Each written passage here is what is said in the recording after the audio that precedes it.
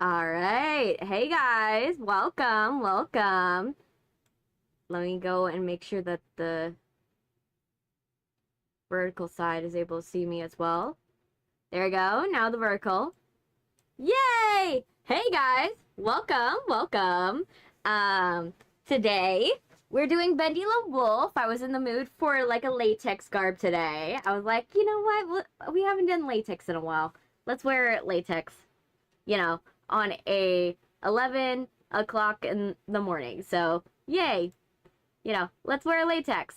So, yeah, I was in the mood for this today. So, yeah, this is what we're doing today. And I'm going to tell you a lot of stuff has gone wrong in the background today in terms of, like, all of the other stuff. Let me go and get this pinned. Chat commands. Hey, Valentino. Yes, I saw the little drama. I saw your pickup line. I also saw that. Were you the one that stole a cat? Were you the one? Not sure. I saw that at the very end. I wasn't sure. Oh my gosh. Now, like, we're just having a day, I guess. Today's a day of just, like, some very, very problematic stuff. No, it was Vox. I see. Vox did it. Vox did it, of course. Of course it was Vox. Oh. Okay. One of these streams is not gonna have a good connection. Oh gosh. It is letting me know. What is the error? Keyframe 4 seconds or less. What the hell does that mean?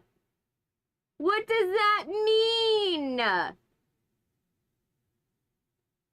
Keyframes are... I haven't even changed my settings. What the hell, OBS? Current frames. Oh my gosh. I don't even know. Yes, I did like the pickup line. Like, I'm just trying to find out what is going on because, like, I do not know what keyframe frequency means, but it sounds not good that we don't have it. And so one of you guys are not gonna probably see my stuff very well, or if you do, you're probably gonna see a skittery version of it. I don't know. I'm gonna have to ask the horizontal audience how they're doing every couple minutes because it says poor stream quality. But note the ingestion error is called a group of picture sizes. But there's nothing wrong with it. Like, it's not, okay, it's not like I changed any settings last night. Like, I did nothing. I changed nothing last night. And this system is like, oh, it's the wrong sizes. And I'm like, it's the same system from last time. How is this, being like this today? But I guess. Hey, Luffy, welcome. But yeah, so I don't know what's going on, but unfortunately, that's what's, it is what it is. We're just gonna have to deal with the fact that, the horizontal is gonna have some issues. I'm probably gonna have to download the stream later and make sure that, it didn't go that badly, but oh my gosh, it's gonna be an interesting day today. I tell you, I woke up and the first thing I see is like, okay, IP errors. I see like, stuff like pages not loading, like streamer bot was glitching out, like the chat was messing up too. Like at some point SE elements didn't want to work too. I think it's mostly SE elements. I think that's what's the issue because like it's still like I could see the chat through streamer bot. I can't see it through SE live. So stream elements, get your stuff together. You need to get your stuff together, Streamlabs. Anyway, so yeah, basically, I just had technical difficulty after technical difficulty. Spilled my coffee on myself, so yay, burn legs. Just having a day. Hey, Stella's welcome. How you doing? But yeah, I'm just trying my best today. We have a rocky start today, but at least we're doing everything we can. For those of you who want to know, how did the Halloween festival go? The Halloween festival went very well. Was it a Halloween festival? I would say barely. It was a Halloween festival in the sense that everybody dressed up. Like, think a whole city of people dressing up. Like, there's a sea of people. You can't see any cracks in between. I'm already, other than Vox stealing the cat, a cat. Yeah, I saw that. I need more details about the story. Like, is it stealing, like, because you had a bad neighbor that just wasn't feeding their cat and you're just like, nope, mine now. Because I understand that. I've done that before. Or was it that it was actually a beloved cat, or like it was a cat on the street which you found out that was microchipped and you just decided to keep it? Like, I don't know what scenario it is. Like, so I'm holding judgment for now because I don't know what was the situation, but I don't know. I don't know if it's something bad, but I just wanted to let you guys know I'm holding judgment. I'm withholding my judgment until I get more information. Because I've been on the other side of that. I've been the person that, I have a neighbor currently next door that has like 50 cats, and do they all get fed? No. And so me and the neighbor that's in front of me, my family and her family made a decision that we're gonna take 9 of those cats and take care of them. And so we've been taking care of 9 of those cats. Unfortunately, the neighbor in front of us is gonna be moving away, so I feel bad for those 9 cats because we can't take them into our house. We can only treat them like stray cats and like put food outside of our house, but we can't let them in because my mom's highly allergic to cats. But we still go over to her house and take care of the cats whenever she's like on vacation, like in Disney or Vegas. She's always in Vegas. I'm not gonna lie. She's always in Vegas. And it's the funniest thing ever.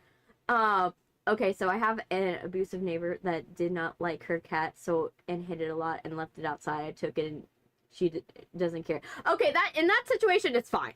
In that situation, I think you rehomed it. Like, at that point, that's a rehome, not a you stole. Like, yes, you did technically steal the cat, but it's kind of like how Child Protective Services, like, steals your children. Like, sometimes that situation is, like, a bad situation. Sometimes it's for the best, sometimes it's for the best. And in my opinion, like, I think you did a good thing, Bakugo. I think you did a really good thing.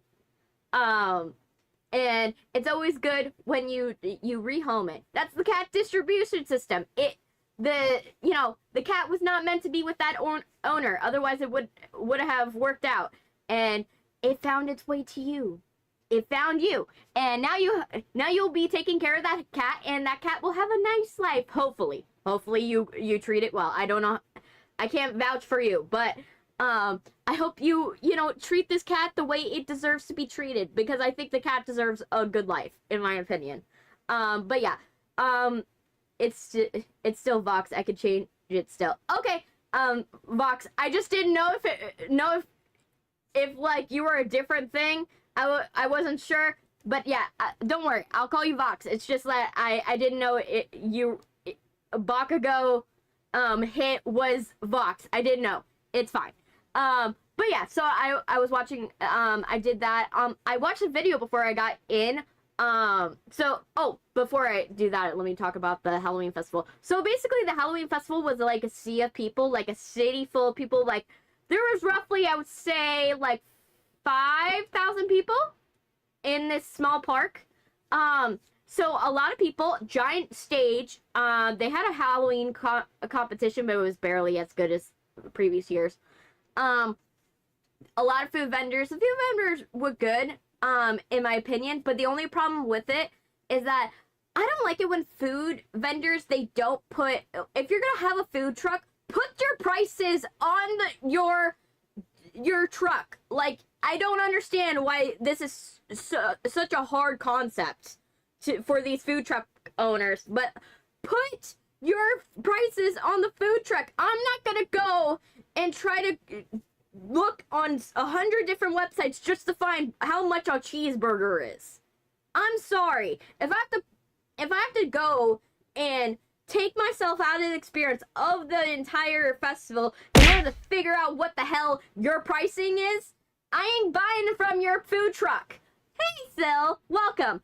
So literally, I was so frustrated that a lot of these like food truck owners, they didn't have their prices on their things, and so of course there's a line all the way to the back of the venue, you know, with people who are going and lining up for this thing because it's an artificial line because they can't tell what the price is for these things. So you know what? I was like, if you don't got your price, you don't count as a food truck. So I went and I did everybody else. So there was this wonderful food truck place called Casa Yuca.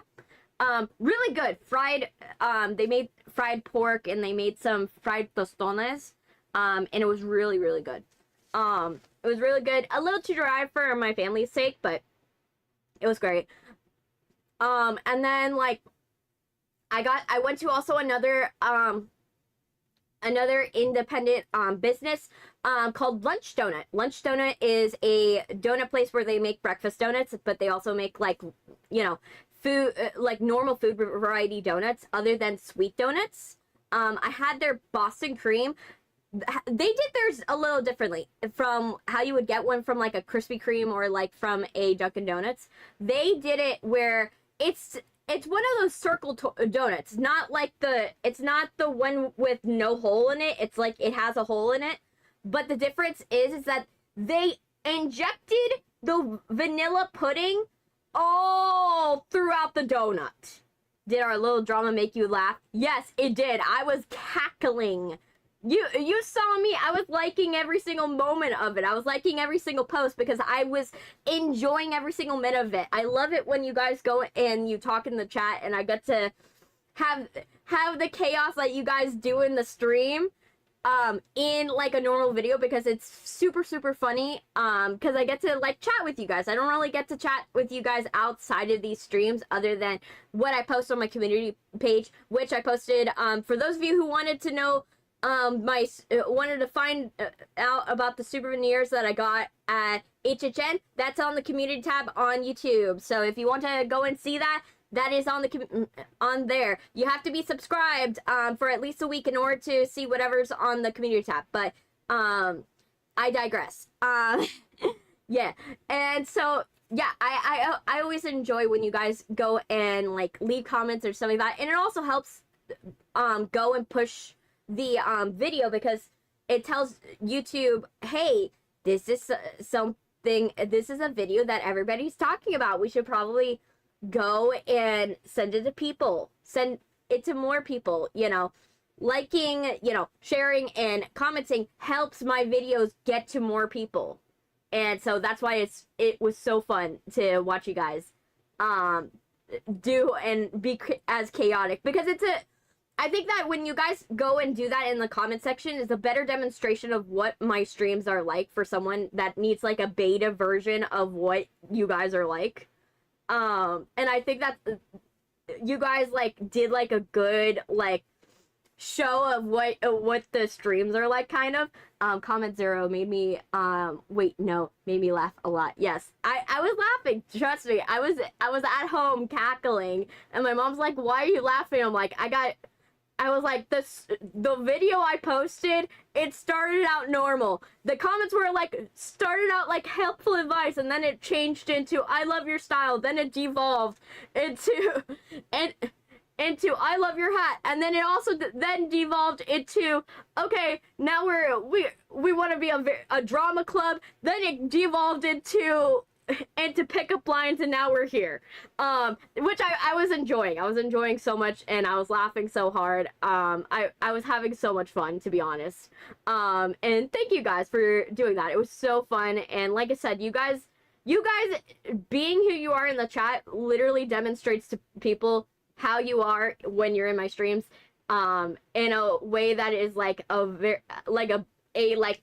sampler version, in a way. And that's why I kind of enjoy it, because then you guys everybody gets a sense of who I am, but they don't get a sense of who you guys are, and that's what I love about it.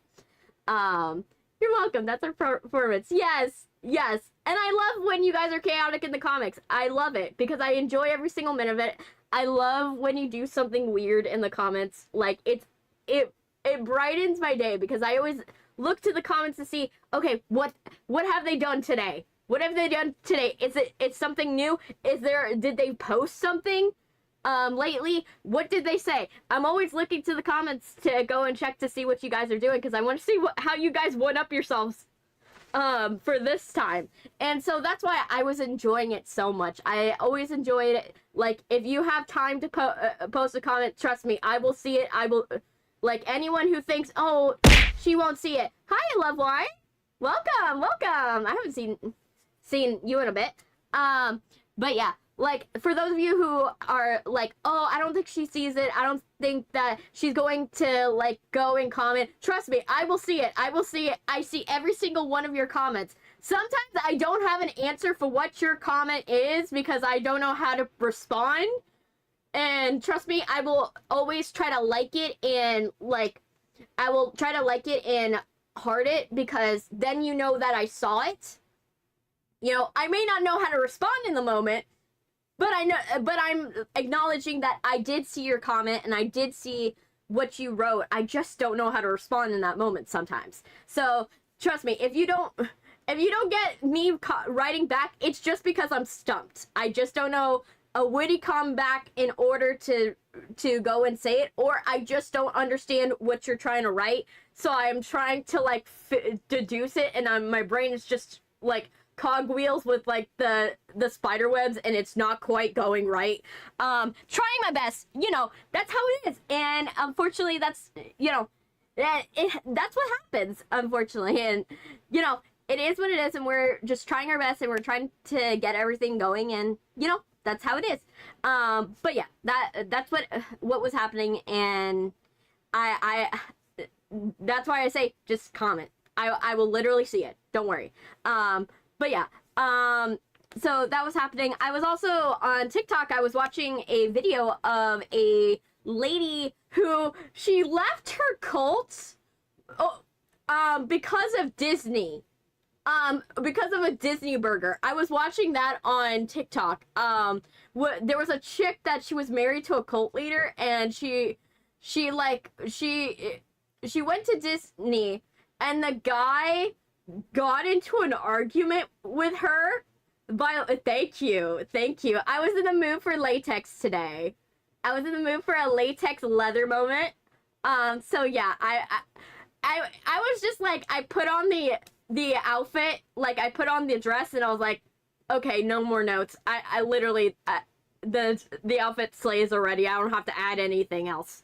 So I just ended up just leaving the outfit as is, because I was like, you know what, we're just leaving it as is. It's perfect as is. So yeah, that's why this outfit, I didn't really do much today. I just threw it on and called it a day. That's sometimes how the outfits work. Sometimes I'm just like, it's a lot of thought and a lot of, like, oh, pick this outfit and this thing that goes with this thing, goes with this mood and all that stuff. And then sometimes it's like, yeah, let's throw this on and just color shift it so that way the mask matches. That is literally all it is. And that's literally what happened. I was just like, you know what? I like the outfit, but I need the mask to be a brown in order for it to, like, vibe better. So yeah, that's what happened. But yeah, so I was watching this lady, I got another pickup line. Say it. We'll see if I can respond, and the cogs will turn fast enough in order for me to respond quickly. We'll see. But yeah, I was going in, so I was watching a video about this lady, who was married to a cult leader. She literally got deprogrammed at Disney over a burger. She literally, like, she went to Disney. They they were having like a very bad day at Disney, and then the last straw was that she literally she went to the Yak and Yeti. Are you a time traveler? Because I see you in my future. Oh, that's actually kind of nice. That's actually kind of a sweet pickup line. Like, I guess that one's a fun one. I liked how that one rang. You know, I'm someone that loves cheesy like pickup lines and loves like cheesy dad jokes. Like, I love them. I enjoy dad jokes. I love pickup lines. I'm someone, but it's they have to not be like, you have to put a little effort. You can't be like, oh yeah, let's, you know, I can't hear like the same exact pickup line every single time. It has to be something, you know, a little bit inventive. You know, I really love it. Or like someone, I like poets. That's something that I love the most, or is a good poet. I love poets. You guys could probably see it whenever you check on my TikToks. I go on my TikTok feed, I repost a lot of poets in my thing. I see I'm charming, yes. I repost a lot of poets. When you go into my TikTok reposts, I go and I repost poets, and I repost like words that I think are very beautiful in my opinion. Like thoughts and ideas that are super pretty and very vivid. And like I've said her name before, but I really have to say it again. Check out Cecilia Martinez. She's really good. Celia Martinez is really good. She is a wonderful poet. She has now 3 books of poetry, and she's just like, I love how real she is. I love how real she is. I love how honest she is, and I love how she plays with words and how she does it, and she comes up with things. And I think that is so beautiful and so amazing. And then there's another one that he does videos with skeletons. He does animations of skeletons, but then he does it to spoken word poetry. And I was like, oh my gosh, it's so pretty. It's so pretty. It's just like, it's the most charming thing. Hi, Duck. Welcome. But yeah, it's so pretty. It's so charming, and it's just like, oh my gosh, it's so cute. I was just like, oh my gosh, spoken word poetry. You guys don't know, I love poetry so much. I love when people go and they put time to word and they think of metaphors and things that they can assign to life, into thought, into living, and I think there's something beautiful about that. And it's something I love so much. It's one of my favorite things in the world is poetry. I love that, and scripts and movies, but yeah, it's a whole thing, and I love that stuff. But yeah, you can see it on the, hey, Freakinator Gaming, welcome. There's an Halloween event in Secrets of the Machine. Ooh, that's cool. I'll probably do it later. Bendy Lone Wolf, I'm almost done with it. I'm literally hopefully today, I'm not gonna jinx it, but hopefully, knock on wood. But today is the last stream for Bendy Lone Wolf. Cause all we have is literally the boss level and to find the Dread schematics. That's all we gotta do. The event's till Halloween. We should be able to make it by then. We should be able to make it for the Halloween event, and Secret of the Machine. We should be able to. We would be skipping around the games, but I'd rather do that if it's like there's a special thing going on for that game, so don't worry. I will make it for that game. I will get it done. I will, have it done, and then everything will be pretty good. So yeah, so I'll get that done. Don't worry. And then soon we will be doing Bendy Dark Revival. That'll be good. Oh, Bendy the Cage. Yes, I'm excited for that. I'm excited for Bendy the Cage. That will be super fun. I'm excited about that. Who knows? It'll be something that'll be interesting to, watch and do and play. I haven't seen any footage for the game, so so I'm going in really, really, really blind. But who knows? We'll find out soon. Hey, Kemi, welcome. How you doing? How you doing, Kemi? How we doing? Are you doing okay? I saw the drama that was in the chat. I'm all for the drama club, girly. We all for the drama club to be all in the chat. You know, I love to have a little subgroup of the basement dwellers be like a drama club. You know, and that would be fun. I love it. If you guys can just coordinate and just do that for the comment section, that'd be funny for me. You doing good? Great. We love this. We love everything about this. Let me drink my coffee because I need drink coffee. I literally haven't touched my coffee.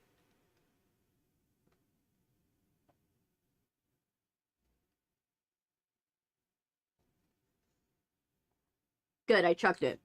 I chugged half of the coffee right there. Do you have boba? I'm thirsty. Yes, I do. I have boba. I have boba. I got good boba. I got coffee jelly boba. Coffee jelly. We love the coffee jelly. But yeah. Sorry. Everyone in my house is getting sick right now. So we're like all having issues. Like right now, my dad, he cannot work right now because his stomach is doing flips.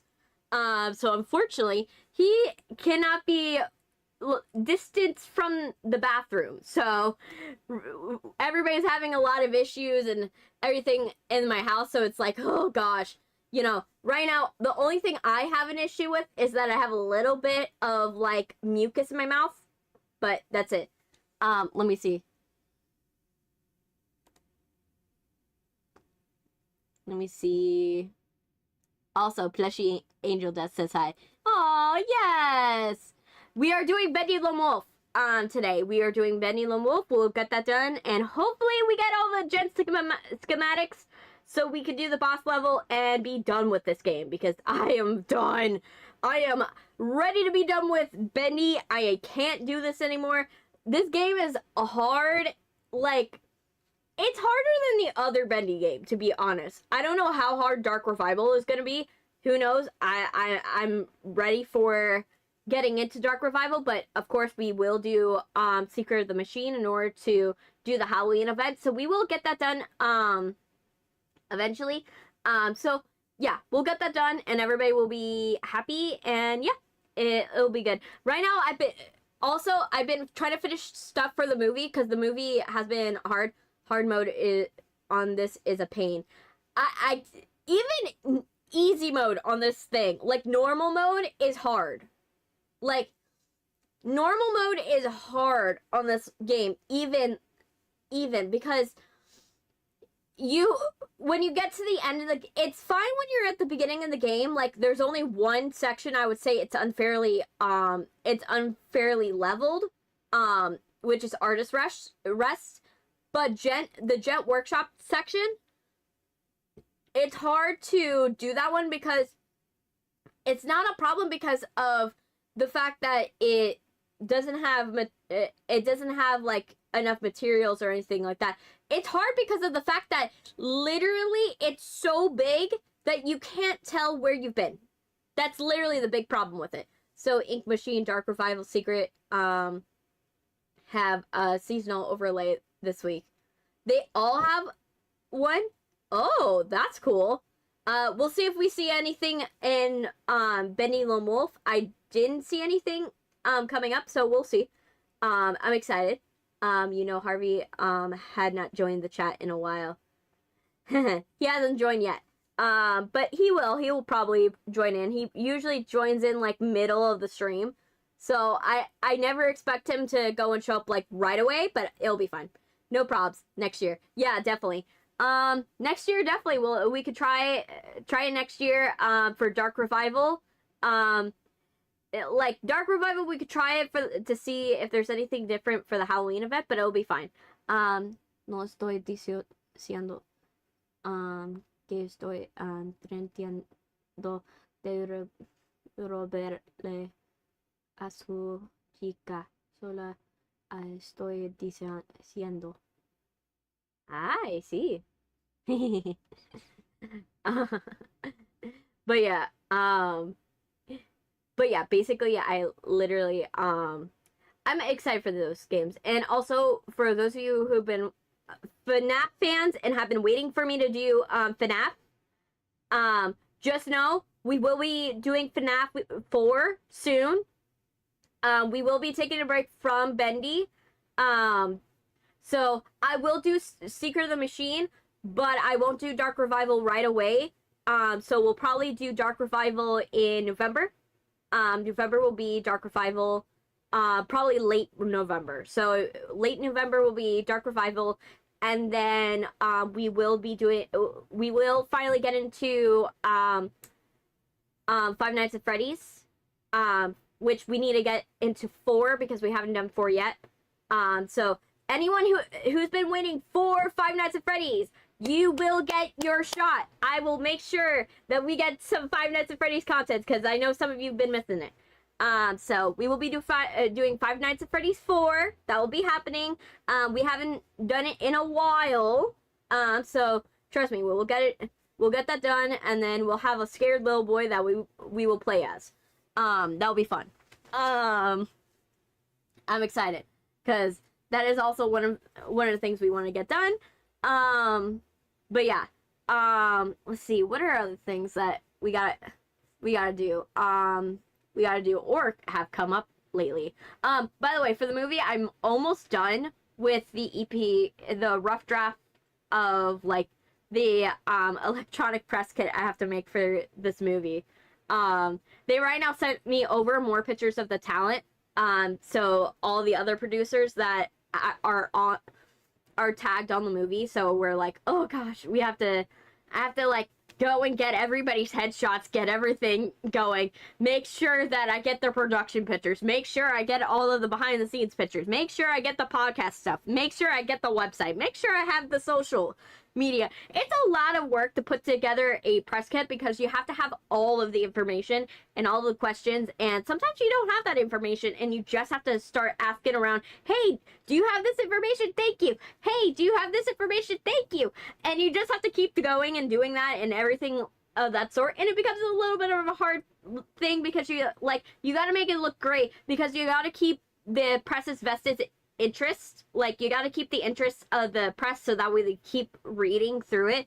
Otherwise they tune out and then they don't cover your movie. So I have to make sure that this press kit is absolutely perfect. Thank you for loving the outfit. You know, we always love the outfits here. Like, you guys know I'm always coming up with something for my outfit game. I'm always coming up with something, trying to make sure I look good. You know, like I said, I got a color season and a dream. I try my best every single day. Sometimes it hits, sometimes it doesn't. But we try our best and we experiment with every single outfit. And the only reason why I'm able to do this is because all of this is free. Personally, I do not own any of these in my closet. I wish I did, unfortunately. I wish these digital outfits I owned in my closet, because boy, would it be fun to wear these. I'm like, oh my gosh, it would be so nice to have these in my closet. Like, my closet is sad. Like, when I look at my real life closet, I'm like, I wish I had money to buy clothes. Like, I wish I had money to buy, like, outfits. Like, the only clothes I have are stuff that my family has given to me secondhand. So, like, I have secondhand clothes. A lot of them. So it's either, like, I got it as a Christmas gift a long time ago, or I got it secondhand. So that's why, like, the souvenirs I got at Five Nights at Freddy's was such a big deal. At, like, HHN was such a big deal because I don't normally buy clothes. I don't have money for clothes. If I do buy clothes, it's literally just to buy it for my job, because I can't afford them. I literally can't afford to buy clothes. It's just too much money. The only thing I will spend a lot of money on is shoes, because I know they'll last very long if I pay more money, so I don't have to replace them as much. But that's really the big deal. So, like, The only fashionable thing I have in my closet is literally my shoes. It's sad that that's the case. That is the most fashionable thing I have in my closet. I wish I had more fashionable things in my closet, in my real closet. I wish. You know, this is why I have a VTuber model, because the VTuber model, I can paint what if I want an outfit and it not available in the free store, you know what? I could just paint it on my body if I wanted to. I could. You know, that's something I could do. And that's the one thing I can't do with real clothes. I can't make them. Unfortunately, it's too expensive. I realized that when I had a phase when I was younger where I was trying to make clothes in order to, like, maybe make things cheaper, and also I love cosplaying. And I spent more money trying to get fabric than it would have been if I bought the shirt. I'm dead serious. And I was like, at this point, I might as well just buy the clothes because it's too expensive. Like, I was like, a bolt of this fabric is $5 a foot. $5 a foot. I can't do it. I can't do it. $5 a foot is too much money. You know? $5 a foot, and you get, like, 4 feet. That's $20. That's barely a shirt. That's barely a shirt. You could barely get maybe a tank top out of that. Maybe. Because you have to also keep in mind that you have to leave some room every single time that you make an outfit. You have to leave some room whenever you make an outfit, because it has to be a little bigger than it really is supposed to be. And boy, does it make hard. Valentino's trying to take my girl. You just have to be, you know, it's hard. It's hard to take somebody's girl. You gotta be there for your girl, so that way there's no unquestionable doubt. You know, there's no unquestionable doubt in her mind that you fully love her. You gotta give her all the love. You know. Also, talking about music, by the way, have you guys listened to Hayley Williams' Good Old Days? Oh my gosh. I was like, oh, she did not call out Taylor York to an R&B track, might I add. Girlie was like, oh yes, I want to throw my hat in the ring into R&B. Okay, I didn't know I needed a R&B Hayley Williams, but okay. You know, girlie pop off. She literally was like, oh yes, let me go and do it. One of the lines that I was like, oh my gosh, I was obsessing over was, I want to hex you like Stevie. This is high. Hi, Microflow, welcome. But yeah, like, literally, like, she was like, I won't hex you like Stevie, but my voice will vex ya. And I was like, oh my gosh, girlie, you're calling this man out. Basically what she said in this song was literally, oh, by the way, you only liked me when I was a fresh divorcee, and we were sneaking around and trying to pretend our relationship wasn't a thing. Like, literally, but the minute that everybody knew that we were together, oh yeah, my love has dried up. You are, like, yeah, sure, yeah, you were good, but it's no longer a secret, so it's not as good. You know, like, I was like, oh my god, she's calling out this man. Oh, I was wheezing listening to that song. Just like, oh my gosh, this girl's calling him out. Now, Chico, that's not what I'm trying to say. I still have to keep an eye on a gimme. Not in a weird way. True. But yeah, I was like, oh my gosh, she's calling out this man. I was like, and it got better. It just got better the more I listened to it, because I'm like, you just uncover more details every single time I listen. I'm just like, I'm uncovering. It's like, that's the one reason why I love Hayley Williams' discography. the first listen is never enough. You can literally, you'll listen and listen and listen and find something new every single time she goes and peels it up. She, like, if you, like, literally, it's just like, oh my gosh, I was listening to Wim, oh my gosh. She's just got a really good discography, and I'm so happy that she's just having the time of her life in the solo thing, and I know why she's like releasing it like this. She's too precious. Oh yes. The reason why like she is literally like going and like releasing stuff is apparently this will be her last solo album, so she's trying to get all of the solo stuff out real quick so that way everything is fine. But oh my gosh, that will be insane. Like, considering that Paramore's not over, she has confirmed that Paramore is not over, which, considering what she said in this album, I thought Paramore was over. Cause, like, literally, like, who's left? Who's left? Taylor York! But she's, like, dissing this guy in so many chats. I'm like, how does Paramore go from this? You know, what album do they create? What is the album that's gonna happen after she disses this man? Like, what is Paramore gonna be? What is the next era? I'm hoping psychedelic rock. I really hope she goes into psychedelic rock. She has a voice for it. Like, I feel like psychedelic rock would be so good. Have you seen Suruso? Yeah, not yet. I have not seen Suruso. But, he'll probably pop in later. But, like, literally, like, I feel like she should do psychedelic rock. I think she has the voice for psychedelic rock. And now she's apparently got a voice for R&B. Like, girlie's got a voice for R&B. And I'm like, yes, I need it. I need it. I need more R&B. Haley, give me this. Give me it now. I need that. Because it's so good. She's so good. I love her. Something I love about her is how her improvisation is really good. Hi. Oh yes, I need a hydrate. Thank you. Thank you, Ethereum. Oh wait. Electrin?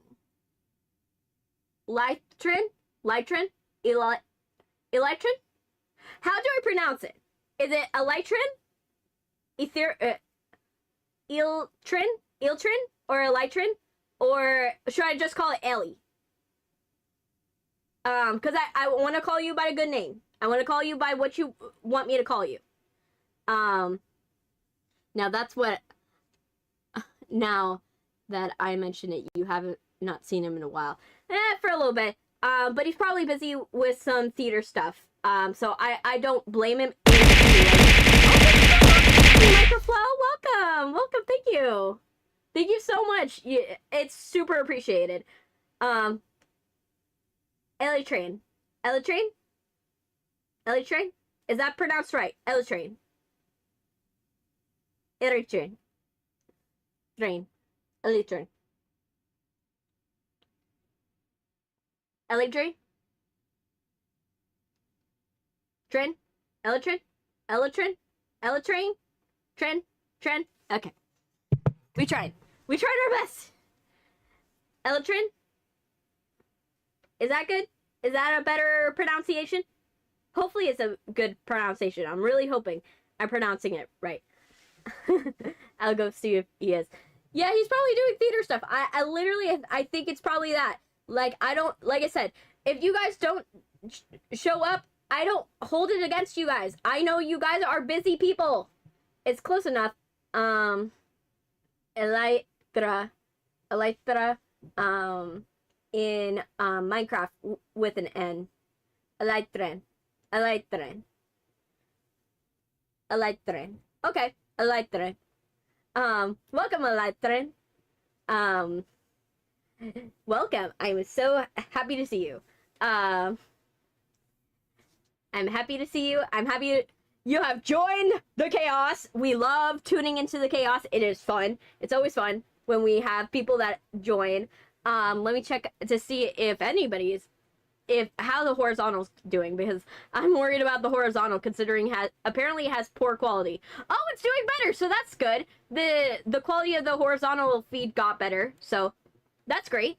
Hopefully everything, you know, goes better from there. But yeah, so I've been doing that. I've also been listening to Maisie Peters because she released You, and You has been a really nice song. I really enjoyed it. I'm excited to hear more of the new album, which I think the new album is called Aubrey Hepburn. I'm excited about that. It's probably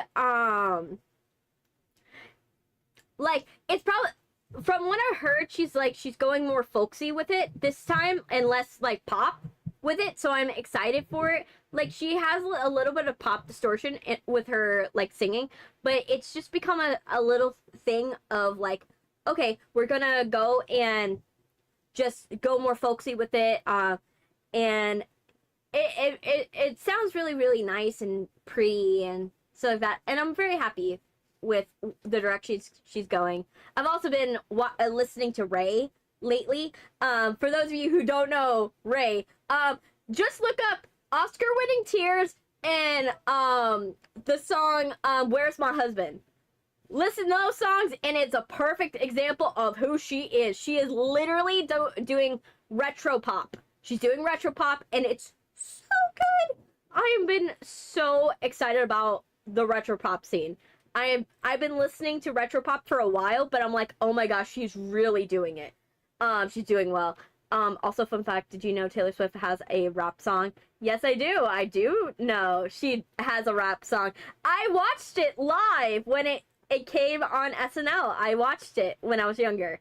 I watched that. She also had a spot on Criminal Minds where she got stabbed to death with scissors. I remember that. And they played like You're Not Sorry over her grave, which was funny. A little bit. It was kind of funny. I was just like, okay, do you really need to hammer it home with You're Not Sorry? After her pretend mother stabs her to death with scissors? You know, okay, that's a moment. I also like another thing I also love is like the SNL monologue song. That one was fun. I remember old Taylor. Like, Paramore and Taylor have always been part of my, like, everything I've listened to since I was born. So it's really, really hard for me to, like, separate my life. Like I've said before, it's hard for me to separate my life from this.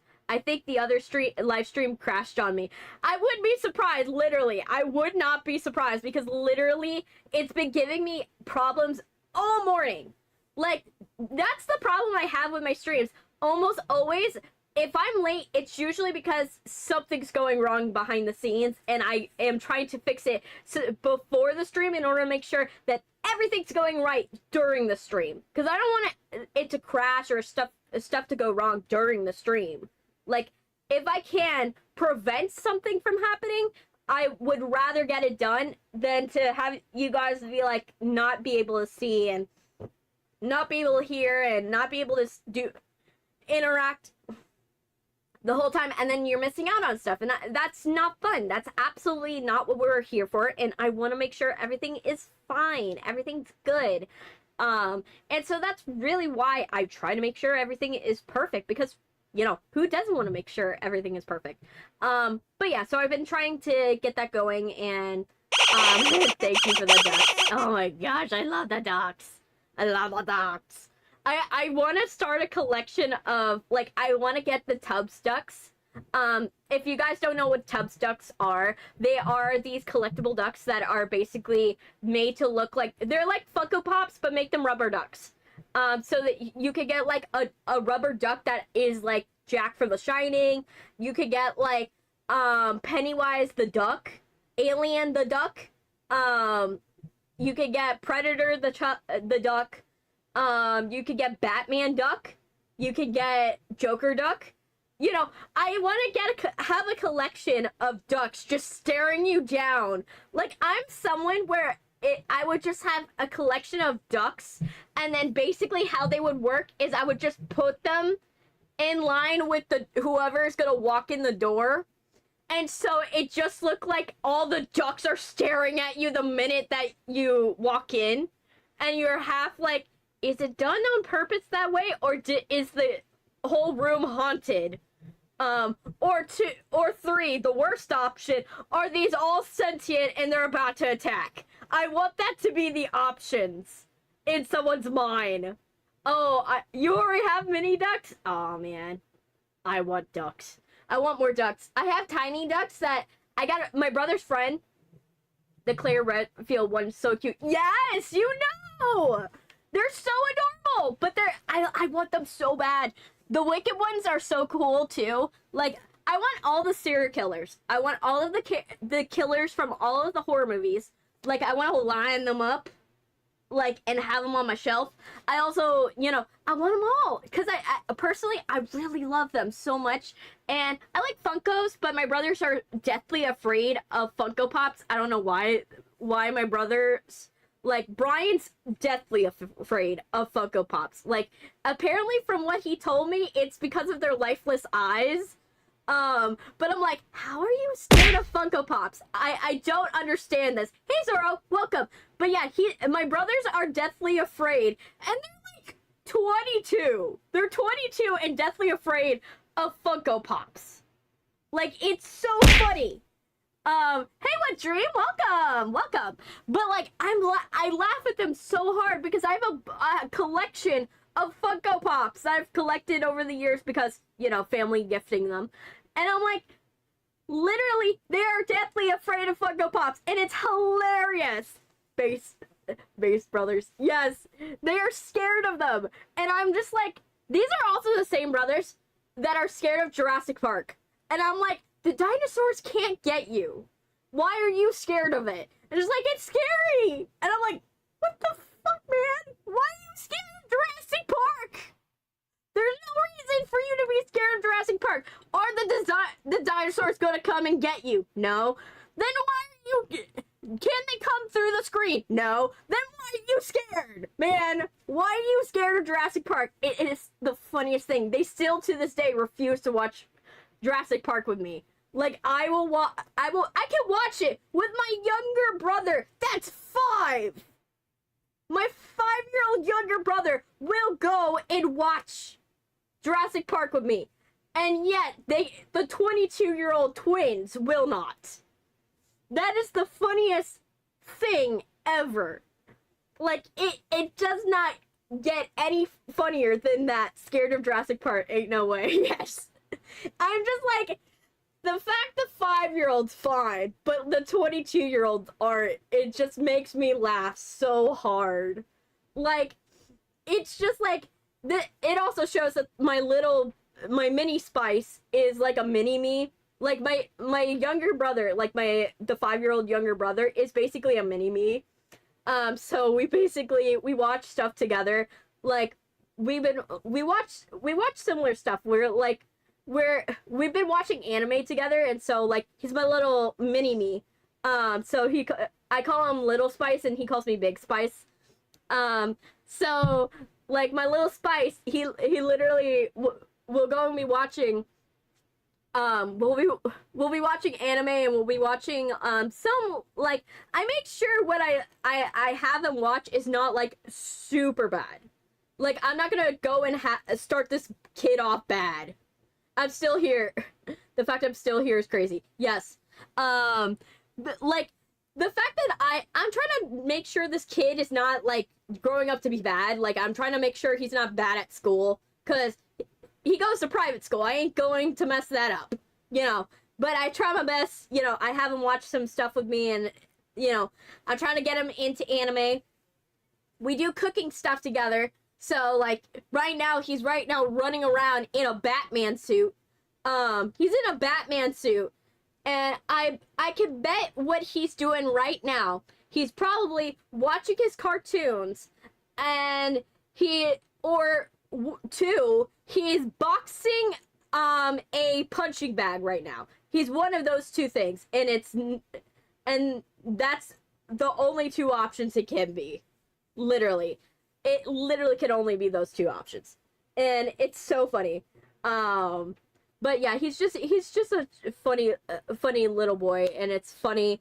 It's funny to have a little mini me. It's fun to, you know, we go and like sometimes we'll just like when we're alone in the house and I'm watching him, we'll just have like a moment where we're like, "You want to go and have a scream off?" It's like, "Yeah," and we just scream weird noises in the house. We just start screaming weird noises at each other. We'll just find the weirdest noise we could say and do with our mouths, and then we'll just try to scream it at the other one. And we'll just keep doing it. And it just becomes a fun little thing for us. You know, he's a wild child, and I'm all here for it. Where's Soruso? He said he's not in the theaters, he's in his room. He's probably busy doing something else. He's probably got, you know, work to do. He's probably got other stuff to do. You know, it's fine. I'm not gonna go and like, you know, I'm not gonna go and mess with this man. You know, he's probably busy. You know, at the very end of the day, I'm not gonna mess with him. He could be, for all I know, lurking.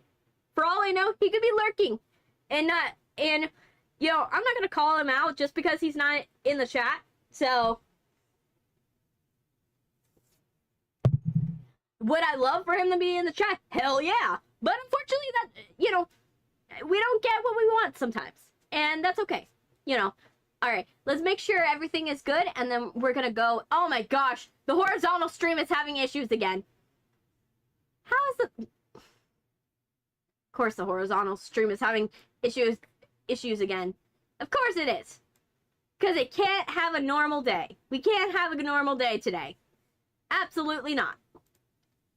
Alright, so let's get into Bendy Lone Wolf, because we gotta get it into this game so we can get it done.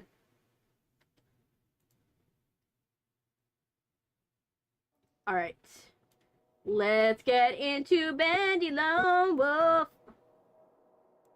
Yas. Everybody's a liar. Nah, it's just everybody's busy. You know, I'm not gonna, like I said, I'm not gonna call somebody out, because I don't know what their situation is. Okay. Let's put this over here. Let me get my headphones, wherever they may be. Oh. They're in the crease of my bed. My couch bed. I have a couch, by the way. For those of you who are wondering, like, oh, where do you stream? I stream in my room, but my room doesn't have a bed. I have a couch. I sleep on a couch. For those of you who are wondering. I prefer it. You know, especially when you're on vacations, like, if you're used to sleeping on a couch, then it becomes a good thing, because then you're like, oh, it's just more of the normal stuff. You know. Your brain is like, oh, that's normal. So, it kind of is a traveling strat, when you think about it.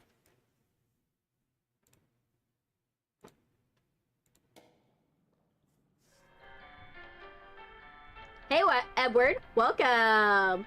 Playing House Flipper, unrelated to anything right now, except for the fact it's a game. Yeah. It's totally fine. But yeah. Let's make sure we go and get our stuff. Let's go. Okay, let's drink our bean juice. We gotta drink the bean juice. The bean juice gotta happen. Okay, let's go. Let's make sure. Oh, we forgot our bone. We forgot our emotional support bone. Where's our emotional support bone? There we go! Okay, let's go. Alright. I forgot how to run. Let's go. Just... Change sports shop. Let's try to get this done. Break down pure brick wall. Yes. Maybe one day I'll do House Flipper. Who knows? Do you listen to any non-English songs? Yes, I do. I listen to some K-pop. I'll go and oh, I forgot. I'll listen to some K-pop. I listen to sometimes J-rock.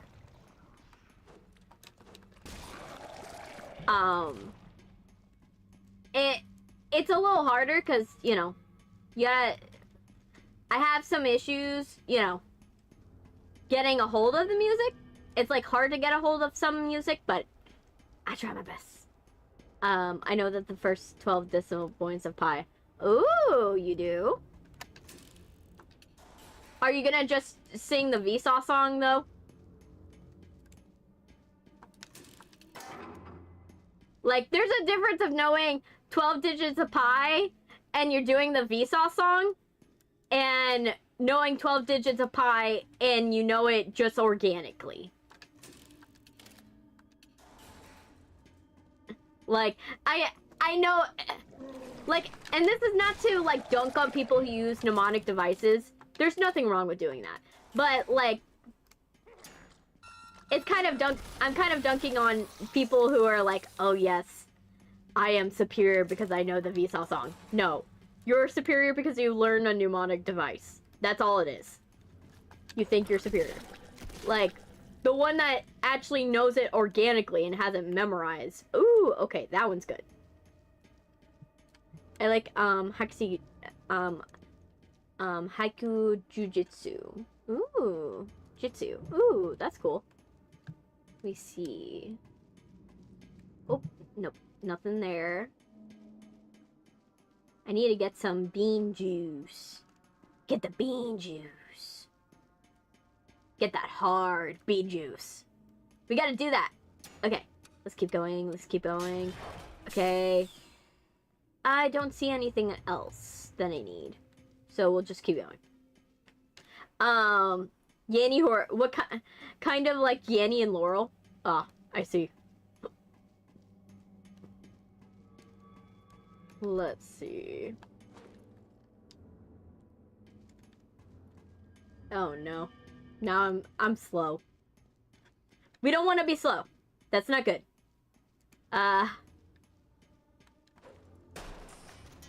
No.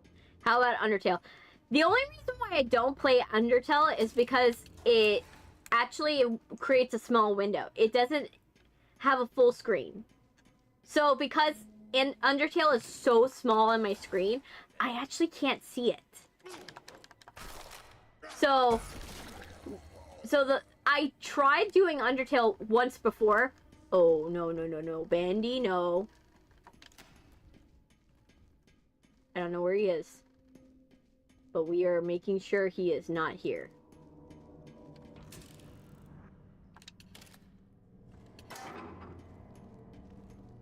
Okay.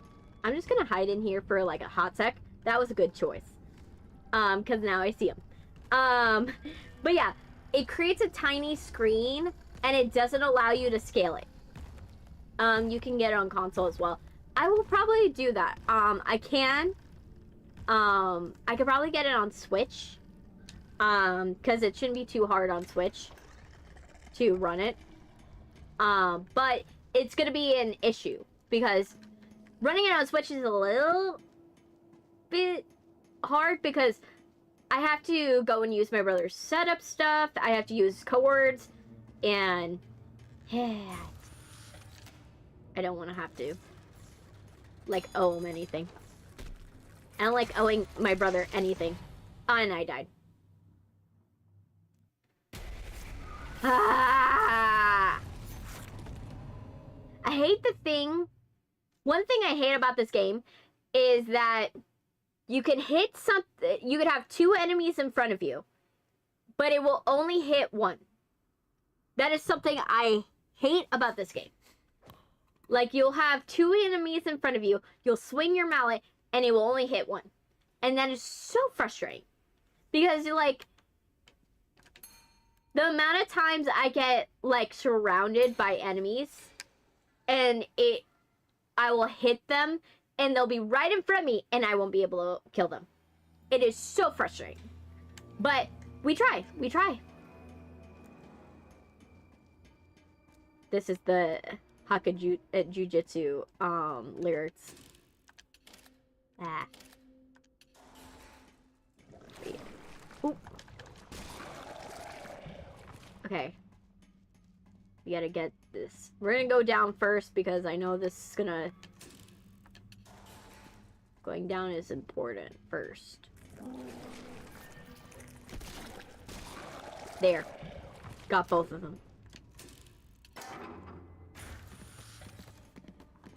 Oh no.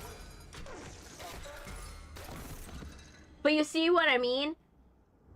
Like right there was 2 enemies. And yet I had to finish the machine gun before I was able to go and do the other stuff. Do the other thing. The butcher gang member. I forget his name.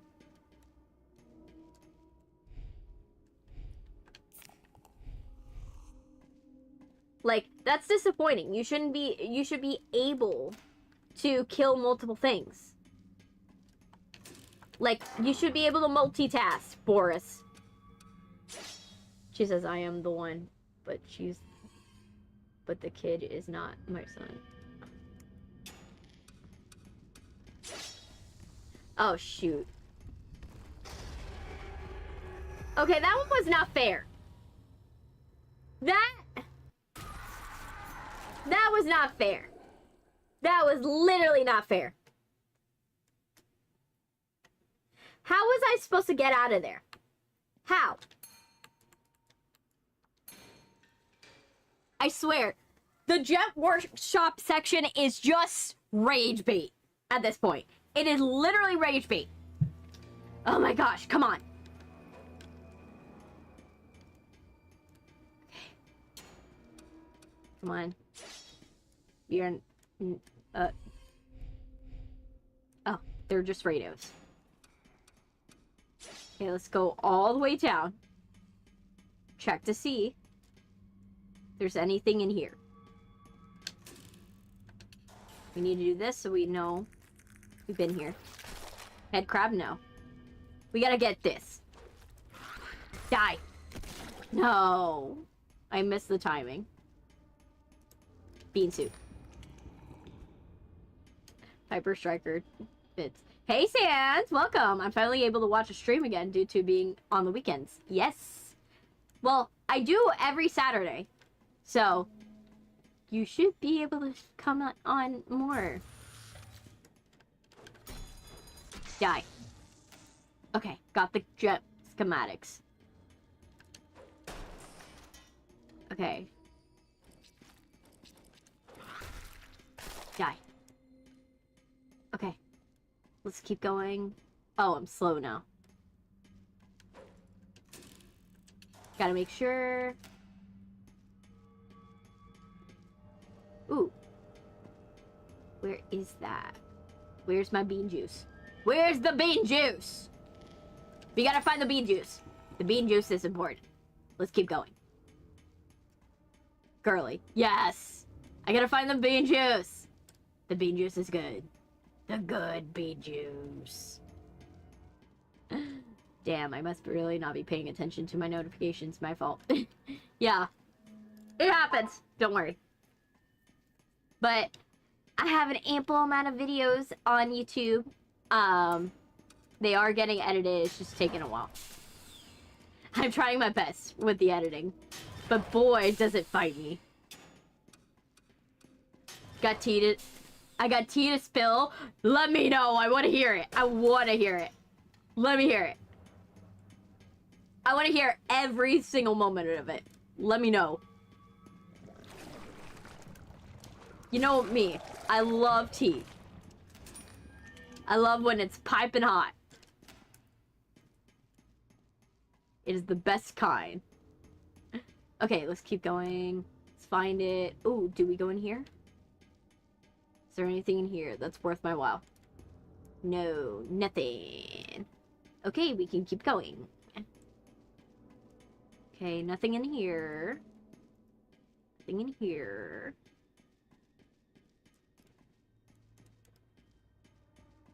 Alright, let's go. Because this is a very long hallway, and I'm not about to get stuck.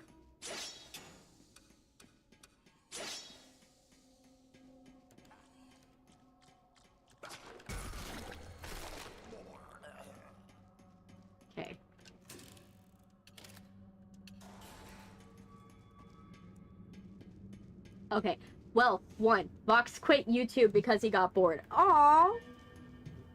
Well, it's totally understandable. YouTube is hard. So, I don't blame anyone who, you know, stops going and doing and working on YouTube because it's really hard. Like, I'm not gonna lie. Like, there are some times where you want to quit because I'm gonna die. Yeah. There's sometimes where you want to quit because literally that's why I made a post about this a long time ago, but like when you go and you do YouTube, you have to acknowledge that, oh my gosh, I hate the doubling in my ears. Let me give myself a second. I hate the doubling in my ears. It's just like I hear myself and then I hear a second version of myself. But yeah, basically what I found with YouTube is literally you could try your best and you could post consistently and try your best and everything like that. But YouTube is a time game. It's a patience thing. And it is demoralizing for like the first like year. The first year is like super demoralizing. Second year kind of, but not that much.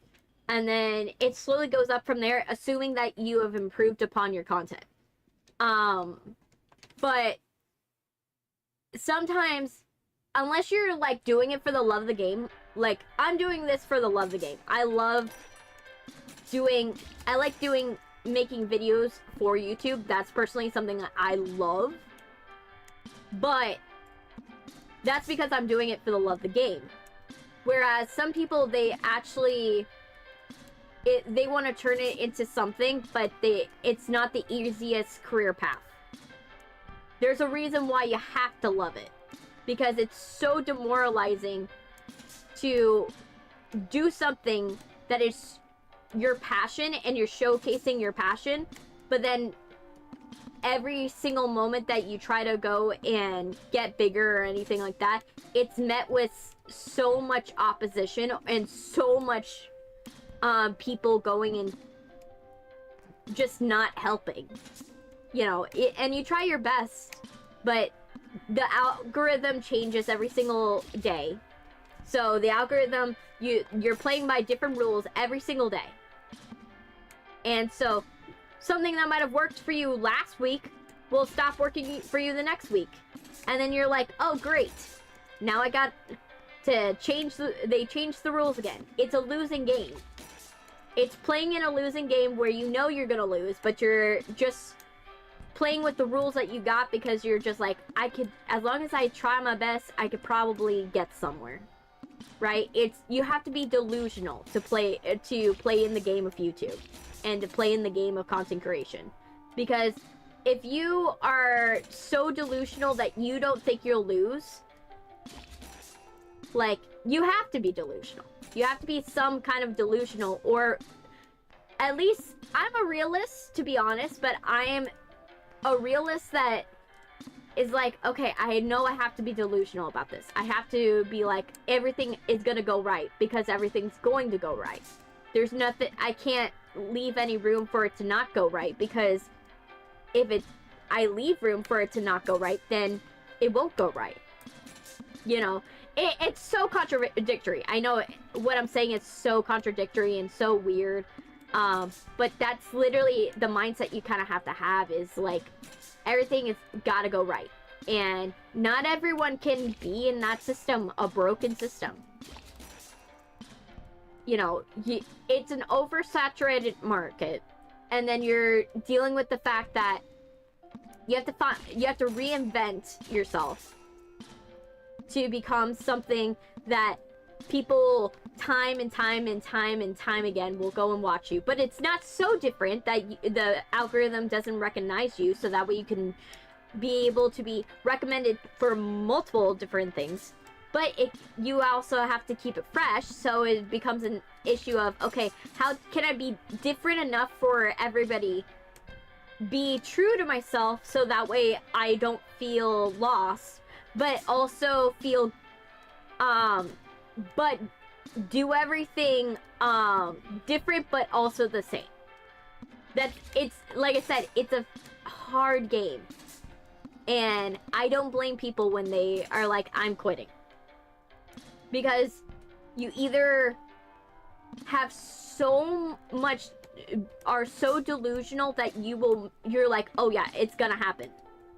Or you are just gonna make it happen. Because that's the only thing that can happen. And you're gonna do everything in your power to make it happen. Because what other option do you have other than that? Right? So, like I said, I don't blame anyone. I understand when people quit. You know, if you quit, I have no qualms with you. I totally understand it. Because it's not an easy industry. There's easier industries to get into than YouTube. YouTube is literally probably the worst industry to probably get into because it seems easy on the surface, but it's literally the hardest. One of the hardest industries to get into. Like, harder than Hollywood, to be honest. Hollywood, you just need to find the right golfer. You find the right golfer at the right golf course, you'll be in the next movie, pronto. Because it's a numbers game. Like, with movies, you just have to know the right person, and you gotta be friendly. That's the only thing that you need in movies. And as long as you got those two things, you'll be in big pictures, man. But with YouTube, you're working hard day in, day out. You don't have money for an editor? Oh, well, you now gotta spend hours and weeks of your life editing videos. If you don't have... Oh, you gotta do shorts? Oh, you gotta make sure that you put out a ample amount of shorts in order to go and recycle the content that you already created, so that way it's that way you are attracting more people into streams, and attracting more people into these things. It's very dystopian when I describe it. I am sorry. But that's literally what it is. And unfortunately, that's how that happens. You know. And second, there's one girl who had a crush on Zoro. Ooh, somebody has a crush on Zoro. Ooh. Sorry, I went on a tangent about YouTube. That's how I feel about YouTube right now. I'm right now in that slump where I'm almost to 500, and I'm trying to get there. Trying to get to 500, but it's hard to get to 500 at this point. It's like, ooh. And I've been in the same spot. I'm right now in the same spot I was in when I was at 250. Where I was like, oh my gosh, I made so much progress, and then all of a sudden it all stopped. And then, so right now I know how I feel because I'm like, oh, it's fine. It's not a Chrissy without a rant about something. Yes, it is not a Chrissy stream without a rant about something. You know, I'm in the same boat I was at 250, but because I am used to the feeling. I now know what this feeling is, and I've experienced this feeling before. It doesn't bother me as much. Like, I got over my feelings about, like, not making progress, because it's not about not making progress. I'm not making progress not because I am not entertaining, because if I wasn't entertaining, I wouldn't have almost 500 people. That would not happen. But what I do realize is it's probably mostly because of the fact that I just don't have, like, I just haven't found those people yet. And it takes some time. And unfortunately, you know, when it takes time, it takes time. And you just have to be patient. Ah. Yes, we'll get out of here. Let me drink some water. I'm hurting my voice a little bit. Because, like, I have so much phlegm in my throat. And I'm trying to, like, go and do this stream with phlegm in my throat, and it doesn't help. So, let me drink this real quick.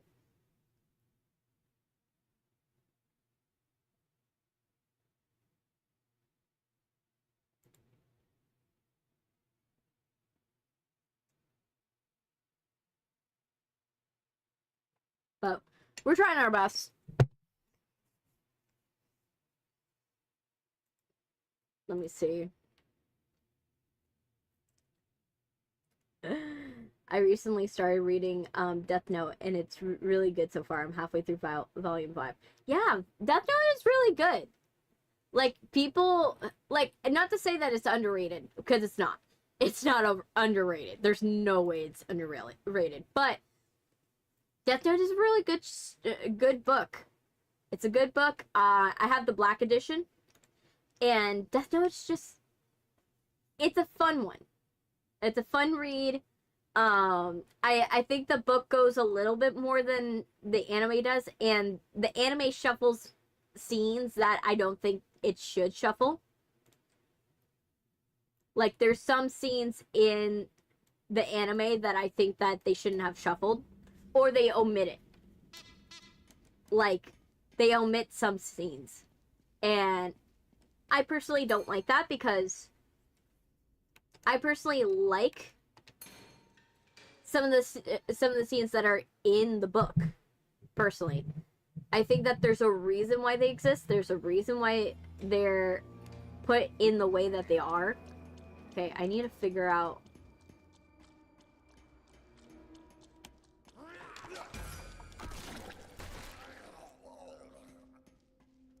Okay, we're almost there. Okay. But there's reasons why they're there. Oh my gosh, Bendy.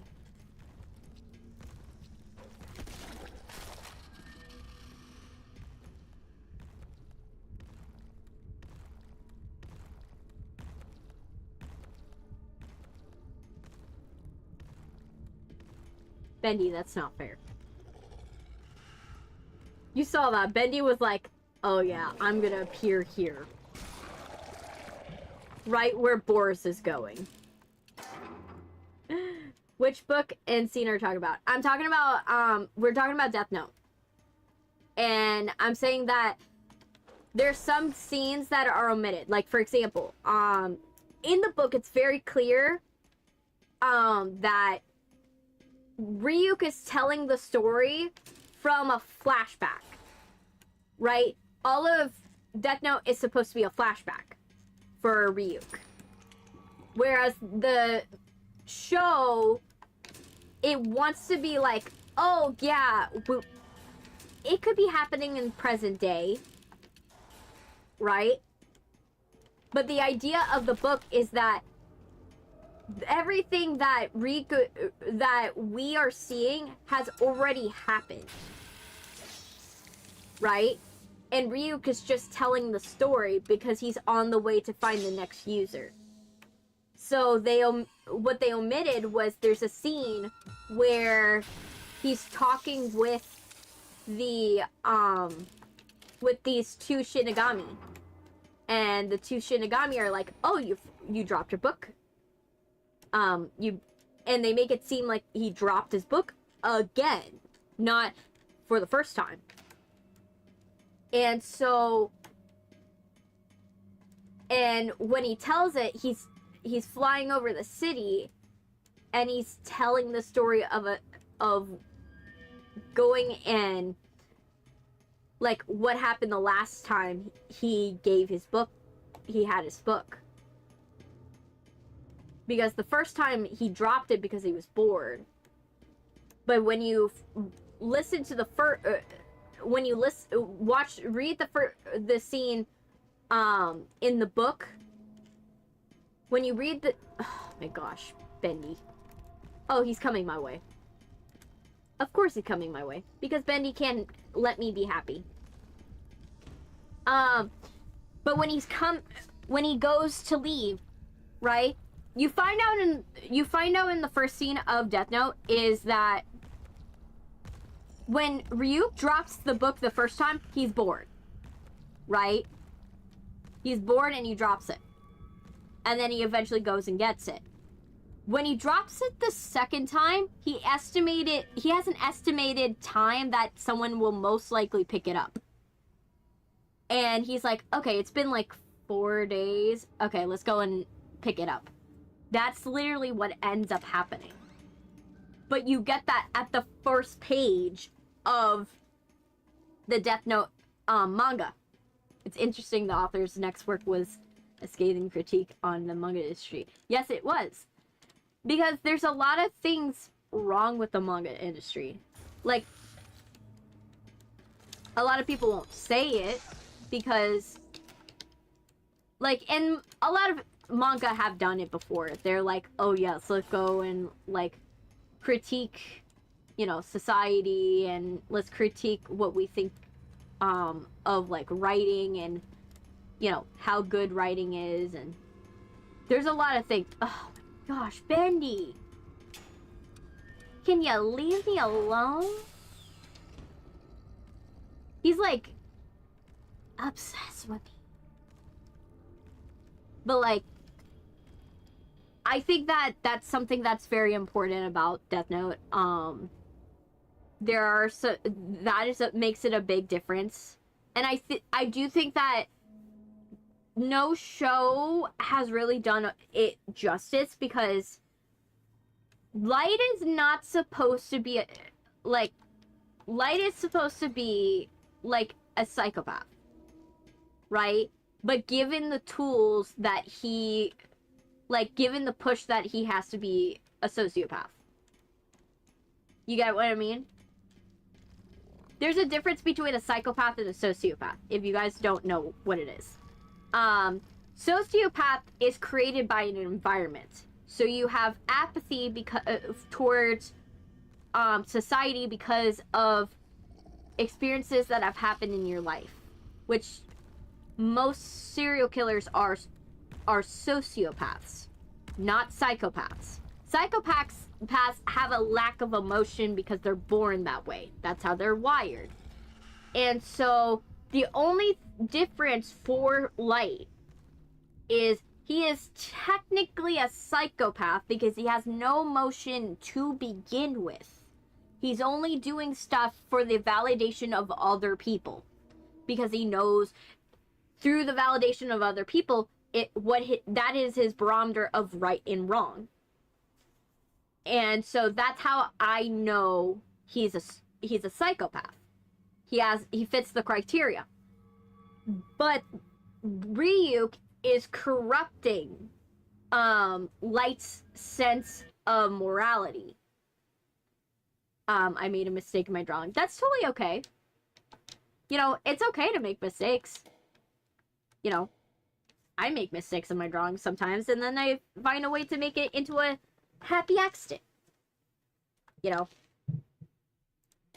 But yeah, Ryuk literally, he corrupts, Light. That's the key to it. Is that, well, yes, he's a psychopath. It doesn't mean he would have been a psychopath. That's what the second book is what it's supposed to show you. And when he goes and becomes... Wait, Chrissy just talked. You just talked to yourself in the chat. What? Okay, so what happens is I have a translation thing. So in order for me to translate from other, sometimes I can't read every word, or I don't recognize every word in another language. So sometimes what I'll do is I'll use the translation function. Like, for example, I wasn't sure about 2 of the words in what Valentino had wrote in the YouTube chat. So I just wanted to make sure that I read it correctly. So that way I make sure I answer it correctly.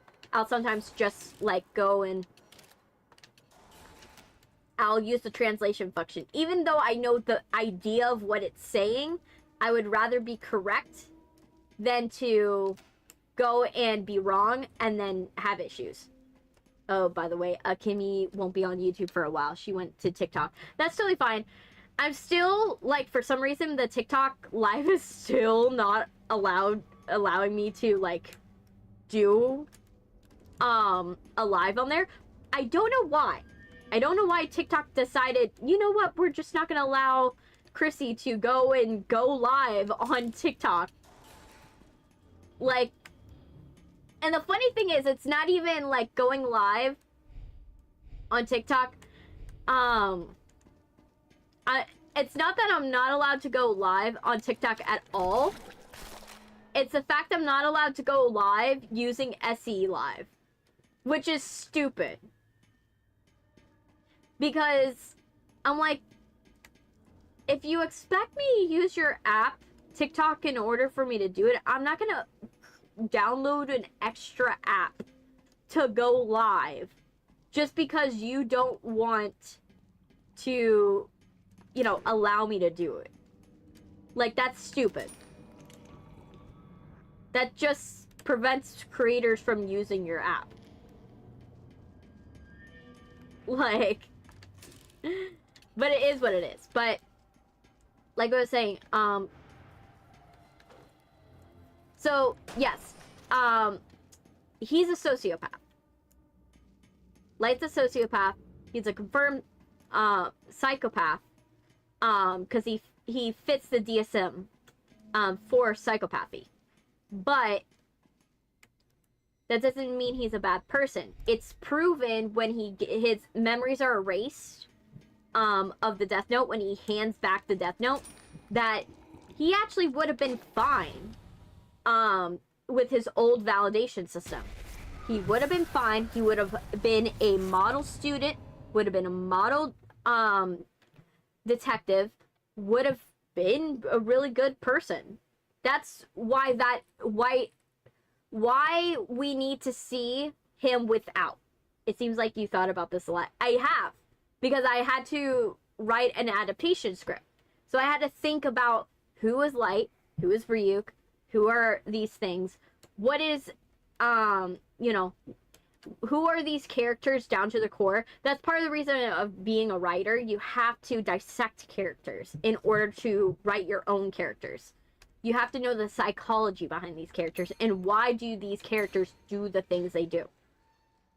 I personally know that he does the things he does not because he's an evil person, but because because he was corrupted into it. That's literally what it was. And Ryuk rewired his validation. And that's really what happened. And that doesn't make him evil. It doesn't make him anything. That's why when people are like, oh, I hate the chapters where he was like basically normal. I hate the chapters where he like they nerf Light, right? Hey, so so my brain just like went, oh, let's not work. Hey, so but we're welcome. Yes, power corrupts. That is the idea. Ryuk is basically the personification of power, right? And power is absolutely corrupting. Think of Light's girlfriend. She's an idol, and when she is on a normal day, someone normal. She's a normal person. Sure, yes, she's a K-pop idol, but her validation system and her whole system is built around, okay, I'm an idol, I have to be a role model for people. So she's built on being a role model. So for her, everything she does is for the validation of how would society love what I'm doing? Would society love what I'm doing here? Yes, he's here. You know, her stuff is surrounded by society. Her view is like, okay, will I look good when doing this? Right? And the reason why she probably initially loved Light is the idea of Light. The idea of this godlike being that is giving these people power. Making these people feel powerful in a world where they feel powerless. And that's really what exactly she initially gets out of it, right? what attracts her to light initially. But she also doesn't see light for who he is. She doesn't see that while yes, the power to save people is a great power and it's a wonderful thing, but it's also one that corrupts. And she doesn't realize it till it's too late. That is the idea. And so that's really why she has issues. It's not because she's not good or she didn't try hard enough, you know, to convince him. There was no way. Power was in his mind and he was blinded by it. She tried her best and just, it wasn't enough. The power was too... What's the best word to say? Tempting. It was too tempting. That's the idea. She didn't realize she couldn't save him. Once Ryuk got his grips into him. Like, I can name the moment where he was unsavable. And the moment he was unsavable is literally when he kills Pembroke's wife. Right? When he kills the FBI agent's wife. When he kills the FBI agent's wife, he didn't have to do that. He could have. She didn't have enough evidence to actually convict Light. She actually didn't have enough evidence to actually put him away. So realistically, if he left her alone, she would have gone to the task force, been turned away, and nothing would have happened. Literally.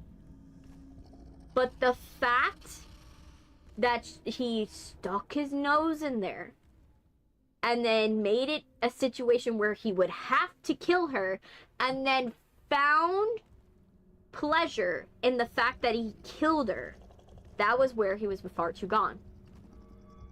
Like, you can argue Pembroke, the FBI agent, like, yes, what he did was evil, but at the end of the day, he knew he was going to get caught. That one you can say, okay, he was very, like, he was happy with the fact that he got away with it, right? It's the second time. You know, a serial killer isn't a serial killer till its second kill. Because that means that you've made that decision that you're going to continue on that path. Whereas, if you killed one person, sure, yes, that's not a good thing. That's absolutely not a good thing. But you can argue it was because it was something you needed to do, not because you wanted to do it. If you did it the second time, then you wanted to do it. You wanted to do it, and that was your only way that you thought to do it, to handle the situation. So that's realistically how I view Light, is that the first time as a tester, if you still kill after the tester, you're irredeemable. Let me see. I'm trying to make sure I'm not getting caught. Because I'm finding enough things that I'm like, oh, I don't want to die. Okay, so we found a health station. We found a health station. Hopefully this health station's fine. Okay, so this is our hiding spot, just in case. There's nothing here.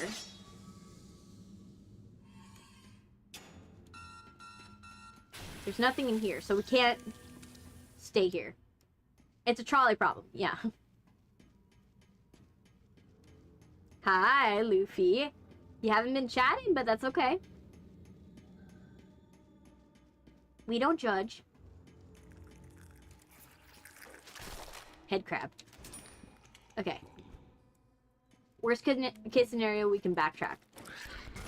Okay, let's backtrack. Okay. Time to backtrack. But, yeah.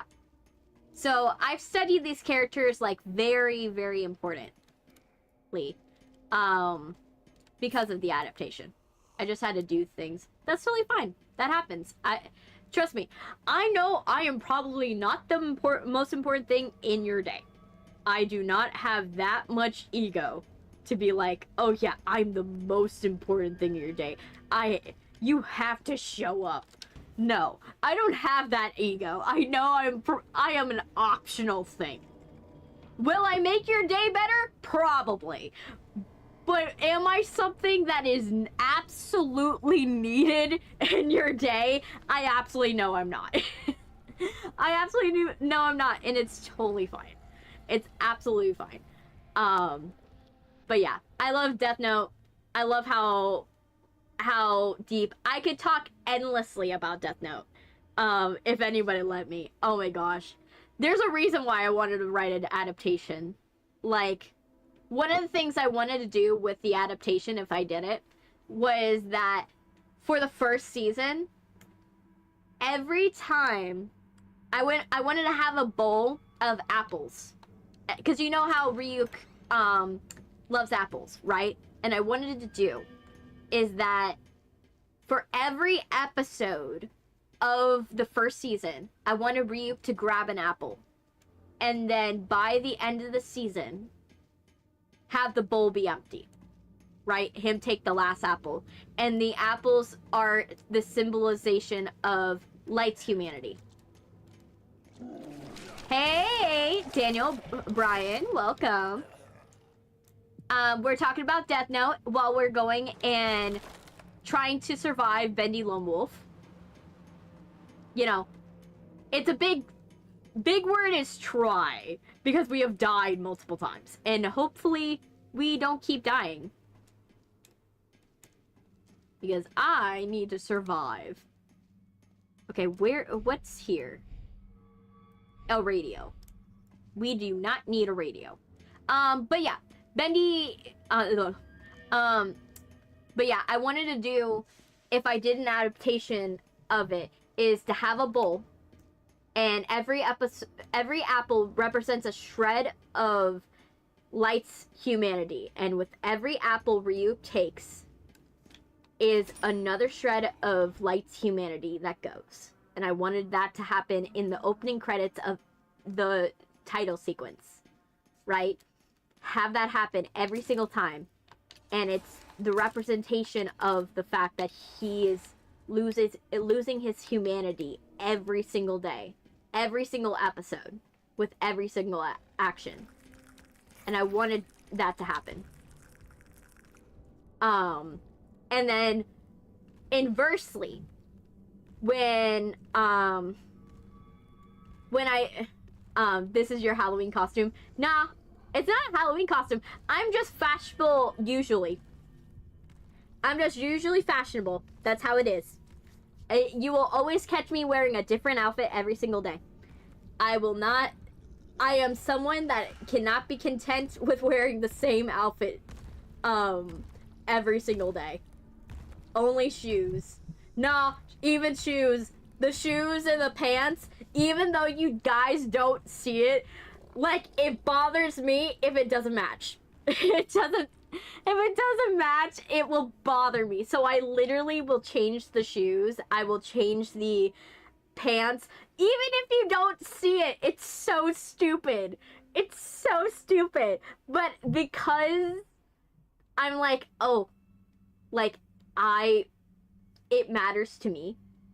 Because it matters so much to me, I'm like, it has to be different. It has to be. There's no ifs, buts about it. Right? And so you'll never catch me with an outfit where, like, the top doesn't match what's going on with the bottom. Right?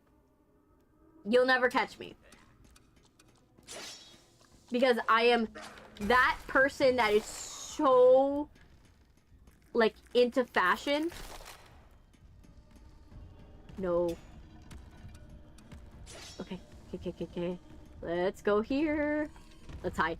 But yeah, I always change my outfit. Always. I will even include little pieces that you guys won't even see. Like stupid harness belts. I will even have like purses sometimes. Sometimes I'll even have a tail and you guys don't even know. Like, it's just for my enjoyment. You know? Which is the funniest part about it. Is that you guys don't know half of the outfit. You guys don't know half of the outfit that I'm wearing sometimes. Like, I'll be wearing so many random different things, and you guys won't know.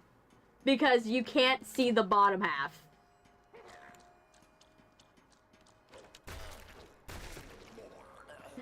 Hey, Valentino.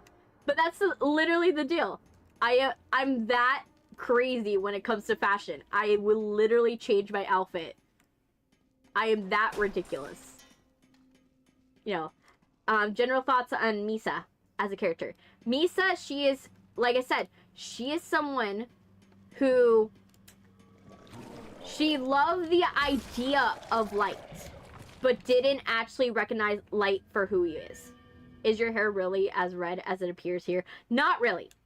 My hair is, it does reflect pink in the sunlight, but I have more of a strawberry blonde.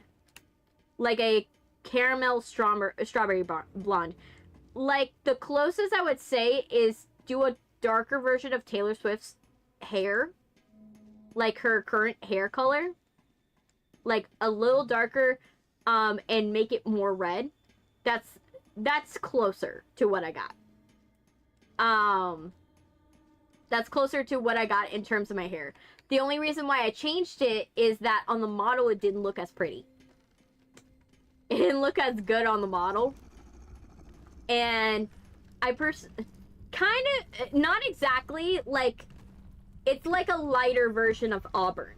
Just slightly lighter. Like, it's in the dark strawberry dark strawberry blonde family. It's very caramelly. It looks nice. A lot of people love the color. It's just personally, I look better with a red. And I chose the hair to be warmer toned, and I chose it to be kind of this orangey tone, like with pink highlights, because of the fact that orange color in anime and stuff like that means something, actually has a meaning. You guys don't realize there's a lot of meaning in places for animes that you don't even realize, down to the hair. Hair color, basically, if you have an orange hair in anime, you tend to be energetic. You tend to be very, very stubborn, but like very playful, and very strong-willed, and very opinionated, right? You tend to be like super crazy, bouncing off the walls, very extroverted. And so, like, think of your favorite, like, orange hair characters, right? Think of your favorite orange hair characters. So think of Haiku, think of, like, I'm trying to think of, my brain is, like, drawing a blank. I don't know why my brain is not drawing. Why is my brain drawing a blank? Brain. But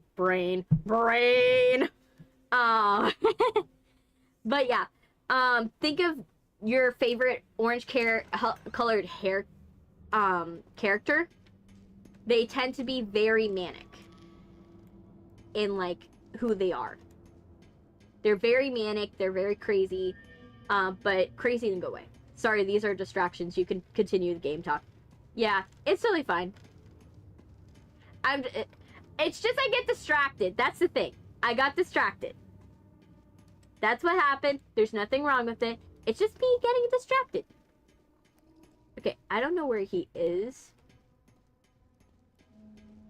I know he's somewhere. And I don't want to die yet. I'm like at the point where I'm like, I'm so close, but I'm not ready to die yet.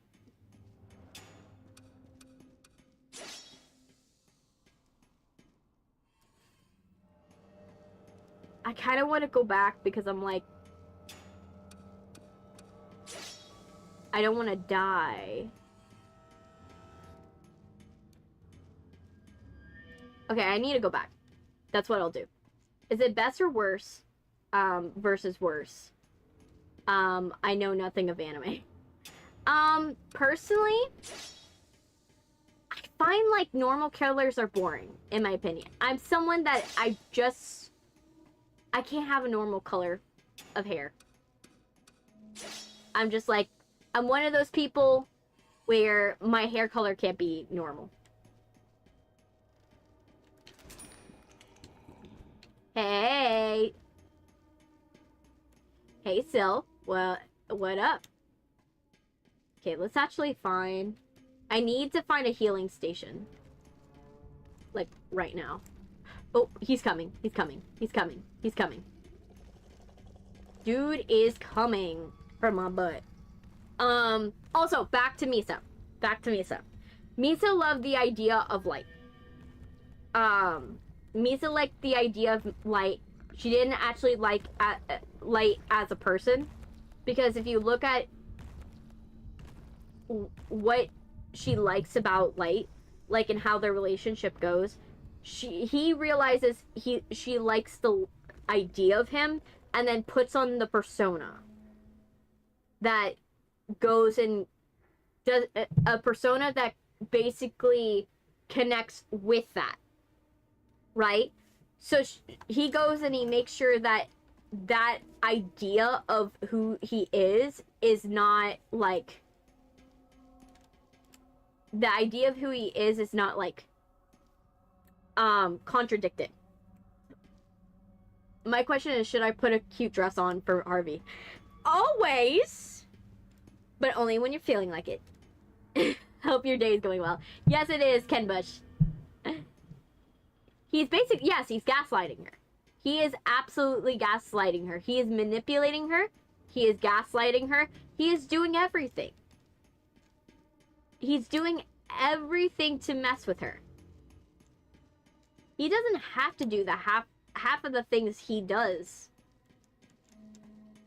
But because he needs her, because she is the only one that he can really trust with the secret right now. He only trusts her for the fact that he needs to make sure she doesn't fess the secret. That is literally all it is. They don't actually have a real relationship. And so he only pretends to be who he is. Which sucks for her because, think about it. She dies for this man. She dies for a man that was never ever truth to her. That was literally like manipulating her the entire time. Which is the biggest tragedy. Yes, she does. She dies. She falls off a building. That's what happens.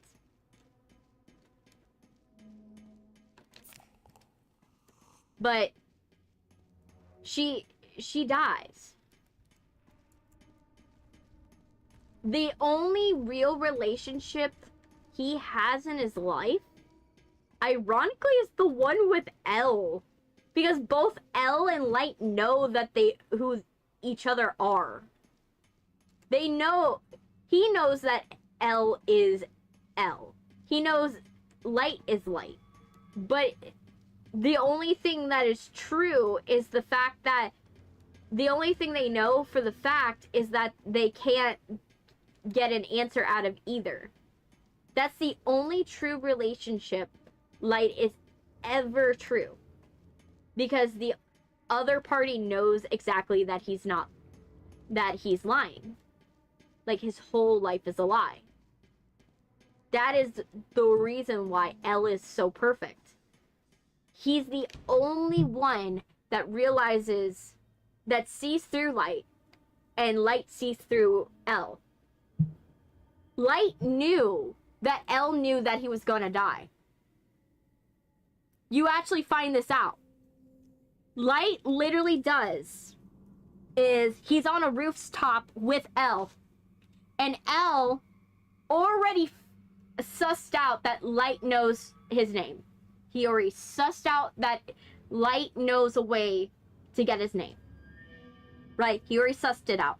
So what does L do? He stands on a rooftop in a rainstorm, and then he asks Light, "Can you wash my feet?"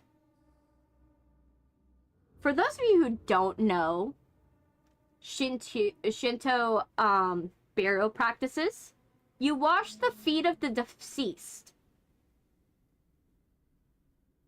You wash the feet of the deceased. L asks Light to wash his feet. He knew he was gonna die.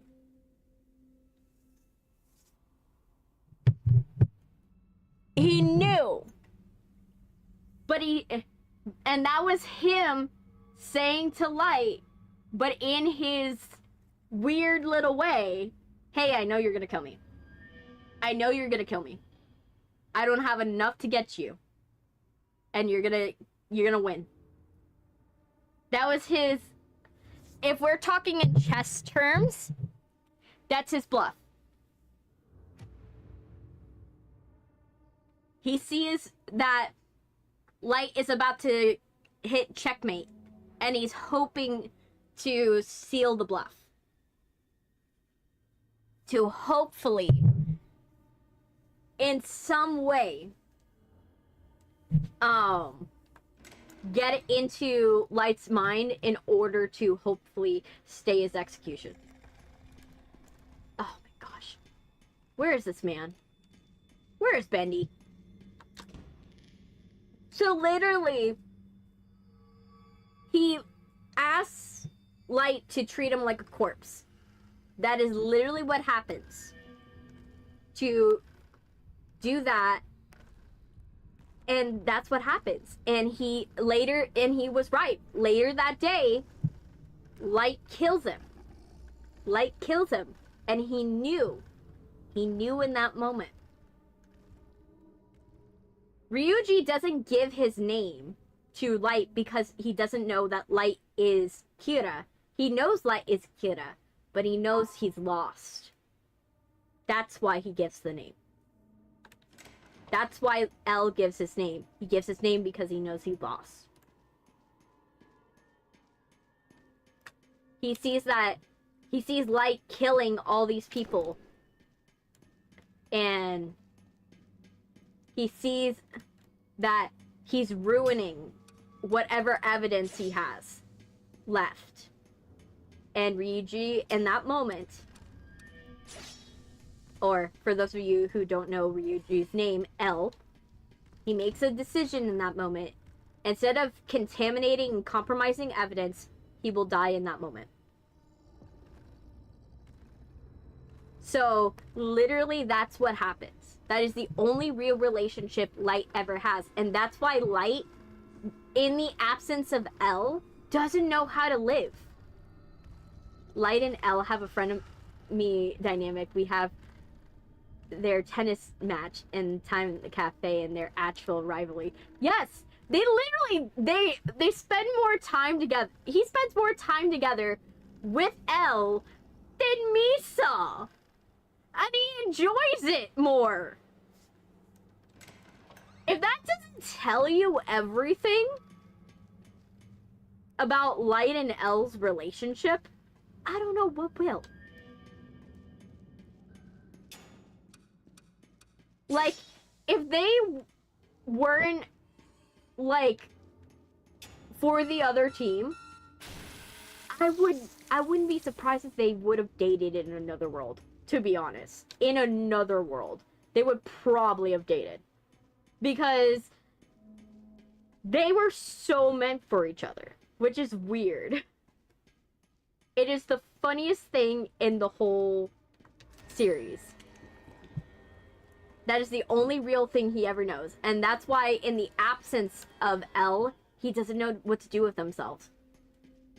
Like, he's bored. He doesn't know what to do. Like, he can't feel sadness or grief because he's a psychopath. So the only thing he can feel in that moment is loss. Loss if the only thing he knew was true. So it's kind of sad for him.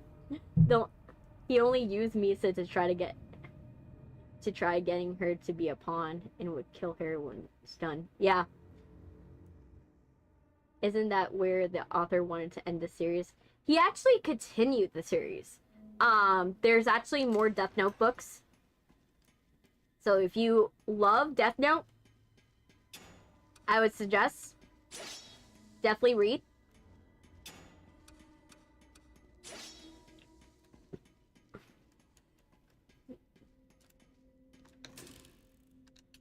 Definitely read the other books. Oh, he's coming. I see him. Yes, there's more Death Note. There's actually a second user. So, the second book picks up right after the first. After the first manga, where we actually see the second user. But what's his next work talking about? He wanted to end his manga earlier. He had him end it early because what was happening is what happened with the MHA crew.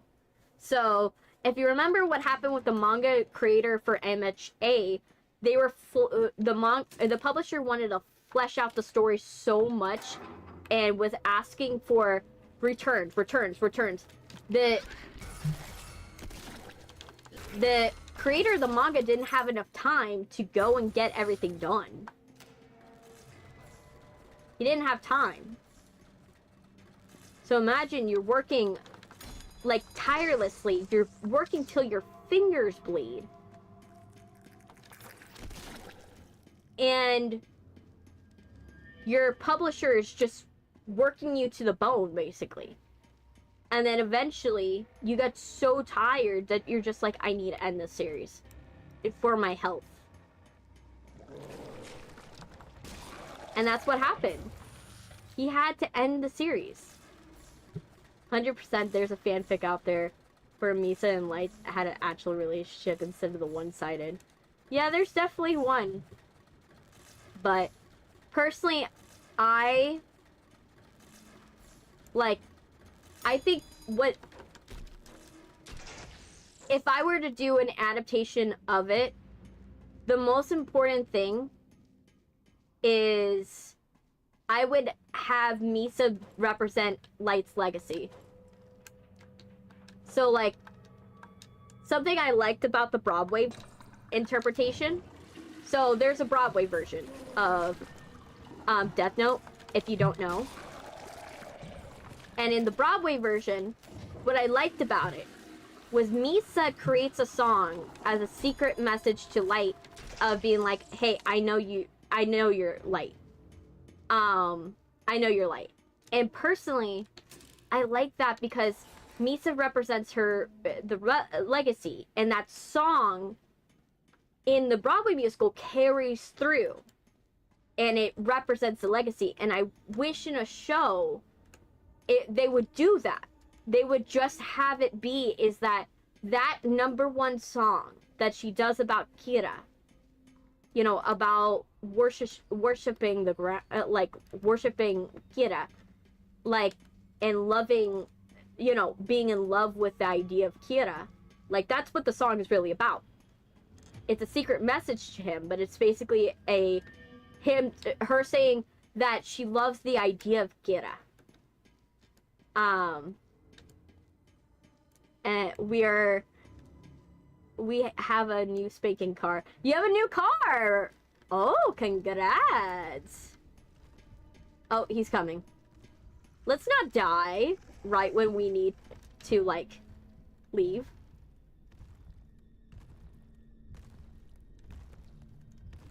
But yeah. Nice, congrats! What type of car is it? What type of... Oh my gosh, he baited me! You saw that, right?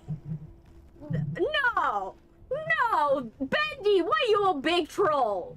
You saw that, right? He came in. He came all the way up, and then he walked all the way back. He didn't even need to come in this room. He didn't need to. He just came because he saw, oh yeah, Boris might be in here. Boris might be in here. Let's mess with Boris. You know? Oh gosh. Nah, Bendy, no. Oh my gosh. But yeah, what type of model car is it? Like, is it like a Chevrolet, Fiat, Pontiac? Just joking with you. But yeah, so literally, what I liked in the Broadway version is the fact that that song carries throughout. And if I were to do my version of it, I would want to do is that we would listen to the song throughout the series, and the melody would be in like the instrumental of like the show's like theme song. Because like every show has to have a good theme song, to be honest. Like every show. You can't have like a good show without a theme song. It's like not, that doesn't work. But yeah, so basically she would have, like, the melody would be in the theme song, the melody would be everywhere, right? And when I see in the image, like when I see the final image of how Misa dies, right? In my head, how I see is that Kira dies, you know, Light dies. But then we hear the melody. We hear the song play one more time. The melody of Kira. It goes throughout the streets. We see it floating down the streets, basically. We see people tuning their phone into Misa. And Misa. Over and over and over. And then we see Misa on the rooftop. We see her. And I leave it ambiguous for whether she jumps or not. We just see as we go down the skyscraper how it's flooding the streets, the song of Kira. And it just slowly infects the streets. And then you see posters of a cult of Kira. And that's where I end it. That's personally where I would end it. In my opinion. If I were to end Death Note, that's how it would end. Do you think Dexter Morgan would do against Light in a combined universe where Miami Metro was called in during a height of Gira cases? I think, okay, Dexter, we actually have this answer a little bit. RGB, the reason subscribe. Oh, thank you for subscribing, RGB. Welcome. Thank you. Oh, Bendy. We kind of have this answer for Dexter. So Dexter's encounter people that actually have a similar moral code as him. They often don't last long, but they actually last longer than the normal serial killers. What ends up happening is Dexter will go and he will enjoy their company for like a little while. Like not too long. Oh my gosh, Bendy. Now Bendy's gonna chase me. I need to get out of here.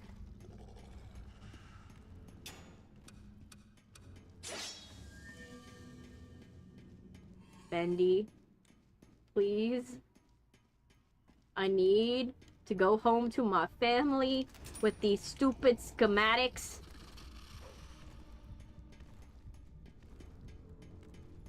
You know, I gotta go home. I got a wife and kids, probably.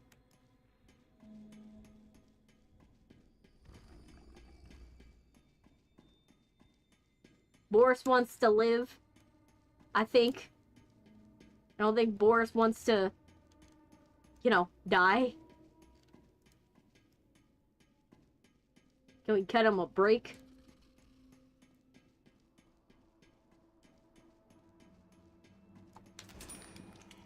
But yeah, so we kind of know this because it's happened before, but how it would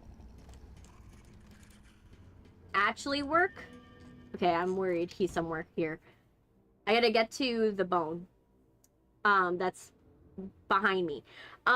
So it's happened before. And it actually happened in Dexter Resurrection. So there was this character in Dexter Resurrection where she would basically kill serial killers, right? Not serial killers, but she would kill sexual predators. That's what it was. So she would kill predators. He didn't have a problem with her. He actually was like, you know what? You do your thing, girly. The only reason why she got killed in the end was actually because she went after his son. That was literally the only reason why she actually like ended up, you know, getting the axe. If she didn't go after his son, she would have been fine. So in reality, as long as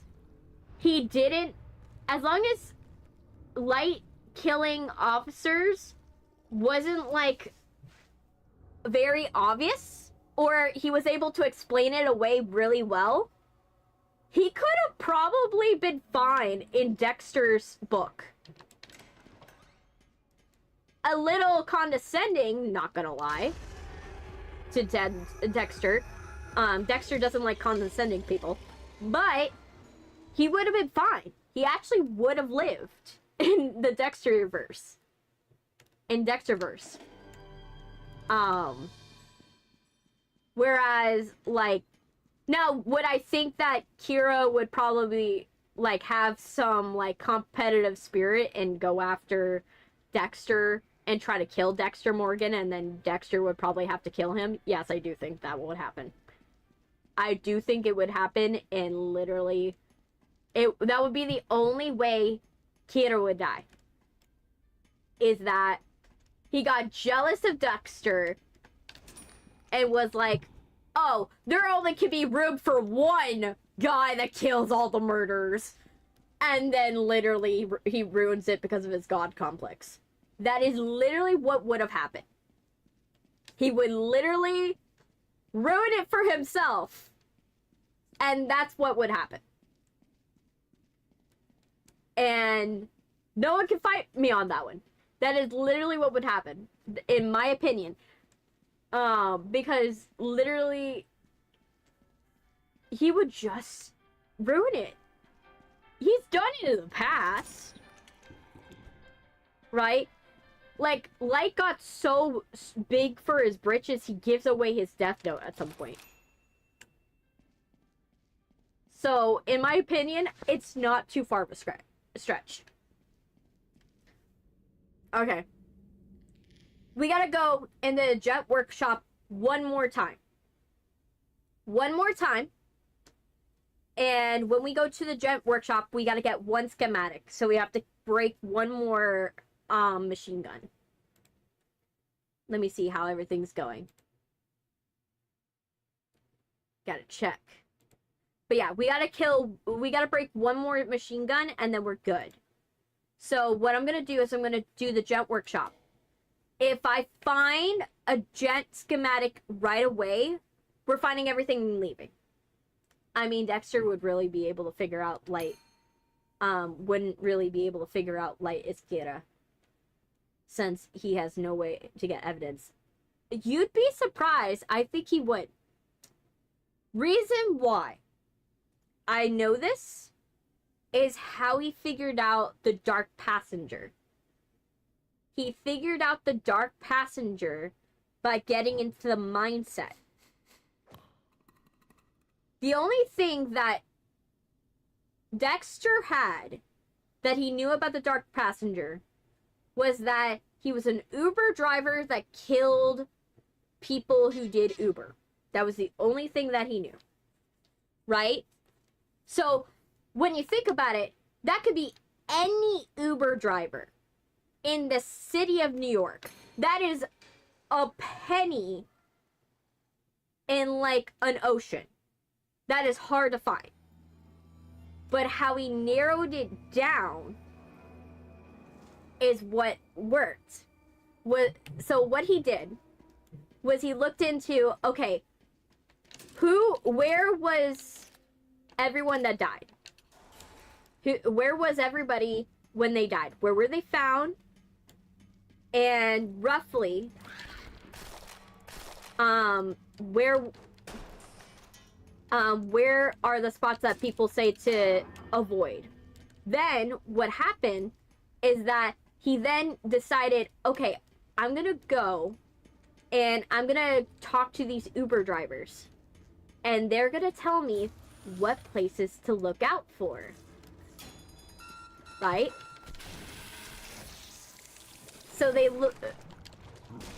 So he talks to these Uber drivers. He actually gets an apartment with one of them.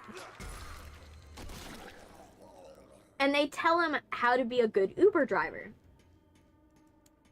They tell him how to be a good Uber driver and how to get your score up high and everything like that, so you have like good stakes. And then what happens is he goes and he does some Uber calls. He does that. Let me go and put myself in here. He does some Uber calls, and basically, would be able to figure out Light is curious since there's no way to get evidence. Ryuk would warn Light about Dexter trailing him. Less intelligent L. Like I said, I think you're not giving Dexter credit. Because, one, like I said, it's how the Dark Passenger thing happened. He then he got his rating up, posed as an Uber driver. Then he found out that the targeting method, because what he found out is every victim had a little picture of their kid.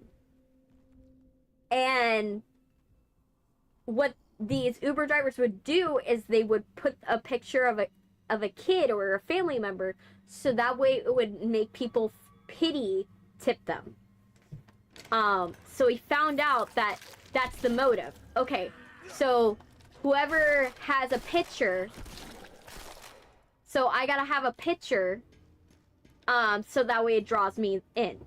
Then what he did, right, he then figured out that, okay, so if he's doing this, he's gotta have some type of, he then, like, checked the build and stuff like that, and he figured out, like, I forgot how he figured out his home address, but I remember he figured out the home address at some point. He figured out the home address, which then gave him the reason why this person was not able to be photographed. He used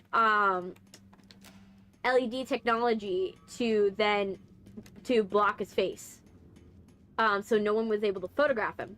That's why he was able. He had it built into his hoodie. And what ended happening is that Light finds his apartment, figures out he's an IT guy. He narrows it down that he's an IT guy, but doesn't figure out what's his name. He doesn't know his name. He just knows enough that the guy must have a place where it must be in a bad side of town, and it must be somewhere where you gotta have like an easy getaway, right? So that way you can store a lot of your stuff, because he's got the getaway vehicle, but obviously you gotta store the like murder weapons and stuff like that. So he does all that, he figures it out, and then eventually, like, he then goes after the guy, kills him, and all that stuff. I think that, like I said, you don't give him enough credit. I think he would figure out Light. How I think he would figure out Light would be pretty simple. One, he would notice that this guy must be in league with the police, because Light knows more information about the people than anybody else. So if you're either work for the police department or you know somebody from the police department. He knows he must be intelligent. Because someone that is doing all this work has to be smart enough to know how to get away with it.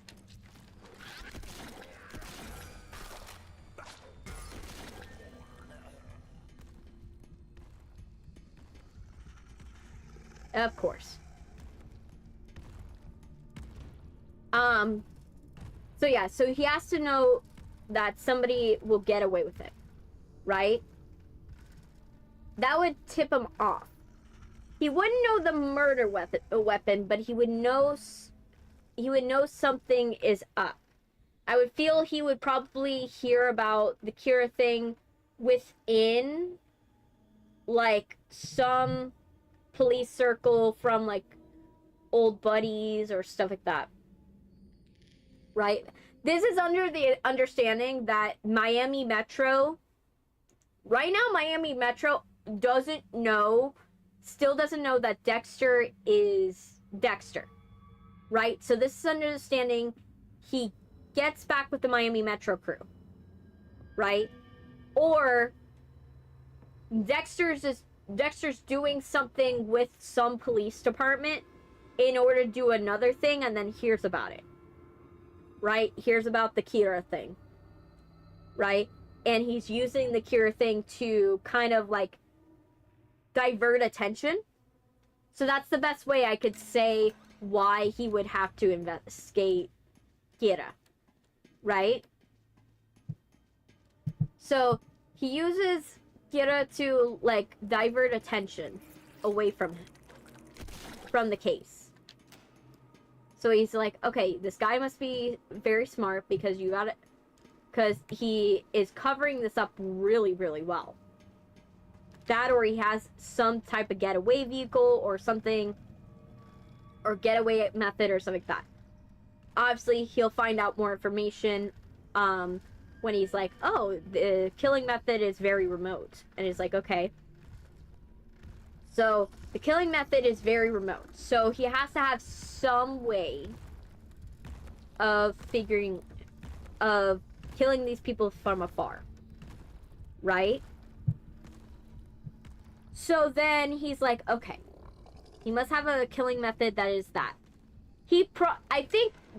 I don't think he would come up with, okay, this guy is definitely killing people through pen and paper. I don't think he'll figure that part out. I'll give you guys that. I don't think he's gonna figure out pen and paper. Hey, Daku. Welcome. We're right now talking about Death Note and whether or not Dexter Morgan from Dexter would figure out light is light. Yagami is Kira. So, yeah. So, I'll give you guys that. I don't think he would figure out the method. Like, he'll definitely figure out it's a remote method. Like, I don't think he'll figure out that it's pen and paper. I think he'll think it's like a biochemical reaction. Right? I mean, this is around the original series in Volume 3. Like, so the best Dexter could figure out the rest of the agency is like, it's all in Japan. Yeah. True. And leave him, please. And surely he would find acting weird. I don't think it would be that he would be acting weird. He would just notice, like he notices, is that he notices Dexter has like a kind of gaydar for killers. He has a gaydar for killers where he like figures out like, okay, that person ain't quite there, right? He kind of has that radar about him, right? So I think he would have a hunch, right, about Light if he met him.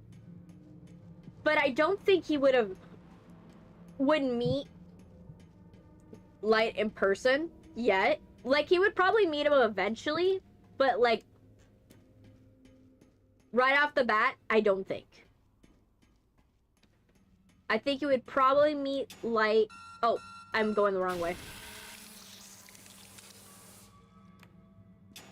But, like, I feel like he would meet Light and... he would figure out Light first and then be like, okay, that's the guy. Like, he would know it's someone in the Japanese task force, but he wouldn't figure out, like... He wouldn't figure it out till he's like, okay, Gaydar, that's the one that is lighting up the Gaydar. You know? That's how I feel it probably would happen.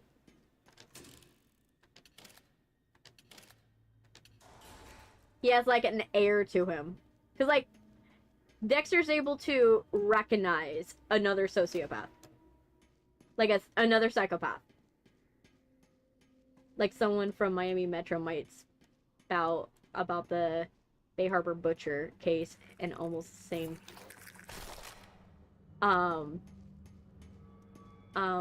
Same as a hidden killer is killing. Criminals. Then someone from task force will mention how the agency is being killed.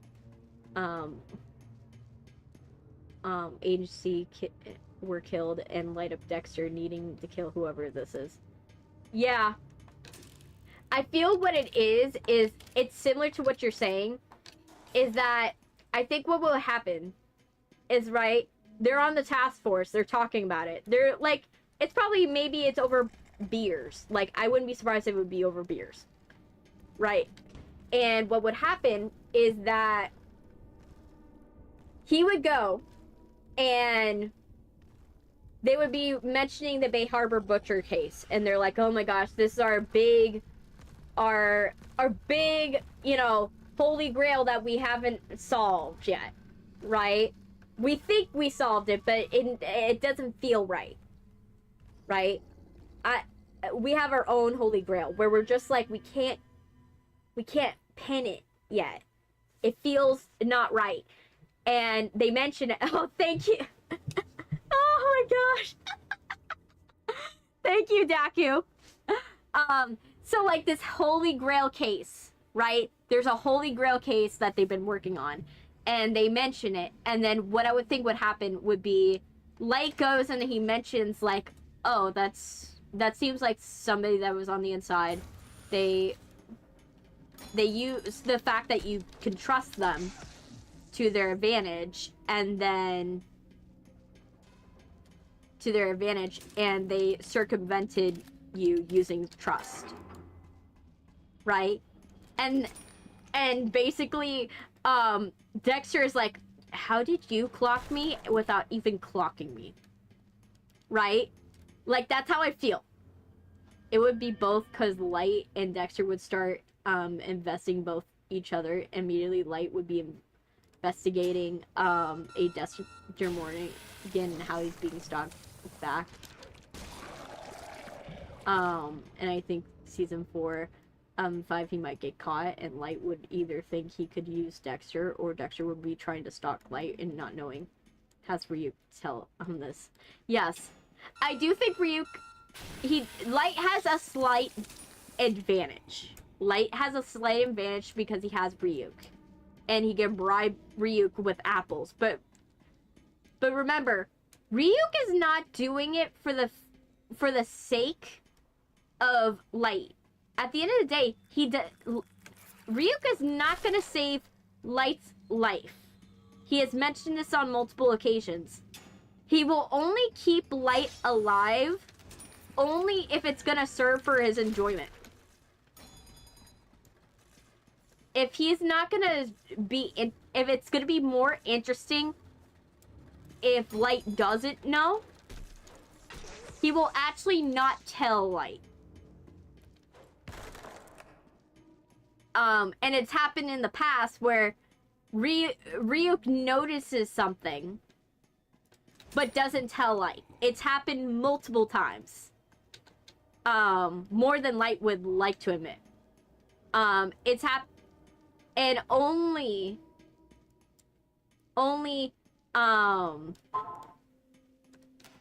Only, and that's part of why Light dies in the end, is that Ryuk didn't care to mention to Light that there was a sting operation about to happen. There was a sting. He giggled, so that was Light's hint of, oh, something was going to go wrong here. There's something wrong with this. You know, Light got a little bit of a hint, because if you hear Ryuk giggle, you know, oh, you're gonna die. You're gonna die, or something is gonna go wrong. Like, for example, remember when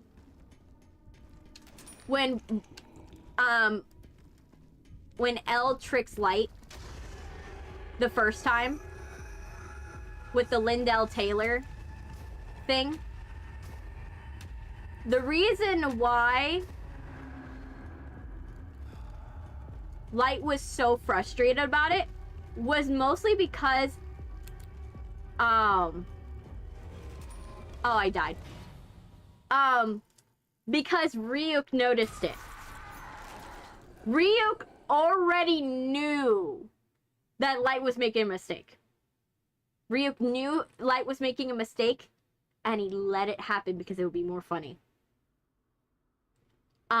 He saw the guy's numbers.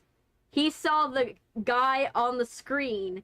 His name did not match the name he saw with his own eyes. Did he tell Light? No. He just giggled. And Light didn't take that as a hint.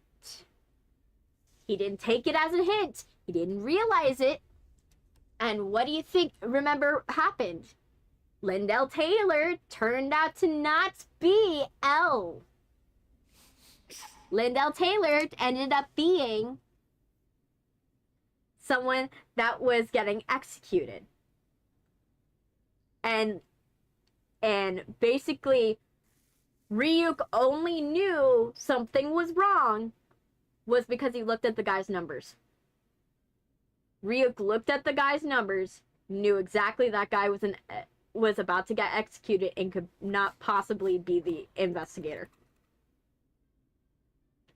That's why I know that if it's more entertaining that Dexter knows more information, Ryuk would let him know. Ryuk wouldn't let Light know. Ryuk will giggle every single time it happens, but he will not let him know. He will only let Light know if Light realizes it, clocks that Ryuk knows something, and bribes Ryuk. That would be the only cause and events that would happen. That's how I would see it. That would be the only way it would go down. But that's something that a lot of people miss, is that Ryuk does not have Light's best interest. He never has, never will be. He never will have Light's best interest. He will only do what will be the funniest thing to Ryuk. That is literally how that works. That is their contract in full. So that's why I think that he would let Dexter go as long as possible, because it's funnier to let Dexter keep going. You know? Because remember, like, Ryu could have told Light all this time what L's name is. He had the power to do it. He could have done it at any moment. It's just Light never asked. You know? So it wasn't the funniest thing. And the only reason why Light didn't ask Ryuk is because then Light can come up with more comedic material for Ryuk.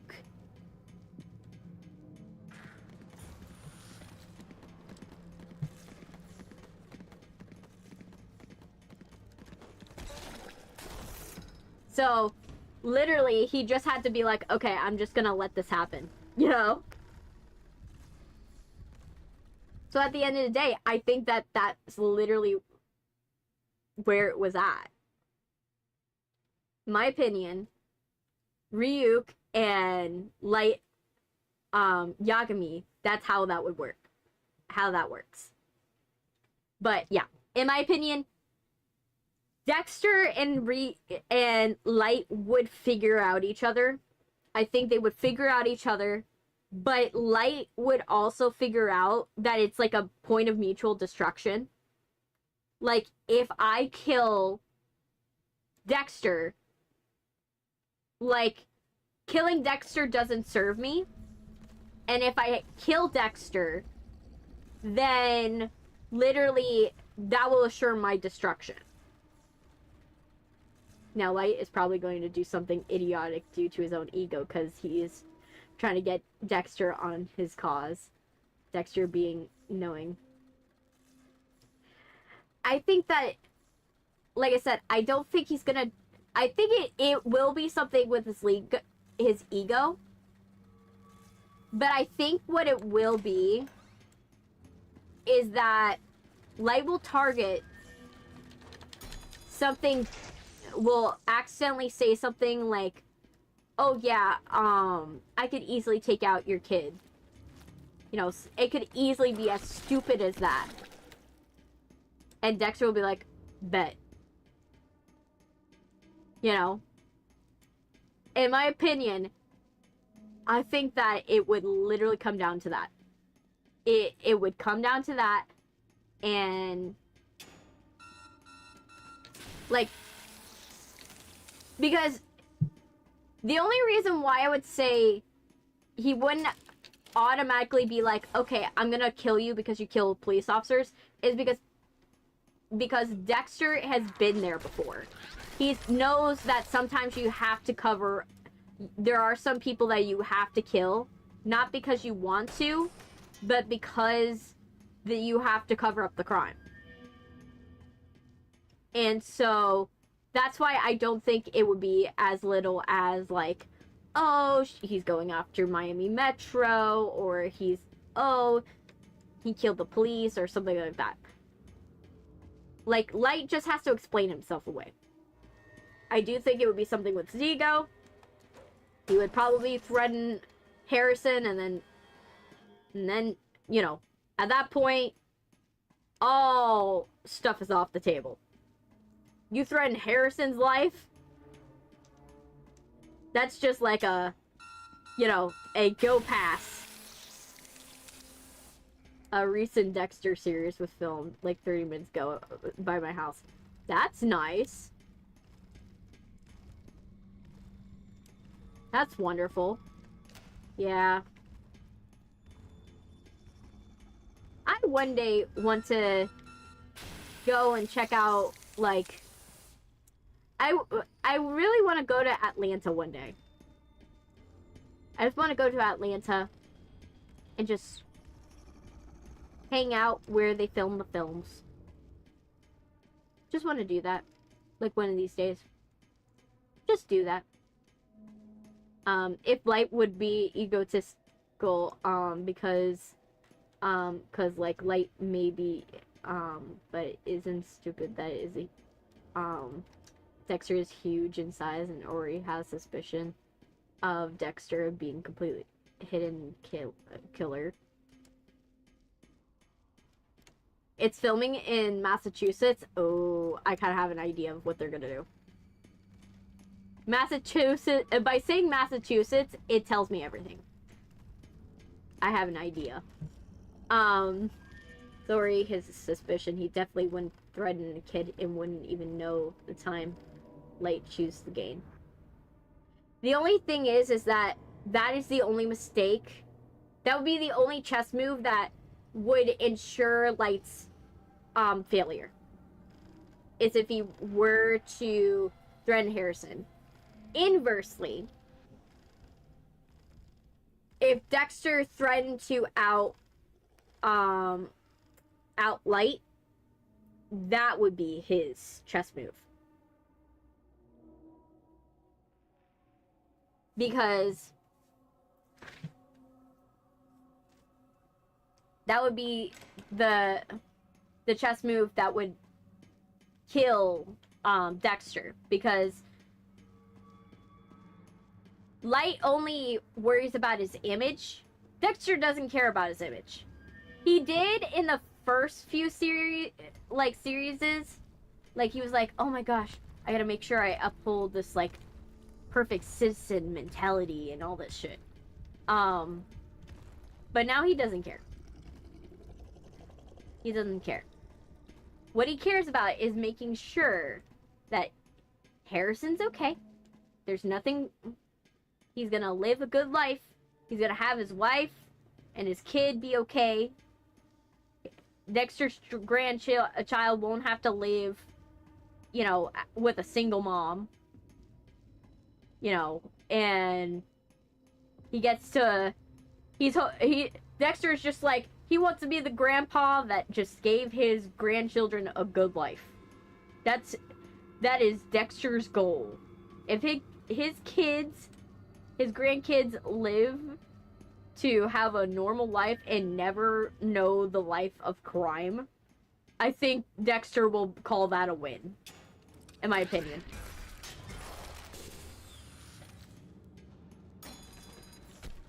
Dexter will call it a win if he doesn't have his grandkids never know a life of being a killer. I mean, Light definitely wouldn't be able to get any information on Harrison. Definitely wouldn't kill him, since it goes way against Kira's cause. Completely, Light kills criminals. No, it's not that. Light gets to the point where, like, if you annoy him, he'll kill you. Like, he gets to that point. Like,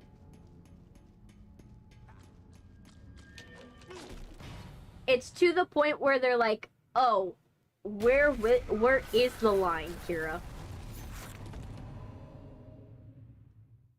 Because he gets so lost in the chess game of, like, trying to win to L that he forgets the plot in terms of, like, killing criminals. He still kills criminals, don't get me wrong. But he loses the plot a little bit. But I do think that I do know that it will be funny to see, like, a fan thing of that. But I digress. Because I've been talking about Death Note for so long. Oh my gosh. You guys, I know you guys love it. But yeah, Misa, I'm just like, I really want there to be one series where she has hope of a good ending. Like, I want one series where they're like, there's a glimpse of maybe a good ending for Misa. Because I wish Misa could have an ending. Like, I want her to, like, not that I'm not in the camp of, like, oh yeah, she deserves a fairy tale ending. Because, like, that's not a thing for her. She's not a fairy tale ending. Like, you can't give Misa a fairy tale ending. That's not gonna happen. But I think that giving her at least, like, a semblance of, okay, I think that she should disappear. I definitely think Misa should be like Lucy Gray, where you don't know if she lived or died. You don't know if she lived or died. You don't know if she walked away. You don't know if she died. You just know that she exists in the wind and she haunts the narrative. I want that. I want Misa to haunt the narrative.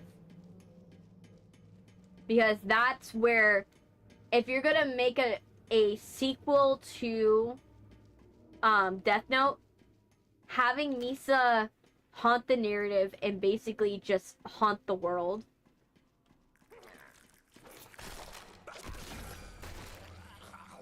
that would be the best. Right? Because that's what I think she would be the most powerful. Misa isn't powerful for her voice in the present. She's a voice from the past.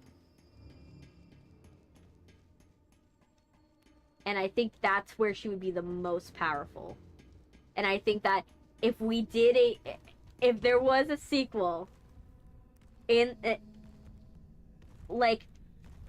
sequel, I just want it to be that she's somewhere out there, in my opinion. If she's somewhere out there, like, she doesn't even need, it doesn't even matter if she's alive or dead. That's what matters. If it doesn't matter if she's alive or dead. What matters is that you don't know. And that's why I would want Misa to haunt the narrative for the sequels. I want her to haunt it. She would make a good Jackie. She would make a good Jackie or Lucy Gray. Because her influence on the story informs that she would be perfect for it. Like, and there's not many stories where you could say, oh yeah, that character is definitely gonna haunt the narrative. There's not many things. Like, it's really hard to have a character that will haunt your story. Because that character, to do it properly, their death had to mean something. Not just like, oh yeah, they made the character sad for a moment. Like, oh, their death actually... Their death literally causes the world to ache in their absence. The world can't live without the memory that they are gone. Like, for example, overtly sarcastic productions does like a very good way of saying it. Like, if you want a better detailed explanation of this, definitely watch overly sarcastic productions. But how they described it, and they describe it beautifully, is with Steven Universe. Steven Universe.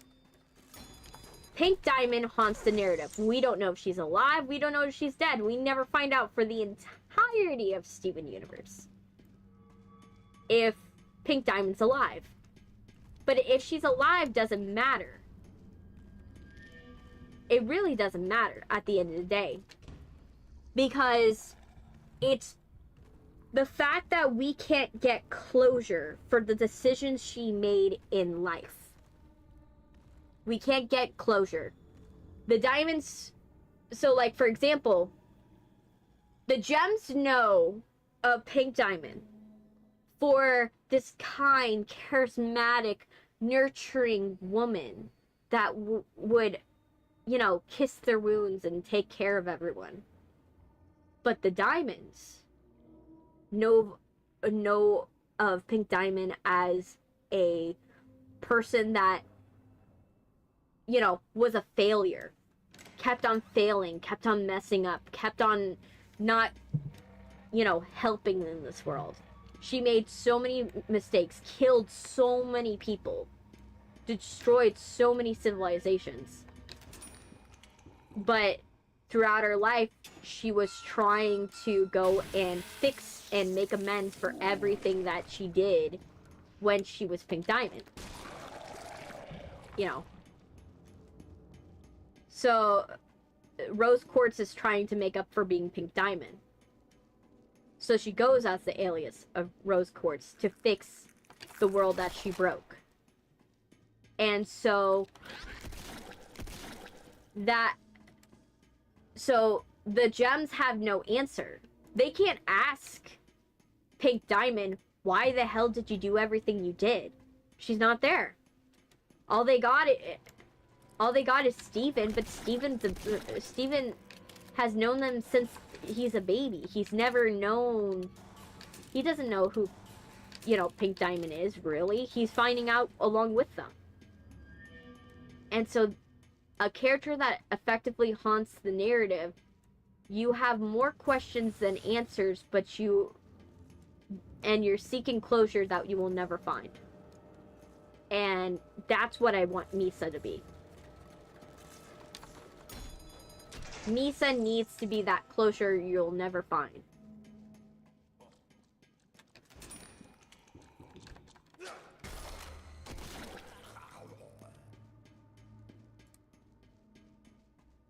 And that's my opinion on her. Like, Misa, I think, works for that. Works with that idea and works for it. Ooh, is that... Ah, it's a radio.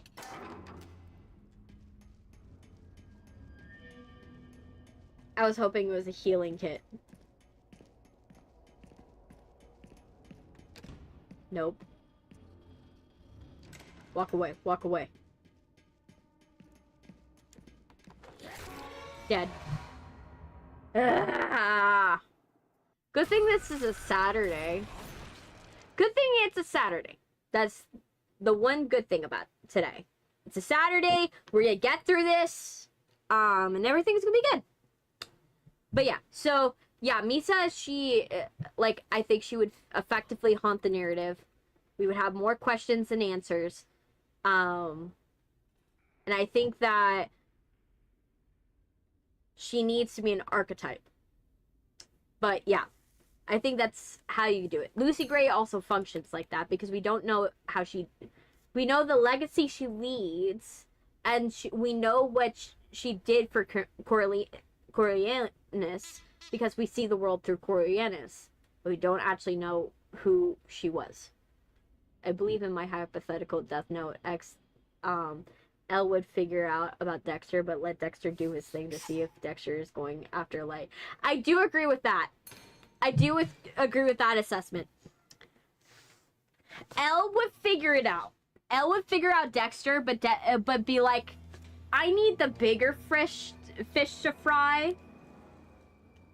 And catching the bigger fish is better than, like, busting Dexter.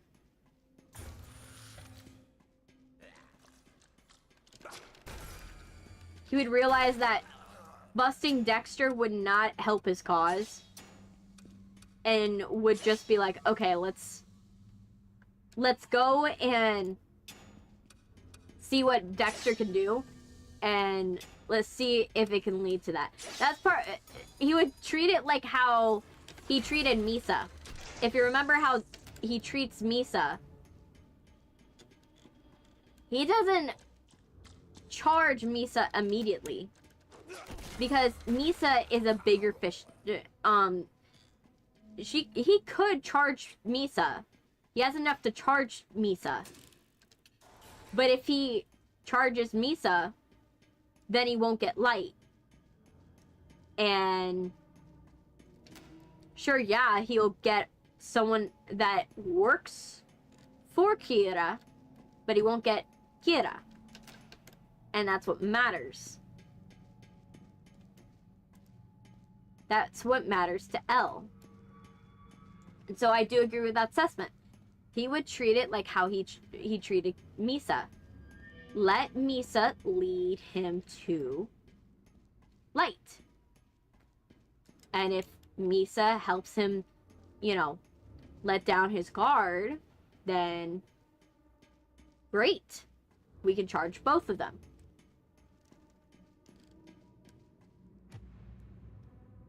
But due to the fact that, you know, like I said, I think that it would work out. I think it would work out. Do I think we would also lose another Miami Metro crew member again? Yes. I think that part of the joke of the Dexter series is that every season, like every series, they're killing another person from Miami Metro. They're just like, oh, let's kill another one. That's the joke. Miami Metro can't leave alive. There has to be one that dies every season.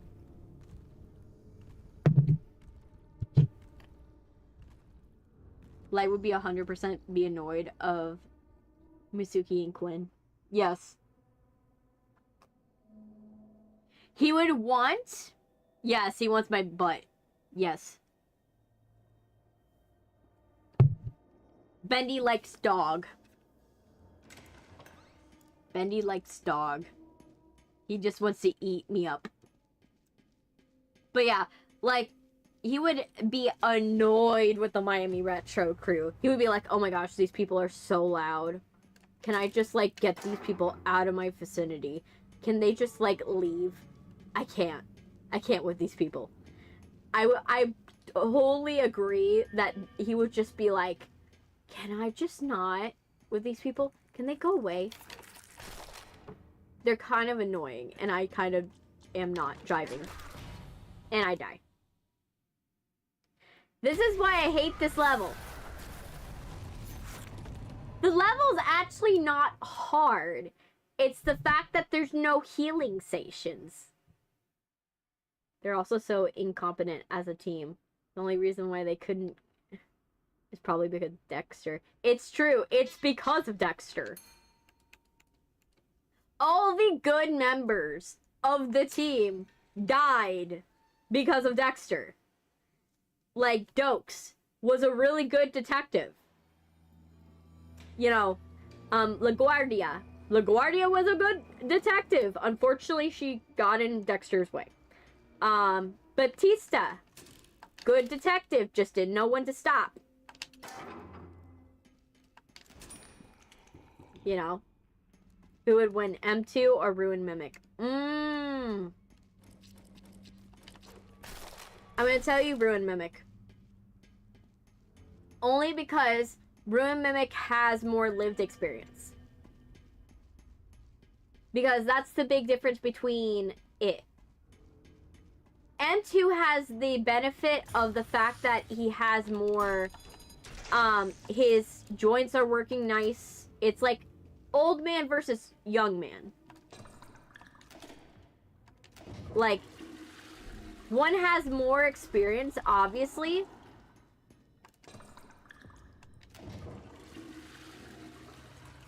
And the other one has, like, less experience. But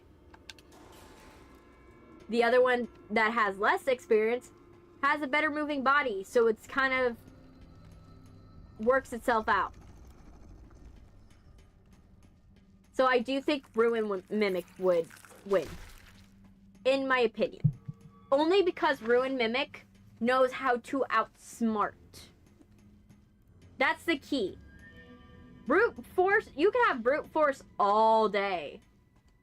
But if someone could use your brute force against you, you're kind of like, it's like you're punching air.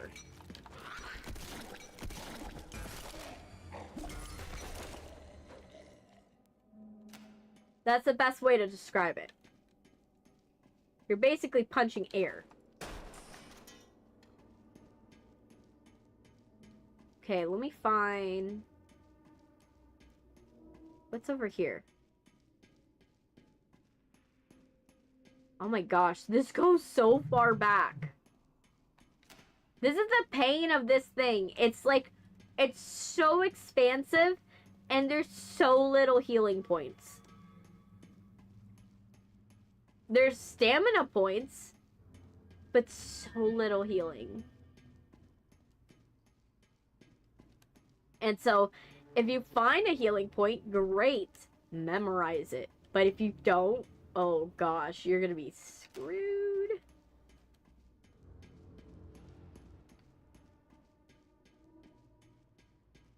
Okay, so we're gonna have to go that way. I'm gonna have to go to my left. But yeah, if anyone will die for the team, it's definitely going to be Quinn. I just think the team's so stupid. Like, someone's gonna have to spell it out for the new team. If they die in the next season of Dexter, it's only because someone's gonna spell it out for them. And be like, Dexter is the Bay Harbor Butcher. Like, people have been saying this for several seasons. Have they got it? Nope. So we got M1, M2, and M3. Oh, I'm dead. So we got M1, M2, and Ruin Mimic. They should be called. Like I said, M2 and Ruin Mimic are the same thing. The only difference between the two is experience. M1, on the other hand, is Fiona. If Fiona's a computer, she can control the entire building, but she can't actually hurt you, per se. Directly. She can't hurt you directly. But Fiona is technically helpy. Fiona is only working in her best interests. Technically, out of the three, she can outsmart you. But the thing is, she doesn't see a reason to kill you.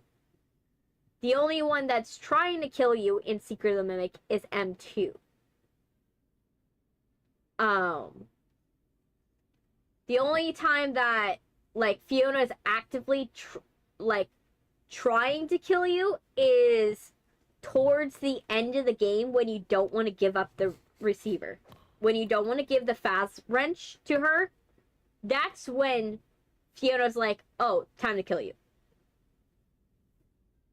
So in my opinion, Fiona's technically would, if Fiona had M2's body, then it would be, oh yeah, definitely Fiona. Like, Fiona Mimic, right? M1 would be the smartest one. If she had her original M2 body. But she doesn't. She has a computer. So, her with the... Let me fix this. I have to charge my phone. Her with her computer body, I put her low. But her with her, like, M2 body, oh, yeah, she would definitely kill us. She would definitely kill us. There would be no way to come back from M2 mixed with M1. Because, like, if you have the intelligence of M1 with the body of M2, that's a deadly combo. Like, Edwin Murray was smart to separate the two. They were smart to separate the two.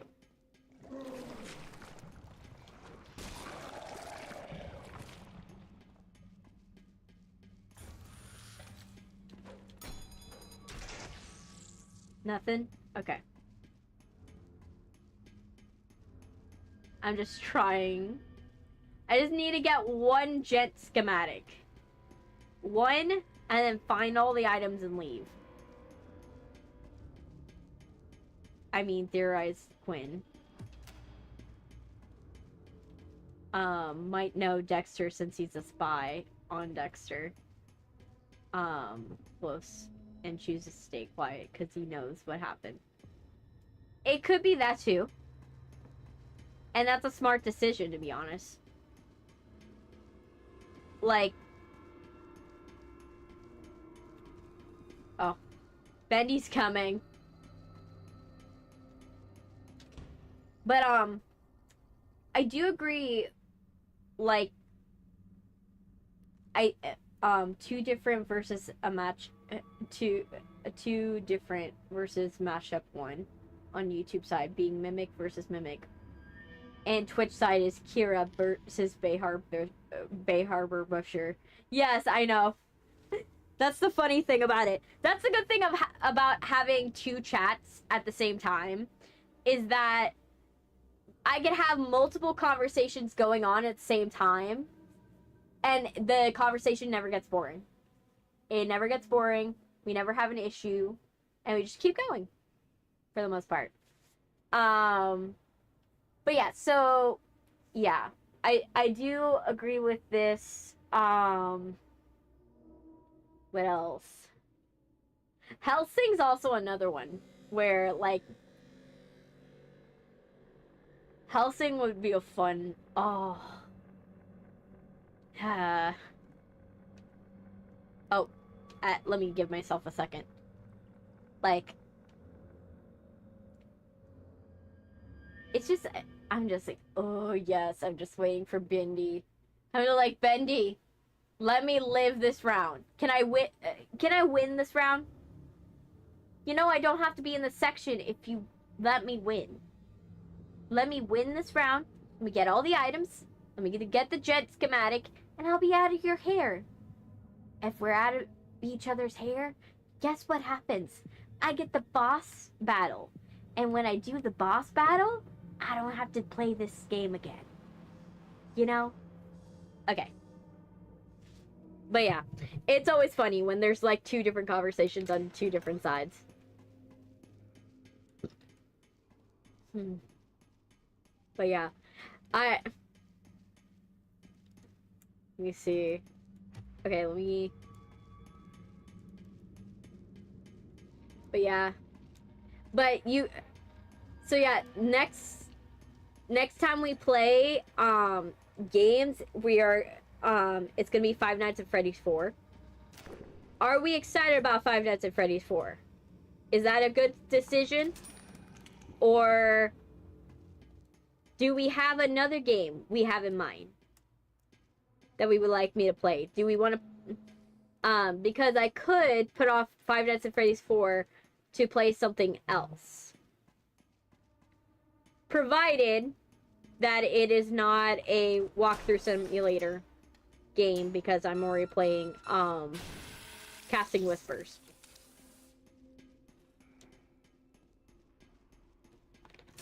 I would love to see you get through Five Nights at Freddy's 4. Yes. Especially, the reason why I think it will be funnier is that I'll just be like, hi, Freddy. You know? Like, I'm not gonna react very much, so it's gonna be funny to just be like, hi, Freddy. How we doing? We doing good? You just standing? Are you gonna bite my head off? That's okay if you do. You got to say the line where when you see the bite. The bite of 87? The bite of 87. Yes. Or the bite of 83. Or bite of 86. There were so many bites. At this point, we can't keep track. Same thing with how many fires have happened in the series. Like, there's so many fires that have happened in the series that it's like, it's a joke at this point.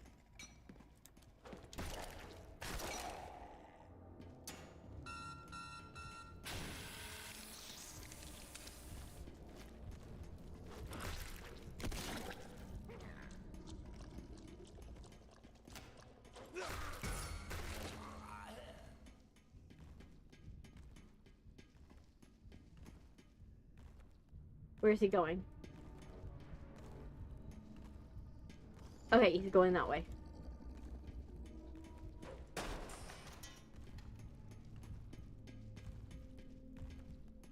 Ah, man. Bendy. Yes, I will say the bite line.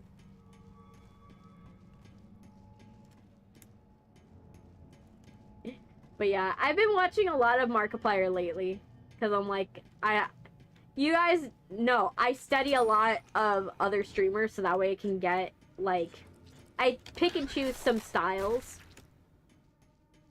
Because I try to go and not copy them, but like try to emulate things I notice of their style that I like. So I try to, like, it makes me a better streamer, is like, you try to go and see, okay, what are things that that you liked of this streamer that you want to emulate? Not exactly copy. You can't do a one-to-one copy, because otherwise that's a Markiplier impression. And we ain't doing Markiplier impressions. You know. But roughly, what would be something that would be a really good riff on something he's done? Right? Oh my gosh, I need to find a health pack.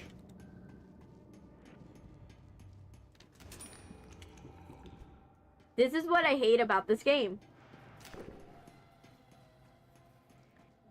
I wish, like I said before in this game, like earlier, like a while back, I wish that when you play this game, every once in a while when you open a locker, you have a chance to get a health pack of some sort. Right?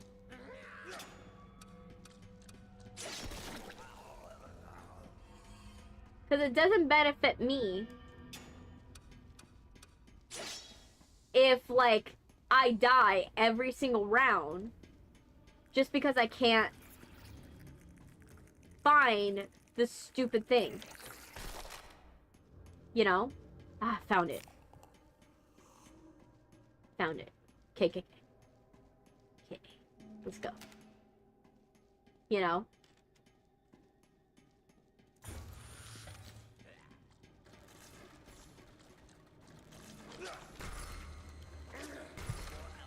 Oh my gosh. I feel like my hits weren't connecting.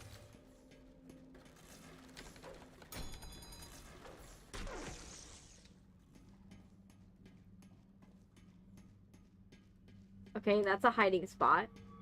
But we don't need a hiding spot right now. What we need is a juice spot. Did you ever decide if light was overall a good thing for society or an evil person? Okay. The thing is, light's not the best thing for society. Like, the reason why he's not the best thing for society is that you can't, it's hard to find a barometer of how good is good, right? That's what's wrong with light. Is that light doesn't know where the line ends. And because he doesn't stop at just murders. It'd be one thing if he stopped at murders and was like, oh, that's where the line is. But he never finds the line of how evil can you be before it's a problem, right? And it depends from interpretation to interpretation. If you go off the Broadway version will include, like, lawyers cutting deals. You know, for their clients that are obviously did something wrong to hurt people. But if you do the version that is, like, the book version, right? Not to say the book version is, like, super bad or anything like that. Book version, it starts out as murderer, rapists, and then thieves later on. But then it morphs into whoever is against the idea of Kira, right? That's the difference between, like, that, because Broadway version has to stop very quickly. They have to end the story soon. they have to end the story sooner than the book version did. Same thing as the other interpretations of it.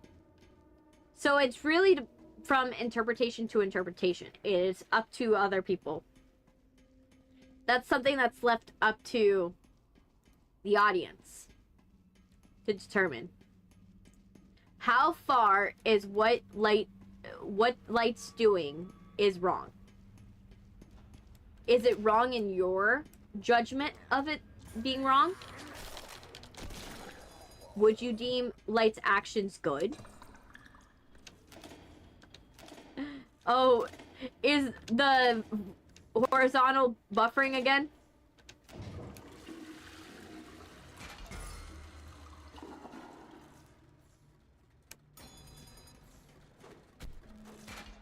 I literally hit it! And I was so close. I just had to kill that, and there was a thing there.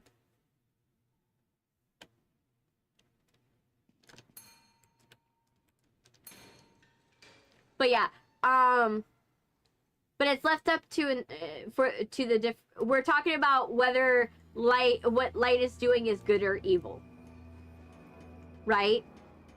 Was it good for society or bad for society? And it's really up to the different interpretations. In the Broadway version, I would say more correct. I think that he needed to be, I don't think him doing it long term was a good thing for society, but him doing it short term as a reset to reevaluate, to basically change people's like values, yes, only because people needed a reset on what they did. I do get a hello. Yes, you do, Sil. You get a hello, Sylvia. But the world needed a reset. That's the whole point of Death Note. In the premise behind it is that the world needed a reset. So if you go off the Broadway version, where he just kills murders, just kills rapists, just kills the people who are doing bad things to the world, and tries to kill corruption, yes. Because it was a short amount of time. If it's in the book version, no. No, because of the fact of what it brings across. I never watched or read, and I learned through Wiki. Yes. The long form version, the book, the problem is they create a cult of Kira. And because Kira becomes mainstream, it all becomes so mainstream, Kira loses all its meaning. That's why Kira, long term, not good for society. Because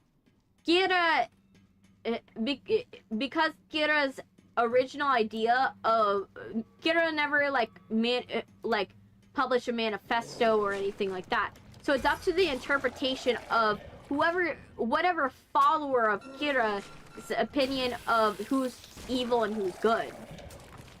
And that's a problem, because when that's ambiguous, then that can be as easy as, oh, someone that said something bad about me on the internet versus someone that actually hurt somebody. Okay, I'm trying to focus so hard on not dying this round, especially when I found the jet schematic already, and I'm like, oh, I need to live.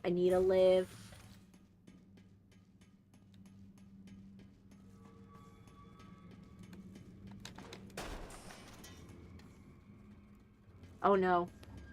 Bendy, where are you? I really can't afford you right now. I can't afford you. But yeah, so Bendy long term, it becomes that his followers literally poison it. Kira becomes more like a group than just a person. We have Light, Misa, and one CEO guy from all possessions. Yeah. But it also, after Kira dies, the cult of Kira is started by Kira's sister. So his sister, remember his little sister? Yes, she creates the cult. She creates the cult. And then the cult of Kira poisons the world because of the fact that everyone's idea of good and bad is individual. It turns it on its head.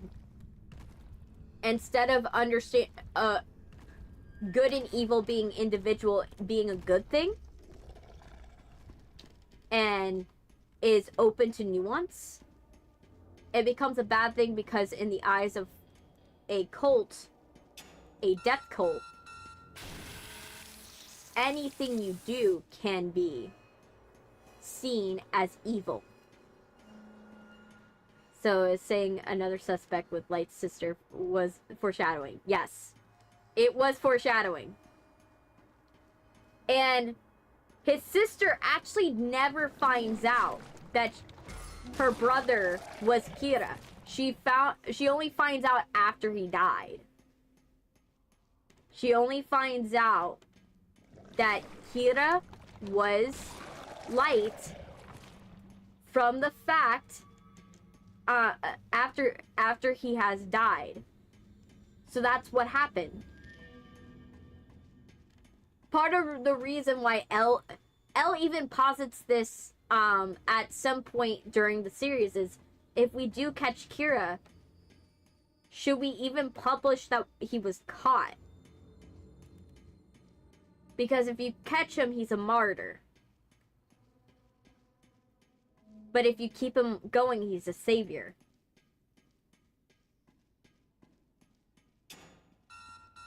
So that's the idea. If you make him a martyr, they follow his word. But if you keep him a savior, then the world never stops. So that's what happens. And that's why L's in such an impasse, because and why he doesn't want to charge Light right away. He doesn't want to charge Light with this implication, because half of it means that he not only has to charge, what people don't talk about enough is not only does he have to charge Light with the fact that he is Kira, but he has to charge him without a shadow of doubt, and on top of that, make sure that if he were to... Oh, shoot, I'm dead. Oh my gosh. I hate this level. He has to charge him without a shadow of a doubt, and he has to find a way to do it without making Kira a martyr.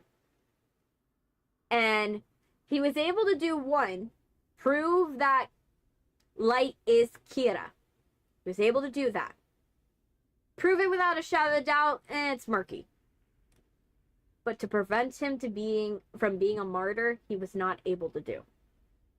And that was because what happened is that this is what Nier didn't understand. Nier was like, oh yeah, I'm superior. I can figure out the case. I got modern technology. But he didn't realize what L figured out. If I charge Kira, he's a martyr. Nier didn't do that. Nier didn't realize Light would become a martyr. And because Light becomes a martyr, what happens in the second series happens. The cult of Kira is created. A lot of security and privacy has to happen. Everything becomes super surveillance, basically. And even though everything becomes super surveillance, you still have someone that becomes Kira.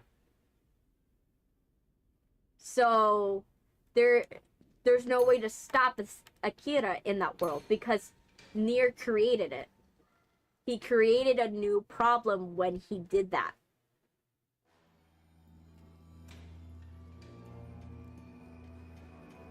That's the problem. So, L had the hardest job, I will say. L had a hard job. He had the hardest one because you can... And those are the points that people forget. It's not just proving Light is Kira, but it's also how do you do it without him being martyred. And unfortunately, L wasn't able to figure that out. Nier definitely didn't figure it out. Nier was like, oh yeah, let's catch the dude. Let's catch the dude and not think of the consequences later.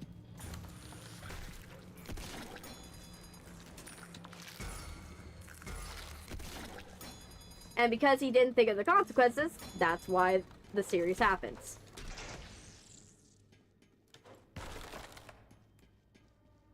I think even in the series, like, Nier later recognizes that he made a mistake. Thoughts on the Bendy movie announcement in the director's announcement for a couple of months back? It could go either way. The problem is, I know people are...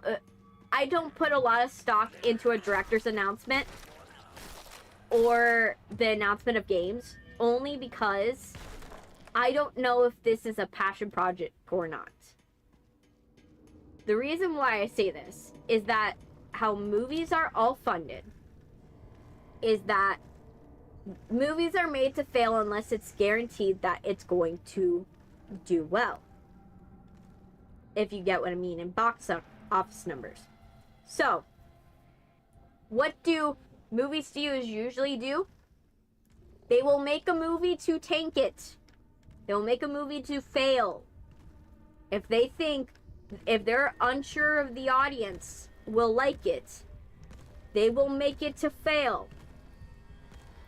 And this can go one of two ways. Either it fails so hard it's good, and then they put effort into it, or it fails so hard that they can reallocate that money to a real production that they care about. If you guys ever notice, there will always be, you'll always notice, like, if watch producers, not the directors, the producers. Because what you'll notice is they will have a movie that tanks, and you're just like, oh my gosh, that's the worst movie that has come out from this producer. I can't understand why it was made so badly. And like, where did all the money go? And then the next movie that will come out, mark my words, will be the best movie on the roster. Not gonna lie. It happens every single time. And that is because what these producers will do is, if they're not sure about the movie that they're given, because a lot of the times these producers are given a script and they don't come up with the script themselves. If they're not sure with the script if it's gonna go well, then what they do is they just make the movie tank. And everybody gets paid. They get their gambling money. Because what you guys don't realize is movies are rich people gambling. You guys don't gamble on movies because you're not rich people. But this is an open secret. Rich people bet on movies. Because how it works for them in their thing is that they give money to these things. And what they're paying with their money. So they'll get, let's say you have this rich person. They give $2 million to this movie. And let's say, right, this $2 million makes up like maybe like 2% of the budget, maybe. This movie does terribly. They don't expect their money back. They know they're not going to get their money back. But, let's say the movie does good. The movie does amazing. It does well in the box office, it's an Avatar film. That 2 million just turned into 40% of whatever the profit was on the profit margin. Sometimes 20. It's whatever they negotiated when they gave their 2 million. And it's for the payback principle. So they get money back. Sometimes they'll triple their money, sometimes they'll double their money, sometimes they won't even make money. But it's for the prospect that they could. They could make money. And so that's what happens. So they'll go and they'll bet on a film that they think will do well. Or they bet on multiple films. And then they will get a portion of whatever the box office sales are, or merchandising sales, or whatever it is that they agree to in their thing. And then that is money that goes in their pocket for the rest of their life. Think about it. You bet at $2 million and didn't get it back. Or you bet $2 million and you get money for the rest of your life. You get $6 million for the rest of your life. Think about that. That's a lot of money that person bet. But also that person got back. You know how small Pokemon game budget is? It's usually under 2 million, which is insane. Yes, but game studios, they don't run on the same principle. That's what makes the difference. That's how movies work versus games. Movies, they work as gambling. I don't know if games have their own gambling system, but that's how that works for movies. And so, ideally, if you want to know if a movie is going to do very, very good, check to see how many millionaires are on the bill. Like, go and look at the credits.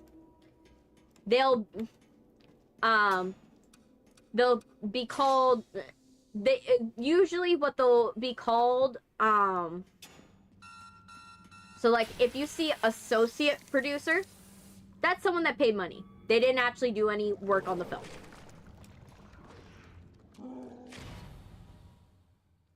Is a real thing. Yes, Hollywood accounting is a real thing. We actually don't... Most of it is just making budget manifestos because we don't actually send money to people. You know the collections, the people that collect debt from you, they're the people that handle Hollywood's money. So Hollywood actually doesn't send any checks to anybody. What they do is they do all their budgeting, all their accounting, and set everything up, and then send it to collections. Collections then allocates all of the royalty payments, all the merchandising payments, all of the money to these people and everything like that in perpetuity. Meaning that it happens forever. That's how that works. That's how that works. It's how it's worked since 1920. We send it to the American collections system. So the same people that collect on your debts are the same ones that go and pay the royalty payments to Scarlett Johansson. Not kidding.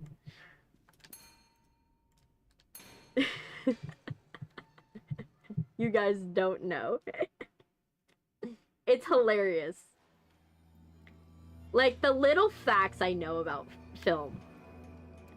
Like, you guys would be cackling with all the weird stuff that Hollywood does. Like, but yeah, Hollywood doesn't handle their money. They shove it off to collections. And let collections people do it.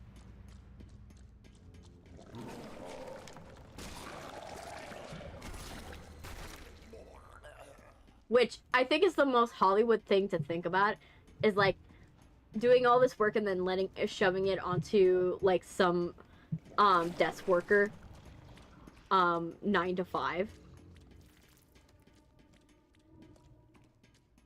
That sounds too Hollywood. It's almost a joke.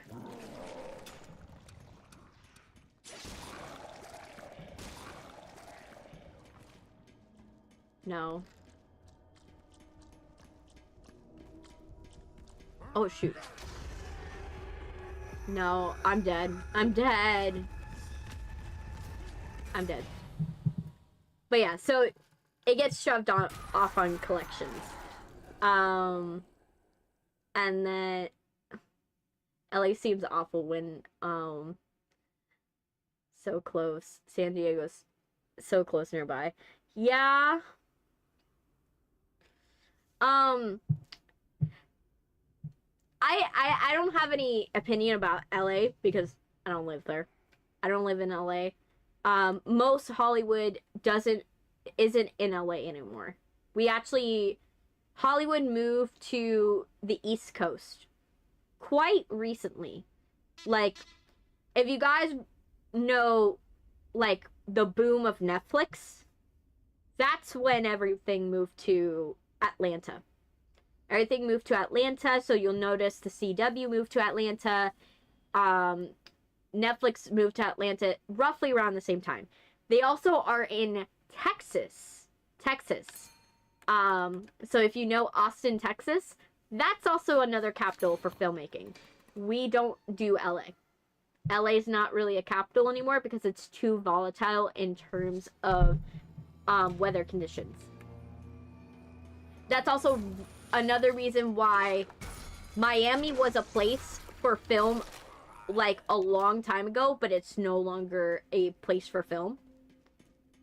Because Miami was amazing if you had to film anything in a water tank or water sports or like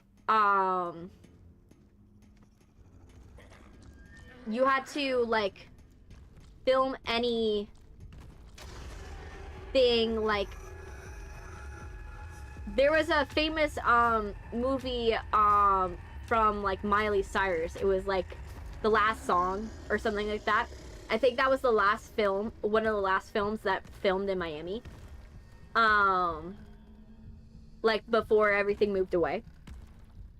But Miami is so hard to film in due to the fact that it, again, very volatile weather conditions.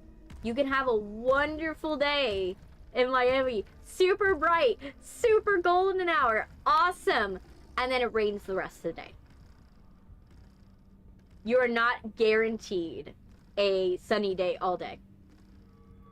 And so that's why they used to do water stuff here. That got moved to CGI. Water stuff got moved into CGI stuff, so it really stopped being a thing. And so they got rid of it. They got rid of everything. Seems like you thought about it. Yeah. They got rid of a lot of stuff down south. So they used to have it. There's a place called Brownsville. Brownsville used to have a whole waterworks section where it had like water tanks and scuba diving and all that stuff.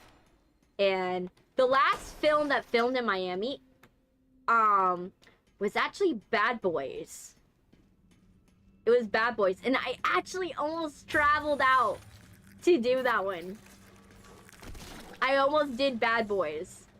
I remember that. The only reason why I didn't intern for Bad Boys was at the time I was so busy.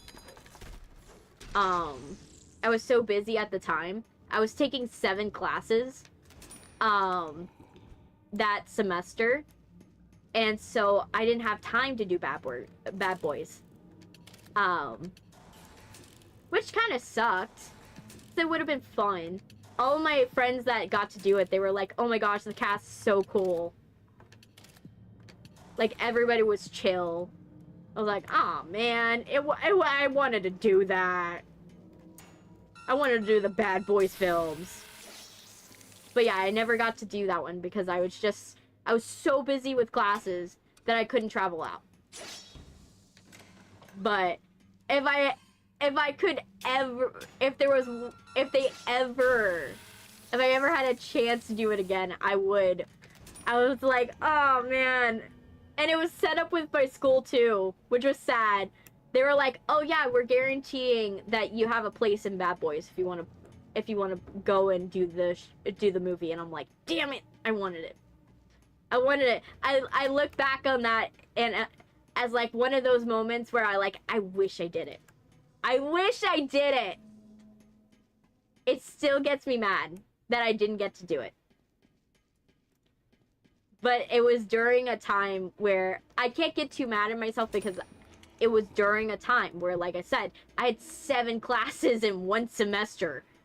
No person in their right mind should be taking 7 classes in one semester. I'm sorry. That's not a thing. That's not a thing. I literally hacked the system. I hacked my school system so I could take more classes. You know how pitiful that is? You know how pitiful that is? That's sad. That's absolutely sad. I guaranteed myself no free time. There's a reason why there's a cutoff in the computer system to be like, yeah, 4 classes is enough. And I was like, nope. Was it worth it? In a way, maybe, yes. But like, I wanted to do Bad Boys. Bad Boys would have been fun. Just like be on the beach. Like, be on a beach. Sure, yeah, I would have to wear long sleeves because I'm basically a vampire and I cannot be exposed to the sun because I'm pale. But, oh, it would have been so good. It would have been so good. But yeah. You guys will probably could look up later what Bad Boys movie I didn't get a chance to go to. I didn't get a chance to be in. Which sucks. But yeah. But, you know, that's because of what happened in Bad Boys, if there is an opportunity that comes up later on, like in my future, I am sure as hell I am not going to turn it down. I am not. Can't be exposed. No. I am pale. Like, I am paler than paper. Sir, I am so pale. Like, when I get exposed to sun, if I'm in the sun for only a little bit, I've developed softball-sized blisters. You know how much those hurt? Those hurt a lot. I'm not about to, you know, develop blisters across my entire body. I did it once and twice and 7 times over, and I'm not about to do that. Softball-sized blisters are not for me. You know? I learned the hard way, you know, I'm not meant for sun. I'm not meant for the sun. The sun does not like me. We have a mutual decision that I stay out of it. If I want to go to a pool, I go at night. I go night swimming, and that's it. I don't do that. I also have a bad case of anemia, so it also makes me paler than I'm supposed to be. Like, so, oh shit.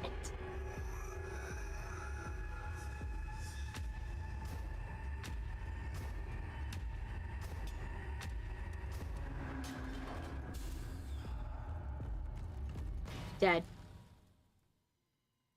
How do I get vitamin D? I still open windows. I open windows, and sometimes I go outside.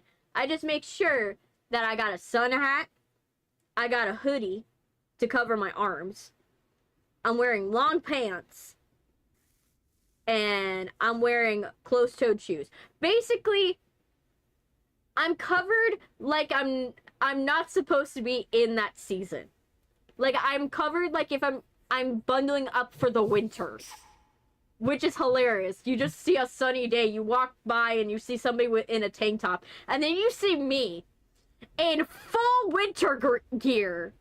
And you're just like, am I hallucinating? Like,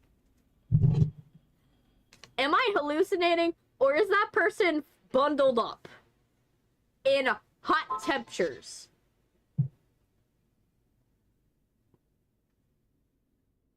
Like, insert Marceline from Adventure Time here when I think of your disguise. Yes, yes, you're not wrong. You're not wrong in that description. You're not wrong. And my jacket, by the way, it has hand mittens to cover my hands. Move to the north then. I don't got money to do that. I don't got money. You know? I'm stuck here in the south. You know? I'm stuck here in the south where I could get a sunburn from just glimpsing the outside. Imagine the ghost with the most showing up. Yes. Preferably the Alex Brightman version. I'll take the Alex Brightman version any day. Alex Brightman was so nice to me. Alex Brightman is so nice. If you ever get the chance to meet him, boy, is that guy nice. He's one celebrity where I am so happy that, like, when I met him, he was not full of himself. I was very happy about that. Because when you meet celebrities, it's a toss-up. You don't know if they're gonna be super, super nice, if they're gonna be amazing, if they're, like, you know, mean, and they just are like, thank you for thank you for, like, you know, paying money. You know, they're not, like, exactly nice. Like, you don't know what you're gonna get. It's a... Not to say it's a box of chocolates, because it's not. But, like... But it's like, you don't know what you're gonna get. 7th time. So charm. Level. Yes. He's just so nice. Like, I spent 10 minutes talking with this man. And you could tell he's someone that he's worked so hard to get to where he got to, and for everything he's got. He's worked so hard, you could tell. And I've seen Alex Brightman since the beginning of his career. You guys don't even know the beginning of his career. The Streamer Awards nominees are out. Is that something? Sure, I would like to hear about it. I'm down. I'm game. You know, I'm here till I finish this, to be honest. So, any information is better than no information. So, I'll take it.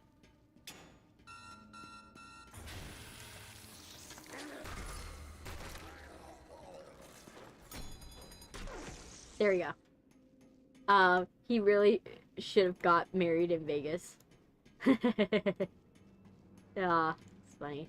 But yeah, what you guys don't know is I've watched him since he was an extra. This man was an extra. Like, what you guys don't know is this guy, back in 2012? Something around there. Something around 2012. He was an extra in Matilda. In the Matilda Broadway show. So he played one of the big kids. Straight out of Juilliard. Straight out of Juilliard. Plays one of the big kids. In there. I still remember him, like, swinging on a swing set during the American tour. He swings on a swing set. He acts like a kid. He raps in that show. It's so fun. If you guys are like, how is he able to do everything as Beetlejuice? That's the show that literally taught him how to do everything. Matilda taught him how to do it. Because literally everything he does now is everything he did in Matilda. And so I humbly, you know what happens if you say his name 3 times? Yes, I know. Alex Brightman, Alex Brightman, Alex Brightman. This is my hope that he shows up. But he's the sweetest guy. Like, he's so humble, and I remember that about him. Like, he didn't, like, it's such a deep cut to know that he was in Matilda. You guys don't even know how much of a deep cut that is. Like, to know this guy was in Matilda. The only reason I know is that I was doing my production of Matilda, for, like, high school. And I was doing a high school production of Matilda, and I was studying, no, Beetlejuice. Beetlejuice, Beetlejuice, Beetlejuice. He literally,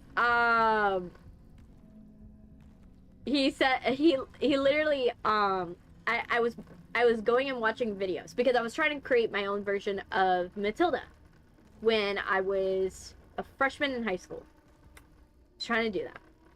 And the reason why I was inspired to do that one, to do Matilda, was because I actually watched a wonderful documentary about Tim Minchin. Tim Minchin, if you guys don't know who he is, he's also a wonderful artist. Check him out. He's really good. He made my favorite Christmas song. If you ever like are wondering what is my favorite Christmas song, it's White Wine in the Sun. But he made my favorite Christmas song. But he's the composer and writer and lyricist for the entirety of the Matilda show. He wrote all the jokes. He wrote everything from the top of the show to the bottom. And all of the sentimental moments. And what I fell in love with it because of that documentary, because it talked about how this guy was a guy that was a struggling comedian / singer. Not in the sense that he was struggling, like, he had a robust career, but he didn't have, like, international knowledge. People didn't really know him very well. Hey, Groggy. They didn't really know him on an international level, and he was kind of having issue. Like, he was only known in Australia. And he was trying his best. And what happened is he worked hard, but he wasn't getting anywhere. And then he had his friend. His friend happened to be looking for someone to go and do the composing because of the fact that their original composer fell through. Hey, people on YouTube, how are you guys doing? Sands is asking. But the original composer fell through for Matilda.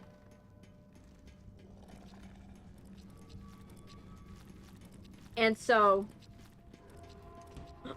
what ended up happening is he had a friend that was like, hey, I'm gonna bring some people to your comedy show.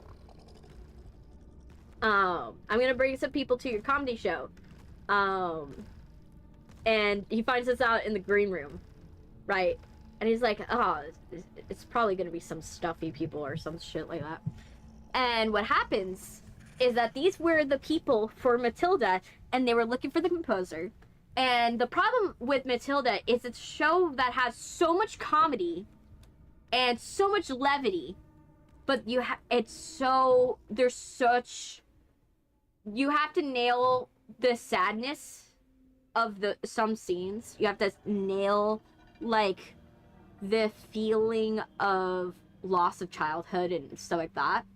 You have to nail those very sensitive moments, and you can't just be like super upbeat all the time, right? So they're expecting they're gonna need 2 composers for this musical. They go into the musical,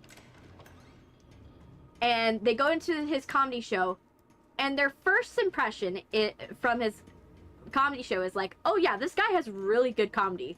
Like, he has a good top 10, like a tight 10. This guy's really good at his job. But they're like, he doesn't quite have any sentimental, any sentimental quality. Like, I don't see any good songs for, like, the sentimental part. And then he goes into White Wine in the Sun. And the song moves all of the people on the Matilda team so much that they decide to hire him on the spot without telling him. The guy doesn't even know it's a job proposal, by the way. He doesn't know they're there to offer him a job.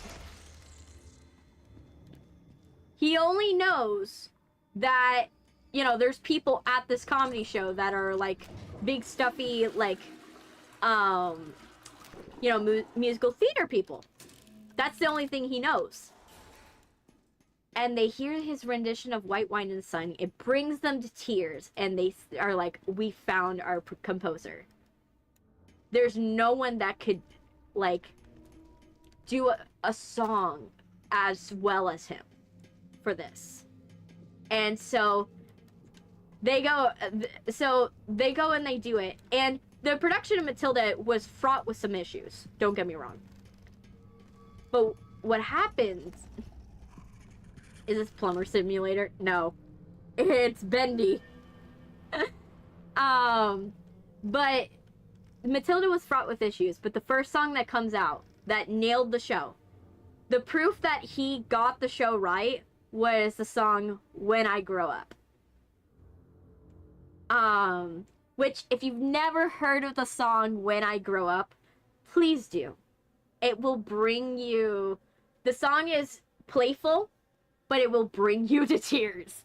I am not gonna lie. It is such a wonderful song. It embodies that, the whole premise of the song is, like, the crazy things that kids want to be when they grow up, right? I want to be tall enough to reach the branches that I can't reach right now.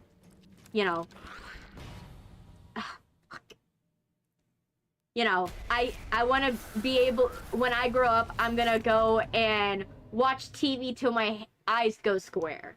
Or I'll be able to eat all the candy I want. It's such stupid things like that, right? And he finds an emotional twist on it.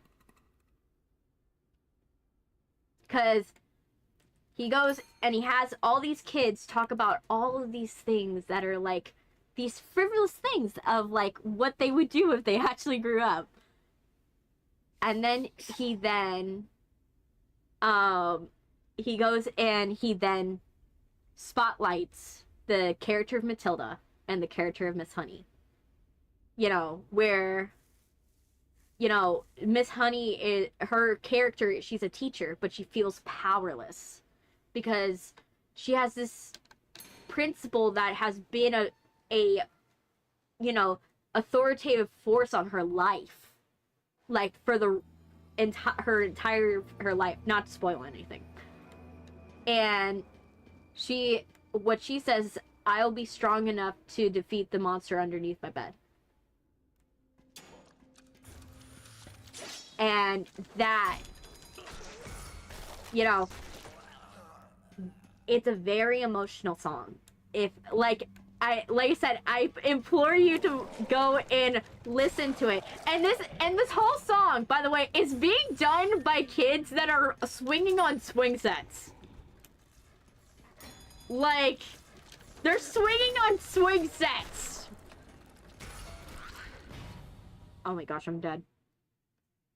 They're swinging on swing sets on the stage, and it's swinging out into the audience. above their heads, you know?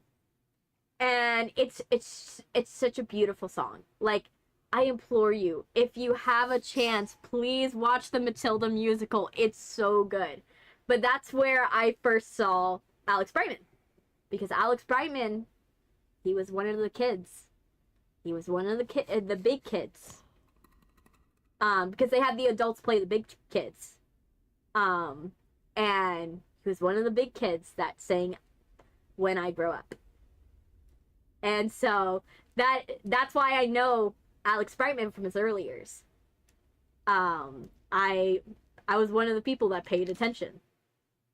You know, and when I saw him, you could tell he was putting his all into it.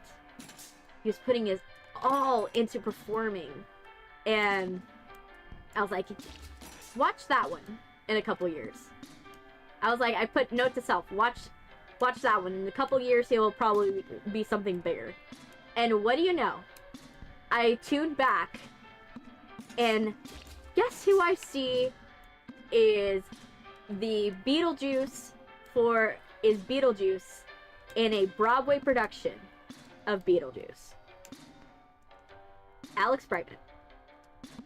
I didn't see. Did you finish the level or die again? I died again. I was close to finishing the level, and then I died. So right now, I'm trying to give myself a little break from that by doing something else. So I'm like trying to like give myself a minute to like chill. The 20th time's a charm. I know. It's so bad.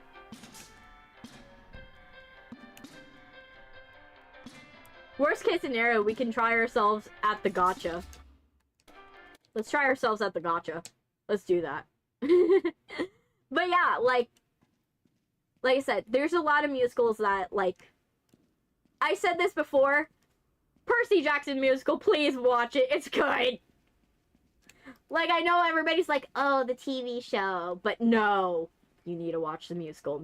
The musical's way better. It's hilarious. Like, you will not know full happiness till you do the musical.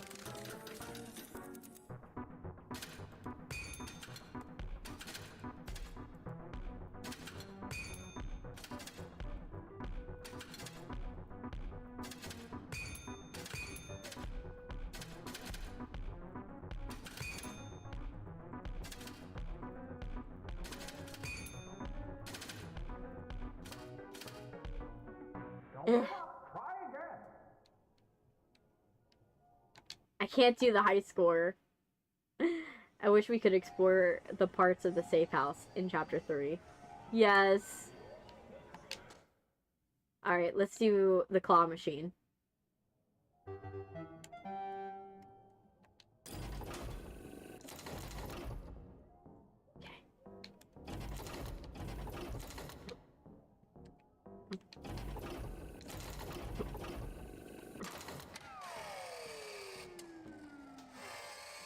See? No!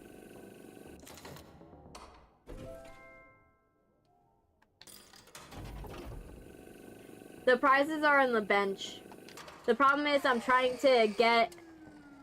I'm missing Alice Angel. This surprise one.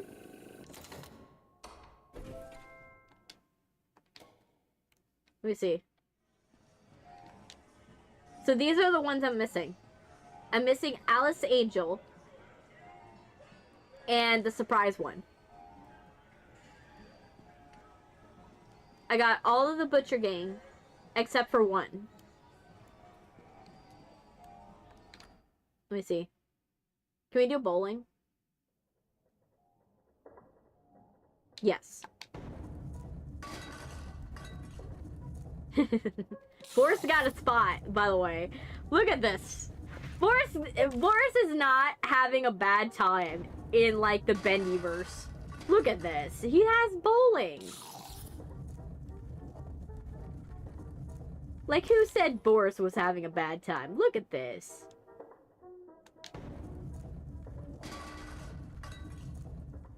Boris just up here bowling his heart out. The only thing I don't like is the sounds that come out of Bendy's mouth. Okay. Did YouTube respond to my question? Not really. Unfortunately. They didn't, because they're focused on something else. But it's okay. They're right now, like,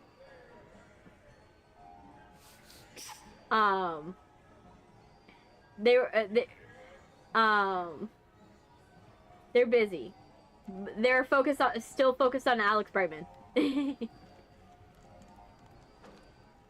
it's okay. They're doing okay. They're still focused on Alex Brightman, though.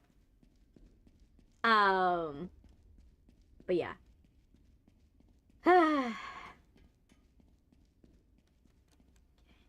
I'm gonna put this into just chatting, so that way I can give my brain like a minute to just like, okay, let's just talk and just not focus on the game for like a hot sec.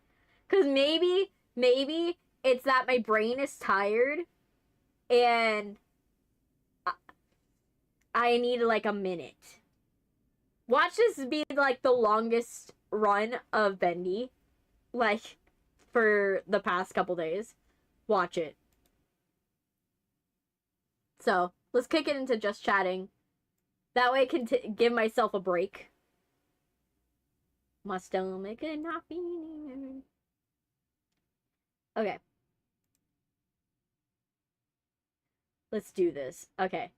That way I can focus on you guys. Oh, I now see your buffering stuff. Oh gosh, you guys are funny. Let me see how everything's doing. Everybody's doing good. Okay. So yeah, today is going to be a longer stream for those of you who are not used to me doing a longer stream. Today's a longer stream only because I need to finish this game. I need to finish it, and so we are not going to stop playing till I finish. So it's either this game is going to die or I am going to finish it. But we'll see which one comes first. But yeah. So expect to lock in and we're going to be here for a while. But yeah. So like I said, let me scratch my nose. My nose is itchy.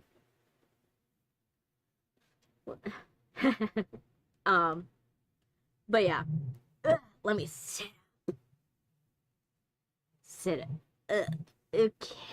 Okay. So yeah, so let's get lock in. Where was I in terms of what I was thinking? Yes. Okay.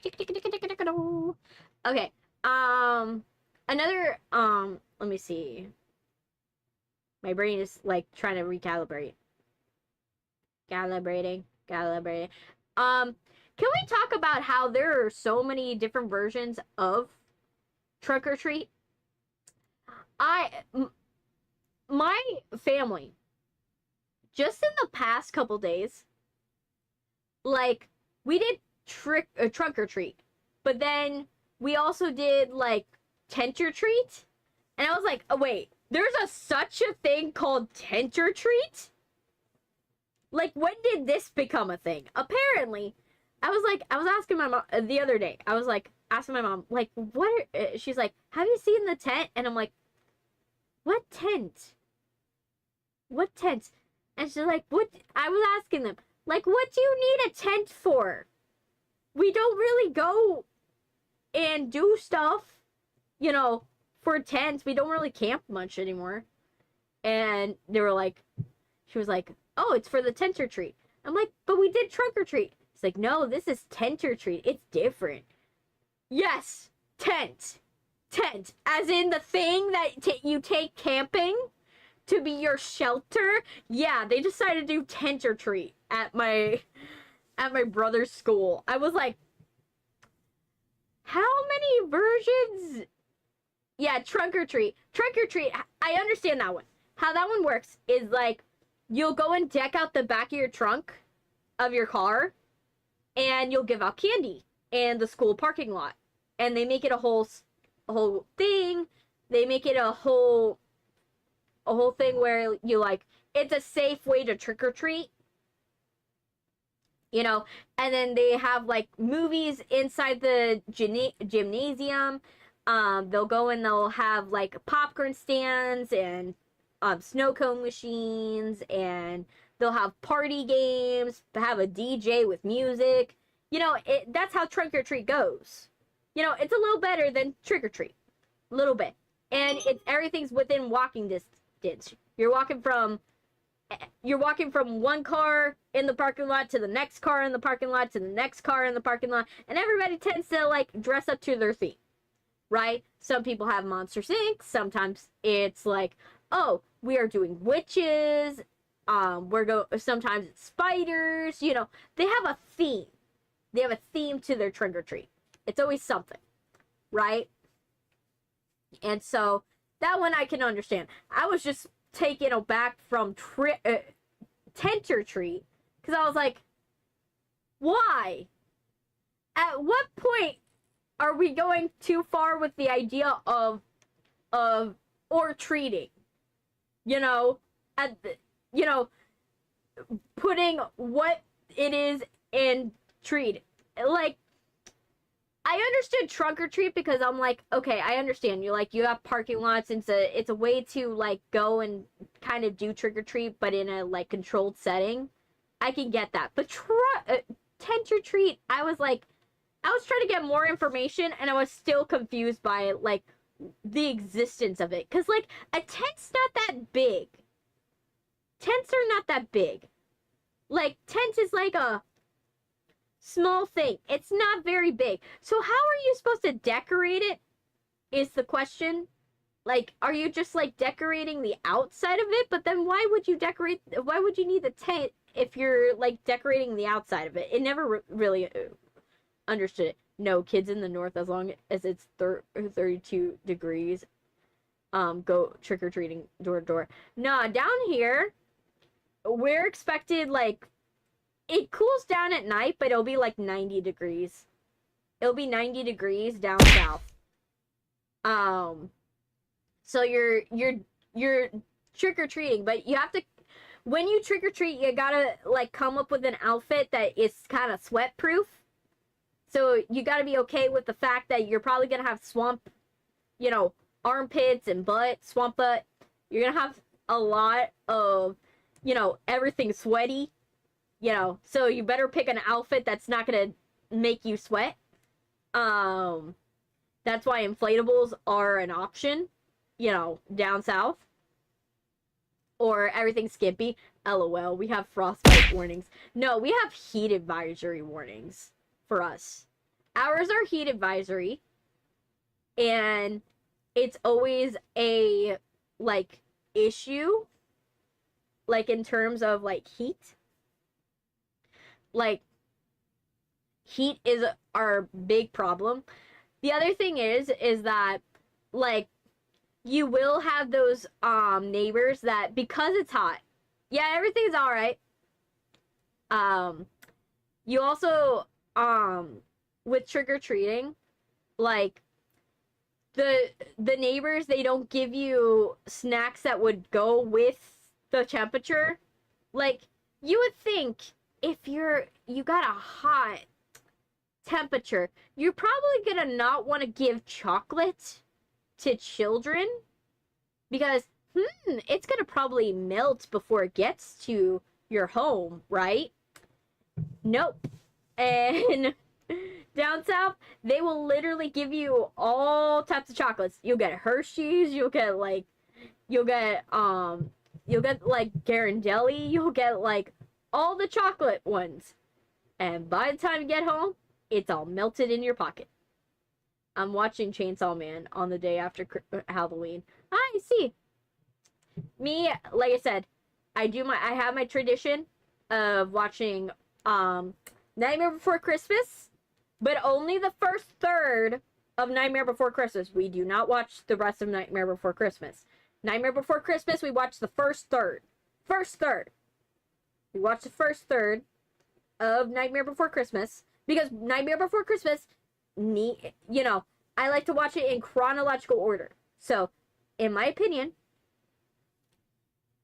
the first third takes place after Halloween is finished, and then after that, you wait till Thanksgiving. You watch the second third of the movie.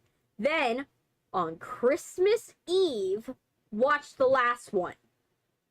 You watch the last third of that movie, and voila, you've watched Nightmare Before Christmas. It is a very weird way to watch Nightmare Before Christmas, but I recommend it fully. Personally. Oh, are we ending now? No, we're not ending. I'm just taking a break. I'm taking a break. Trust me, we're not ending till I finish Bendy. We are not ending till I finish Bendy, because you should see Salem Halloween. Oh, it probably is fun. Probably everything's orange and yellow and all that stuff. I don't have that. Down here, nothing's yellow. Like, we don't see seasons.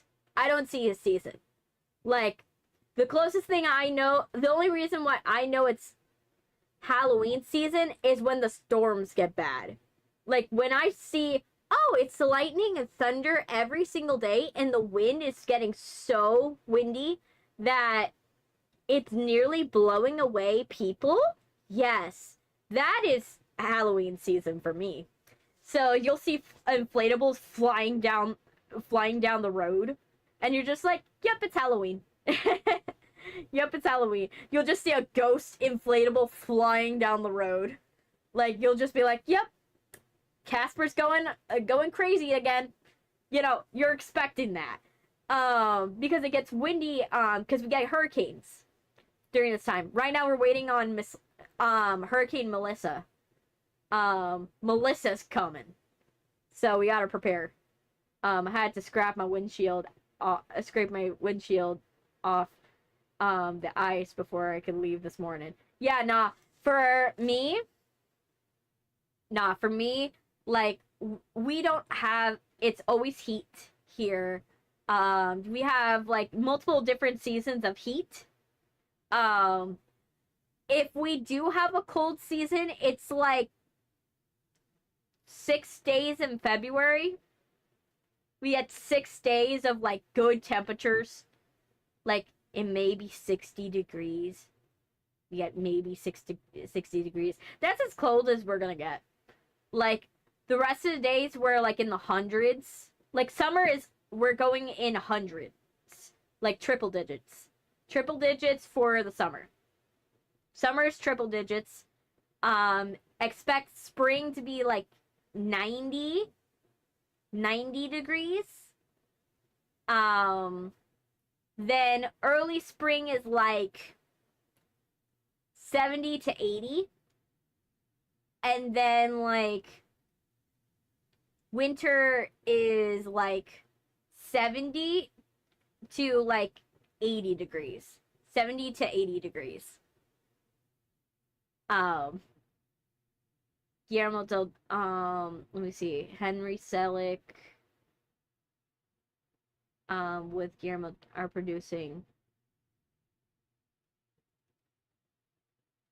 are making Little Nightmares. Yeah, you told me about this last time. Like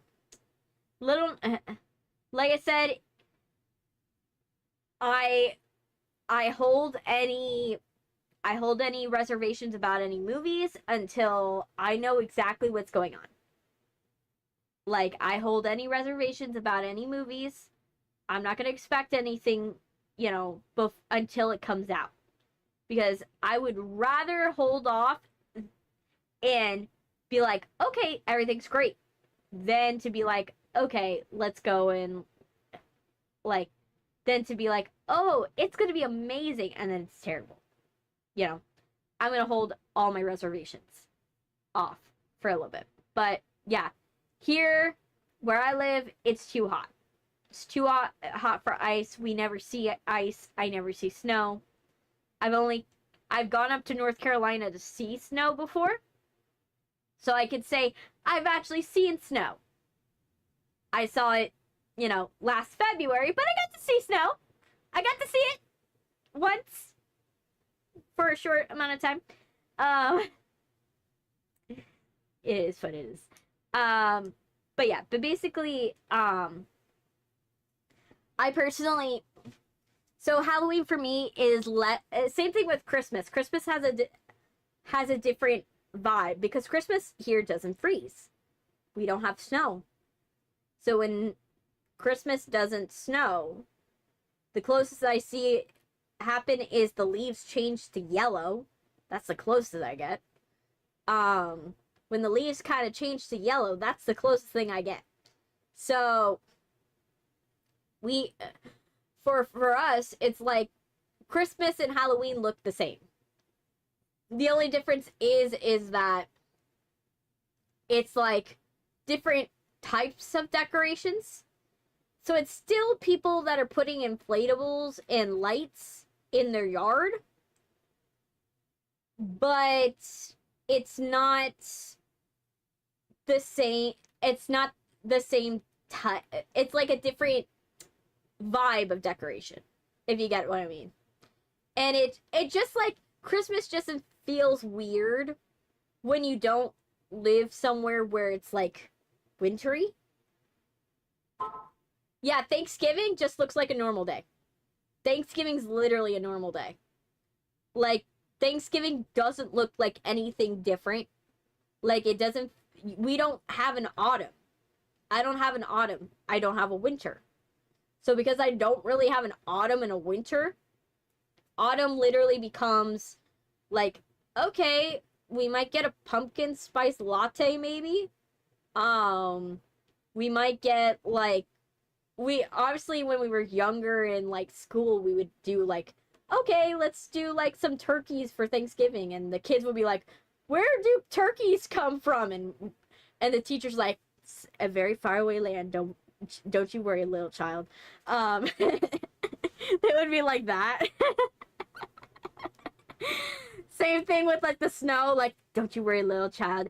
It's snow. It's a mythical thing. Don't you worry. Sure, yes, you've never seen it, but it's there in your dreams, you know?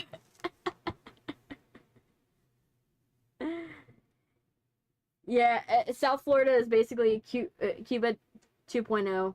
I'm not sure, but personally, like, it's hard. It's really hard. Turkeys are a menace. I get 30 of them in my yard. Nah, the closest thing we have to turkeys are turkey vultures. We have turkey vultures. So, like, when we see these things, they're eating dead cats. So it's like, that's the closest thing I get to a turkey. You know, I get that. So it's like, you know, that's not really winter. Though I will say,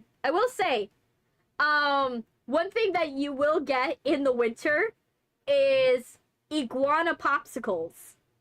We will have iguana popsicles.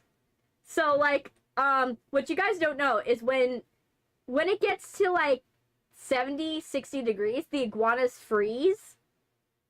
And when the iguanas freeze, what will happen is the Hondurans will come out in droves, and they'll go plucking them off of the trees, because it's like free meat, right? They'll pluck them off the trees, and then they make these delicious dishes out of the iguanas that we pluck off the trees, the iguana popsicles. And they're just as you probably are picturing it. You'll see an iguana, and it's frozen to a tree. That's literally what we got.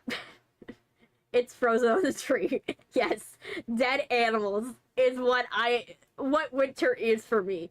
Dead frozen iguanas that are just in droves. you know? And it is hilarious when I see it. I see it. They'll come to my school. So when I go to school, there's like so many iguana. Like I got attacked by one, and those things are huge, by the way. I got attacked by a huge iguana once. I'll tell you that story another day. Um, but basically they're so territorial that they will literally at my school. There's too many of them, so they only take up like a 1 square foot of land barely, and they're just like fighting each other. But then they're like, oh, some of them got smart enough to coordinate, and they decided to, hey Dax Nomad, they coordinated, and they had started to knock over the cement trash cans that were in my school. They ripped their nails, right? One climbed on me and then like clawed me. It climbed onto my head. So yeah, I had that happen to me. And I tell you, their talons, they hurt. Those talons hurt a lot. They do. But yeah, so frozen iguana season is always a nice thing to see, because then I see those thousands of iguana at my school just freeze to death. And then they get picked up. And then everybody has nice food. They have nice food. Which is wonderful. Only have to worry about bears, not mini dinos. Yes. Definitely. The other thing we have to worry about is peacocks.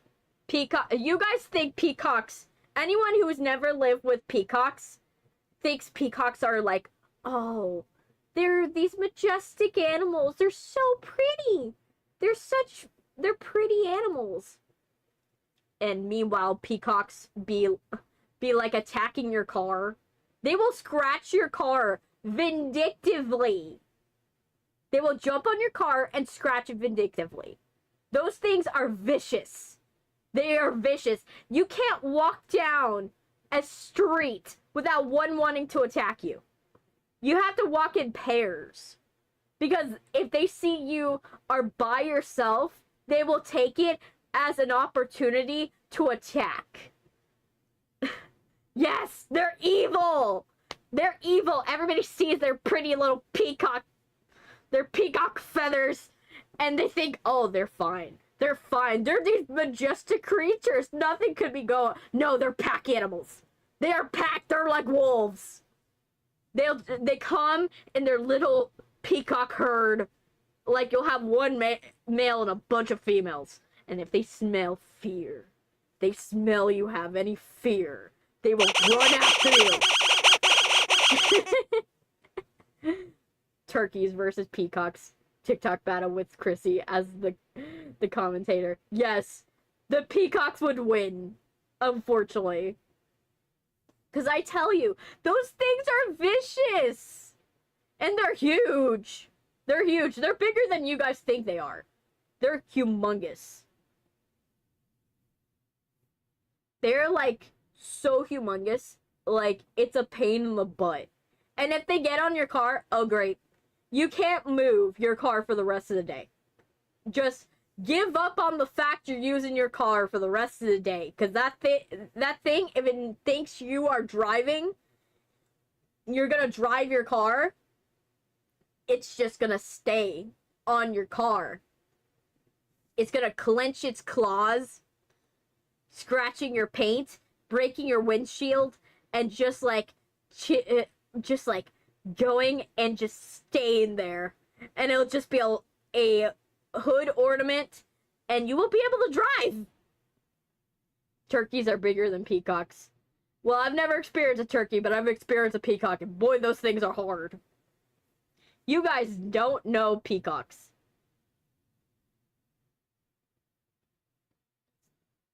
Yes. Those things are big. Like, they're big and they're vicious, and I hate them. I hate them. I have like a a herd of peacocks that live by my house, and I am done with them. Like, we can't do anything about them because they're endangered species, but boy, they need to go. They needs to go. They're bad. They're so bad. They're like invasive technically. They're endangered species, but they're invasive, which is the funniest contradiction ever. They're invasive but endangered. And yet we can't do anything about them because they're invasive. They're not invasive, they're endangered. So it's a problem that you just have to deal with. You just have to deal with the peacocks. Just being your mortal enemy.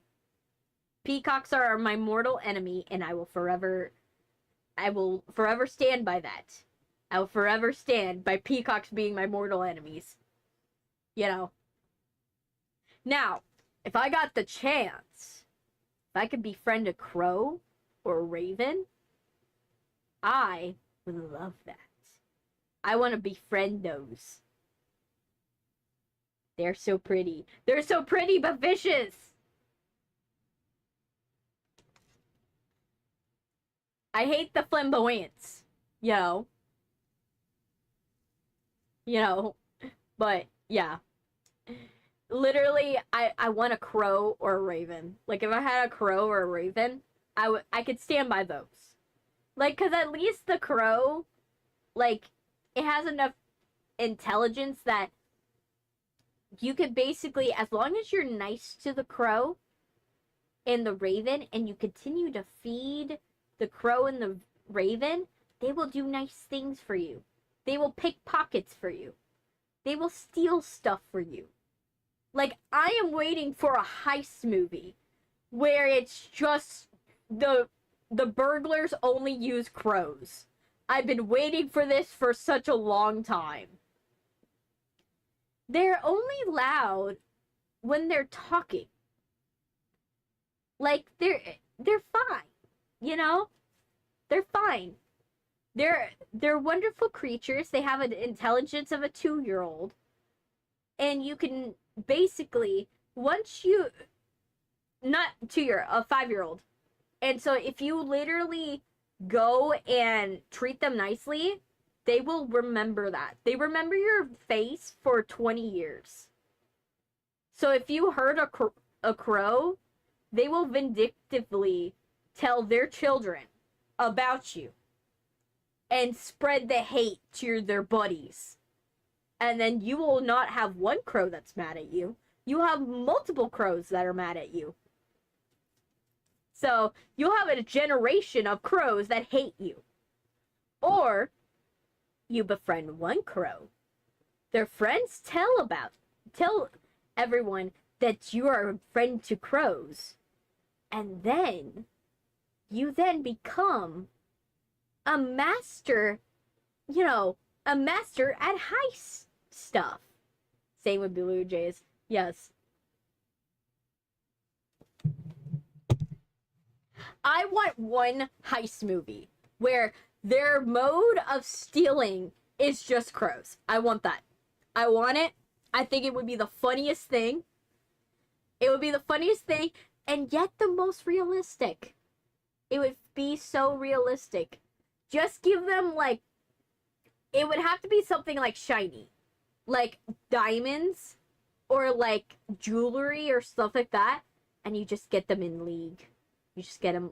You get them. They'll basically, you don't even have to tell them.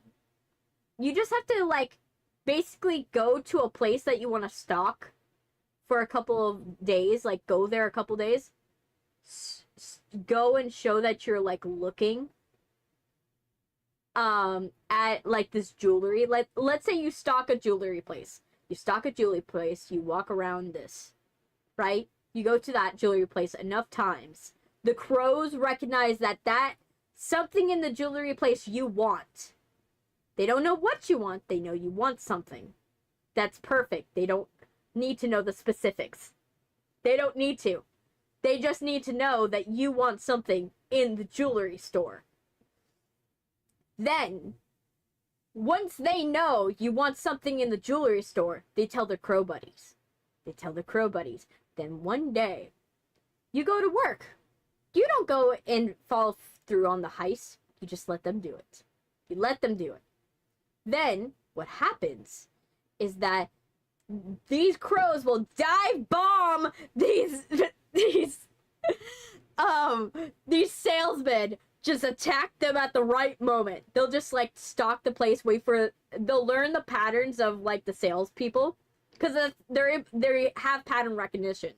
So they'll learn the patterns of the salesperson. They'll realize the salesperson will take out the jewelry when there's somebody that's interested, and then they'll dive bomb it. Someone will go for the fingers, another person will go for the eyes, and then one will go for the jewelry and just take it.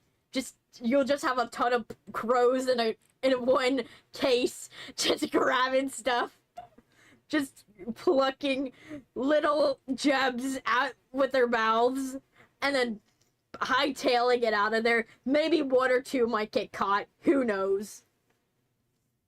One or two might get caught, but like, what are they gonna do? Charge a crow? You know? You can't charge a crow with a crime. Yes, real life light being born. Yes, you can't charge a crow with a crime, so then basically what happens is that they set it free at some point. It gets off scot-free at some point. You know? If they kill the crow, then basically that's animal endangerment, and they would go to jail. And you know what will happen? Is that you'll be at home, and then you'll look over to your window where you feed the birds. And you'll notice a lot of jewelry right in front of your window. Will anyone know that you have the jewelry in front of your window? No! No one will. But the crows will. And you'll feed the crows a special blend, a special nice blend of, feed that you give them. Give them something a little special. And give them they give you your shinies. You give them the nice food. And then they learn. Whenever you case a joint, go and take from there. Go take from that place. And they will do that. There has been reports of like literal crows that people will feed their crows, and these people will take care of them, and then one day the person forgets their keys somewhere, or they forget their phone, or they forget something, and the crow will find the keys or find the phone and bring it back to their owner.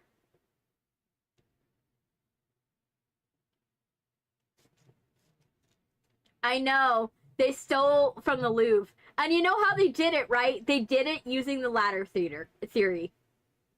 They used the ladder theory. For anyone who doesn't know the ladder theory is if you go into somewhere with a safety vest and a ladder, no one's going to question that you don't belong. Because they don't have a reason to question. Like, why else would you have a ladder? They did this with a bucket truck. So not only did they do a ladder, they did a bucket truck. You know how long they must have been parked with that bucket truck? Extending the arm? More than 5 minutes that they reported. That it had to take an hour setting up that bucket truck. They must have spent like an hour setting up the bucket truck, because they had to figure out how far they needed to park it away from the window, and also where do they needed to park on the sides. So it probably was an hour of just adjusting the truck and just like getting the bucket as close as possible, right? Because they look like construction workers. Then, what happened is they got their buddy on the inside that caused a distraction. What their buddy did was they used chainsaws. They were like, oh yeah, let's wield chainsaws. You know. Then they had a group that got in. And you know how they cased the joint, right? They cased the joint using other people's social medias. So because they knew the Louvre was somewhere where a lot of people went and like photographed a lot of stuff, especially exhibits, they were able to, what a lot of people figured out is that when you go and look at those videos, you could actually tell what areas had more security and which ones didn't. And that section didn't have a lot of security. And so when they looked at they looked through people's TikToks. So imagine when you're looking through people's TikToks, anyone could have looked at those TikToks, right? Anyone. So you're looking in a pile of 1 million people, right? So instead of casing the joint, they did the smart thing of just looking on social media. They looked at it. They probably had a rehearsal. I won't lie. They probably had one day where they actually went. Like one day that they just acted like tourists. But like that was probably only one day. Because if you go more than one day, it's more suspicious. Right? So then they case the joint. They go there. And then they get on this bucket truck. They go to the thing. It's early morning, so no one's in the exhibit yet. They grab everything. You know, they grab the jewels. They grab the butt plugs. They grab the crown. You know, they grab everything. They grab everything, and then they hightail it out of there in the bucket truck. The other ones that are on the other side with the chainsaw guy. The other guys, they got construction tools. So they're basically, once they get the go-ahead to leave, then they're able to leave. They leave. They go and they like cause a diversion, which then has those security to go over there. Then chainsaw people leave with the construction people, and then they disappear scot-free on motorcycles. That's what happened. I will tell you, that is literally what happened. And then, you know what just recently happened? There was a heist that recently happened. I think it was Florida? I think. There was a heist that recently happened. Yes, Vespas. There was a heist that recently happened at a sneaker, a big sneaker, store in Florida, where they stole, like, a ton of expensive sneakers. Like, but what they did was they snuck in from the roof. So they did a Mission Impossible, which is even better. They did Mission Impossible, where they had a wire system. I'm not joking. This is hilarious. They propelled themselves from the roof through an air duct and got in, stole like 50-ish like sneakers that are expensive, and got out scot-free. Yes, I guess that's what happened. I'm not sure why sneakers. I'm like, there's probably better things to steal other than shoes. Cause like, I could see jewelry, like that makes, I guess, sense because you can recut them. You can mess with the sterling silver to like readjust them, change them into different jewelry. I could see that. But selling a Nike is kind of hard. It's kind of hard to sell like a Supreme or a Nike because that it's not like you're changing the shoe so that way it's unrecognizable. They're still gonna trace it back to them. Like, it's not going to be hard to trace them back once they sell it. Yeah, like, it's not hard anymore, but I don't think it's hard to do a heist anymore, considering how many heists are happening right now. I'm like, the amount of heists that are happening, and it's mostly because it's not that it's hard because of sensors or anything like that. It's because people did away with in-person security. That's literally what happened. When places downgrade their security, it causes a security problem because then it's hard to staff those areas. So guess what happens? Someone sees that there's no physical security there, and they take advantage. That is literally what happens. That's what happened in the Louvre. They noticed that what happened in the Louvre was a combination of factors. French government was having issues with money. And so what happens is that they had so much problems with money, they decided to not send as much money to go and take care of the museum projects and stuff like that. The Louvre is a building that's old. It's an old building. So it's not a new building, it's an old building. So it's hard to put security, to put like advanced security as is. So you need a physical staff worker in there. But because of the lack of funds for the Louvre, they dedicated the money to keeping art pieces rather than hiring security. So guess what happens when you can't hire security? Stuff gets stolen.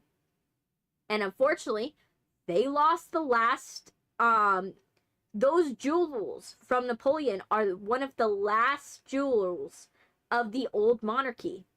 They don't have any more jewels from the old monarchy. A lot of them have already been stolen and reshaped. Like, it's even famous, the most famous stolen jewelry that most people don't know about the most famous stolen jewelry. Like, which is a giant necklace that was owned by Marie Antoinette. It was a necklace that was super, super gaudy and giant. Had so many carats of diamonds. But there was this one poor girl that basically, she did like an Anna Sorkin, but out of that time, and just feigned being rich. So because she feigned being rich, she then got up to the top of like the French social hierarchy. And how she did that was she pretended to be Marie Antoinette. So most of the things that we think Marie Antoinette did, that con artist did. Poor Marie Antoinette, by the way. So most of the stuff that we know about Marie Antoinette is actually stuff that was curated by the con artist. So then what happened is that she wanted to get this big diamond necklace, right? Commissioned by Louis, I think the 14th or something like that. And so Louis the 14th, they conned Louis. They get the necklace made. Then somebody poses as Louis, and then they get another guy to pose as another thing, and they steal the necklace. This is the main reason why the French government did not have money during the French Revolution. Is this diamond heist. This specific diamond heist. Yes, the sapphire necklace. Because of this diamond heist where they reset the jewels, and the lady got off scot-free. She went to a nunnery. She lived. Like, she survived that heist. But because that heist was so bad, the French government did not have money. They did not have money to go and use their funds for the citizens. So, in order to feign opulence, in order to make sure that people didn't think that they had less power because they had lost a lot of money, because they didn't want the French, the other nations to know that they had lost all this money, because it was a lot of money. It was a big portion of the French money at the time. So I'm sorry, I wish I had a better way to say it. They lost a lot of their spending. So France did not want to show that they were poor. So in order to not show that they were poor and to not go and have someone invade, they feigned opulence. And because they feigned opulence, it made it look bad to the French citizens that didn't have anything, that didn't have money to eat, didn't have food in their stomachs. And that's why the French Revolution happened. That is absolutely what happened. And so it is almost kind of fitting that that this is happening again, but to the last jewels of that era. So it's kind of hilarious, in my opinion. And I know that's like a sugar-coated, not sugar-coated, but like a distilled down version. Like I probably did not describe it the best. If you want a good description of it, watch Puppet History. Puppet History has a really good version of it. It was one of the first episodes that Shane did with the professor. And it's really good. It describes it very well. But yeah, I really like looking into history. I'm one of those where I study everything. I like to study everything, anything and everything, because I'm someone that always likes to look for anything to like find interesting. Like, it's always fun to find something new that exists or is going on or something like that. Because there's always something that you've never found in this world. There's always something that you like new to discover.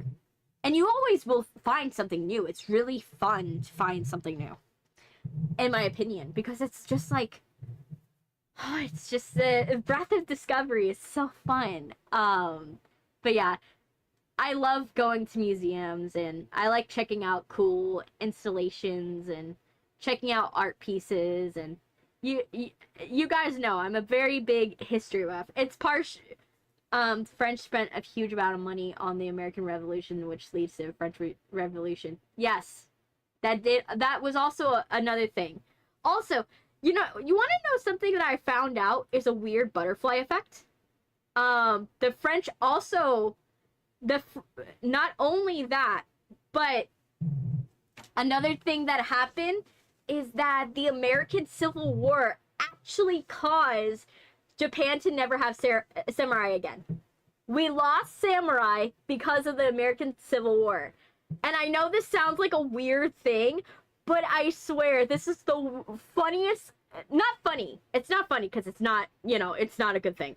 But it's an interesting butterfly effect that happened. So for those of you who want to know, during the Civil War, both the Union and the Confederacy were trying to manufacture naval power in order to overpower the forts that were on the coast, right?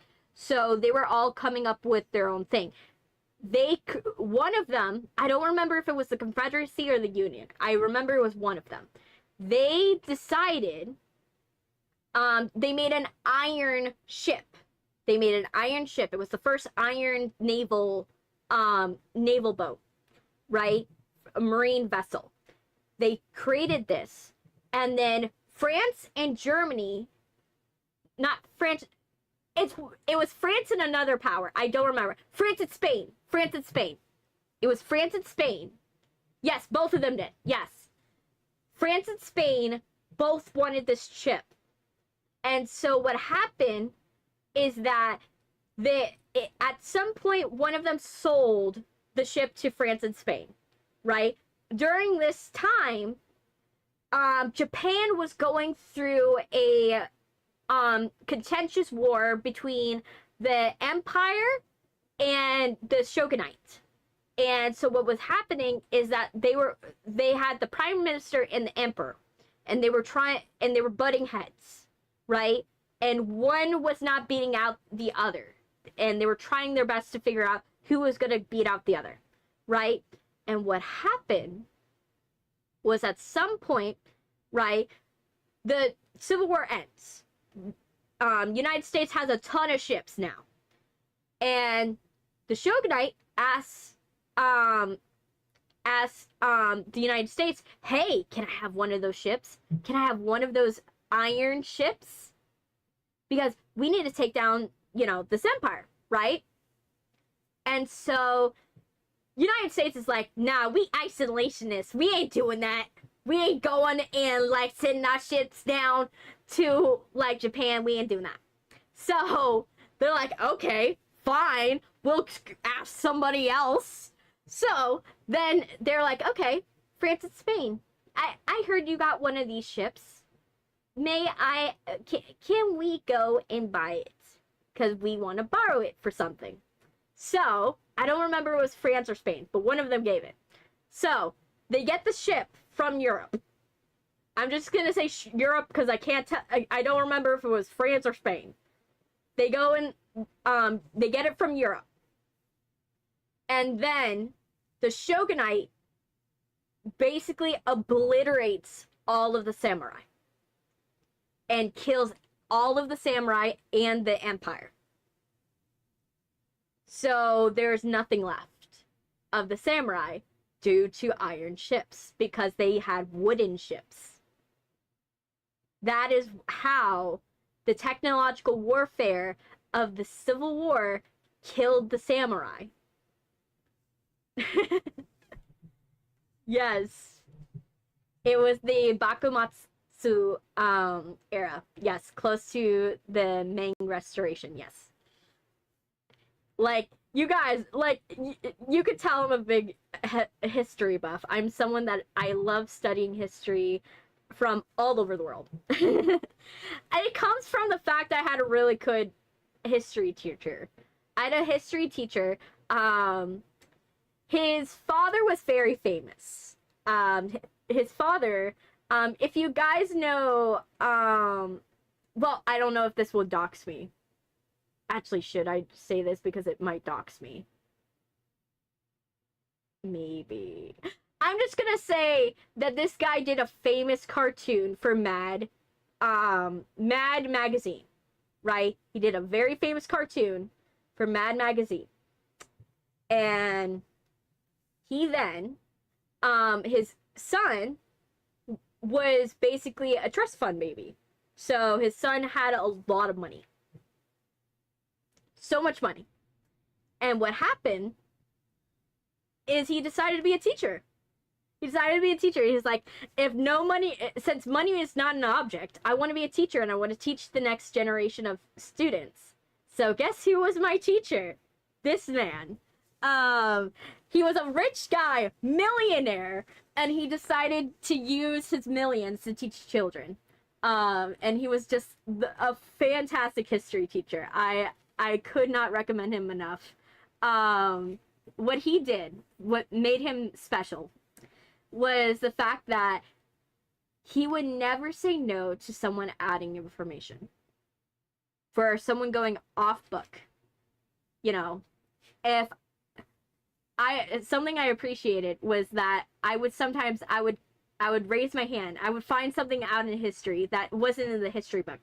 And I would go and I would say hi.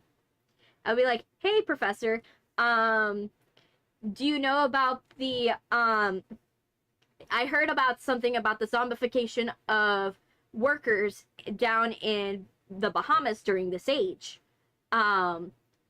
And he was like, yes, that was that was part of the slave trade, that happened during slave trade. That was something that, it was a big problem that happened because, and why there was a lot of imports from Japan and from these places for pufferfish venom during this time, and it was a very contentious problem.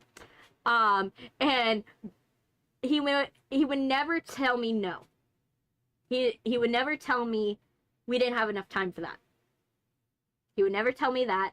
We would play Jeopardy. I remember being in this guy's class, and we would play Jeopardy. And this guy would go, and if we won, if our team won, we would get, like, we had a choice. We had the choice of candy. He would pay for our lunch. He would be like, what do you want? McDonald's? Do you want, like, Raisin Canes? Do you want, like, what do you want to eat? Right? He would be like, hey, what do you want to eat? Or he would give us money. He would give us money. Not gonna lie, that was awesome. So we would play it. Yes, South was wild. South is wild. So he would literally, we would play Jeopardy, in class. We would play once a week. So you had a shot at money once a week. Like, this was the height of the classroom experience. And I had this guy for 4 years. For, like, world history, I had him for geography, I had him for American history, and I had him for economics. I had him for American economics. Did you guys learn anything? Yes, we did. We did. That was the main reason why he was a great teacher, is that we learned everything. We learned everything. We would do Jeopardy every week, and we memorized everything, and he would go above and beyond. He would go above and beyond. He would create these really crazy lectures, where he would, like, do these really cool thought exercises and really cool, like, ideas. He once even brought us a FBI agent once. I remember that. He brought us a guy that was an FBI agent, Agent Stingray. I remember him. I remember Agent Stingray. He brought us Agent Stingray. He was really cool. The guy had a listening device in his Rolex. I remember that. Yes. I remember him. He knew the coolest people. And the guy would go traveling all the time. So he had, like, pictures of him from different places. Like, he went to Saudi Arabia. He went to, like, Africa. He went to, like, Tunisia. He went to these wonderful, crazy places. And he would tell us of his journeys. He would tell us of everywhere he went. And he was just a fascinating teacher. Yes, an FBI agent. Yes, I got to meet an FBI agent once in my life, at least. You know, it was fun. It was Operation Stingray. They were trying to, from what he said, it was like a sting operation. Don't remember what it was about, but I remember the thing I remembered the most was the fact that they put a listening device. They apparently was someone that was super, super rich, right?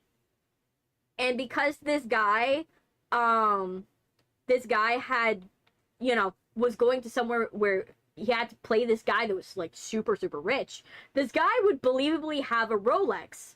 You're not gonna give him, like, a smart clock and believe that expect these people to believe, hey, you're not painting this guy in the best light. You know, like, this guy is not gonna you're not gonna go this place, and that you're trying to sting, which rich people, and go there with a smart clock, a tiny smart clock. You know, they're gonna think you're suspicious because you have all this money in the world and you chose a smart clock and not a Rolex. So what the FBI did was they got a Rolex, they ripped it open, they put a listening device in it, but the listening device didn't work that day. The listening device didn't work that day, and they actually had to come back and do another sting because of that. The only thing they were able to tap was video, and that's it. They weren't able to do the clock. But that was, I remember that FBI agent. I remember that. But yeah, talking back about the rich guy. The rich guy, he would tell us of his travels, and he would read these really cool seminars, and he would, you know, go and do Jeopardy, and we would play Jeopardy. Obviously, we would play Jeopardy to whatever we were covering in class that day. So we always expected that at the beginning of the week, we would play Jeopardy. And it was meant for like a review for our test. So we would play Jeopardy. If we failed, you know, we know exactly what we failed on. Are you sure you didn't attend a cult? No, I did not. I did not attend a cult. No. But like literally, he did Jeopardy, and then we would win our stuff, and then we would do our test after. So it was kind of like a way of doing an open book quiz without doing an open book quiz, in a sense. It was his way of doing an open book quiz. And obviously, getting, you know, candy or money and food was awesome. You know, it was awesome whenever it happened. It was amazing. I enjoyed him. And I still remember what he did, because since we got so good at being his class, we were top students in the district because of this. Because we were so good in his class, we got so good. He started leaving us cryptic notes. On the last year that he was teaching us. He left us cryptic notes. He was like, I have a puzzle for you guys. I'm not going to tell you what it is. I'm just going to say that look at the pictures. And the pictures mean something. And you have to figure out what the pictures mean. Right? So I remember so we were going and setting this up, right? We were like, okay, we see these pictures, but a lot of them are movie pictures. So we thought, okay, it's got to do something with a movie, right? But then we were like, the genres of the movies are too different. And then it took us till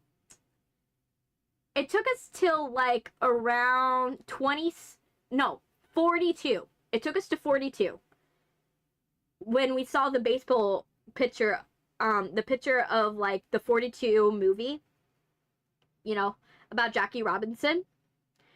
It took us till then to realize that it was counting down to something, because we were like, oh, they're all numbers, but what is it counting down to? So then we were like, okay, what could it be counting down to?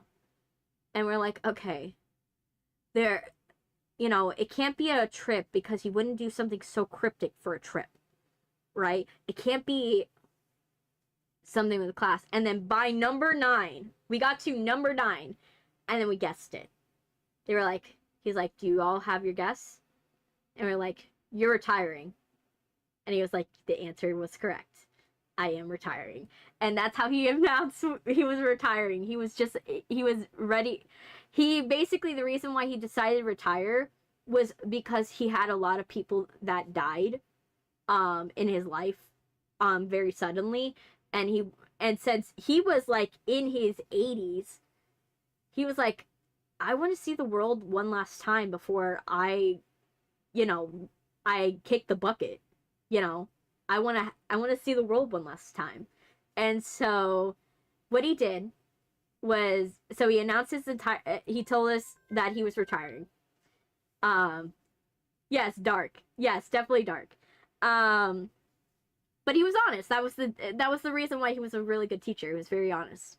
And so basically he was like, I am going to get you a new teacher. Don't you worry. And what he did was the new teacher was gonna replace him after he left, but he didn't like the fact that the new teacher would have to start off from nothing, and this was a first year teacher. So what he did was he actually paid this guy out of pocket, this teacher out of pocket. Yeah, he paid this guy's salary. He was like, whatever they're gonna pay you, I'm gonna pay you for the next 2 weeks, and you're gonna sit in my class, and you're gonna watch how I teach them. You don't have to do everything that's in this class. You don't have to replicate everything. I know I have a different pay threshold than you do. But I am going to do is I'm going to pay your salary for the next 2 weeks, and you are going to go and watch my students learn. See what works, see what doesn't work. And then what you're going to do is figure out how you're going to move from here. I'm giving you a start, but I'm not going to force you to do anything of my plans, right? And that was the best thing he ever did for that teacher. That first year teacher that had no clue what to do with a class, taking a class halfway through the year. Like, imagine getting a whole classroom of students from a beloved teacher halfway through the year. That's a daunting thing. And he handled it beautifully. Because even though he had retired and we got our new teacher, even though we did notice that it was a little different, it was fine. Because it was, the teacher had enough of who we were to understand that we're not troublesome and we're not weird and we're not crazy. In mass, you have your masters to become a teacher. Yeah, yeah, literally, it was great. He was a great teacher, and then he gave us one last gift before he left. He gave us one last gift, because we thought that was the last time we would see him. But for some of us, we actually were gonna go on a field trip, and right after his last day of teaching, and we were like, oh man, it's gonna be so sad. We're not gonna see our teacher when we come back. And we go on this New York trip, and we get to the Museum of Natural History, and who do we see in the Museum of Natural History? Our teacher, our history teacher. He goes, he's like, do you want to have one last lesson from me? And we all cheered. We were like, yes, let's have one last lesson from him. So he took us through the Museum of Natural History in New York City and gave us one last lesson. And that was so cool. It was the coolest thing. The guy, he decided to, he was gonna decided to go to New York and, be part of our field trip for like one moment. He didn't have to do that. He didn't have to go and spend thousands of dollars to go and like see us one last time. We're probably like a small speck in his whole entire life. But the fact that he made the effort for his students. He made the effort to go and be like, let me give you one last lesson. Let me let you learn from me one last time. That was special.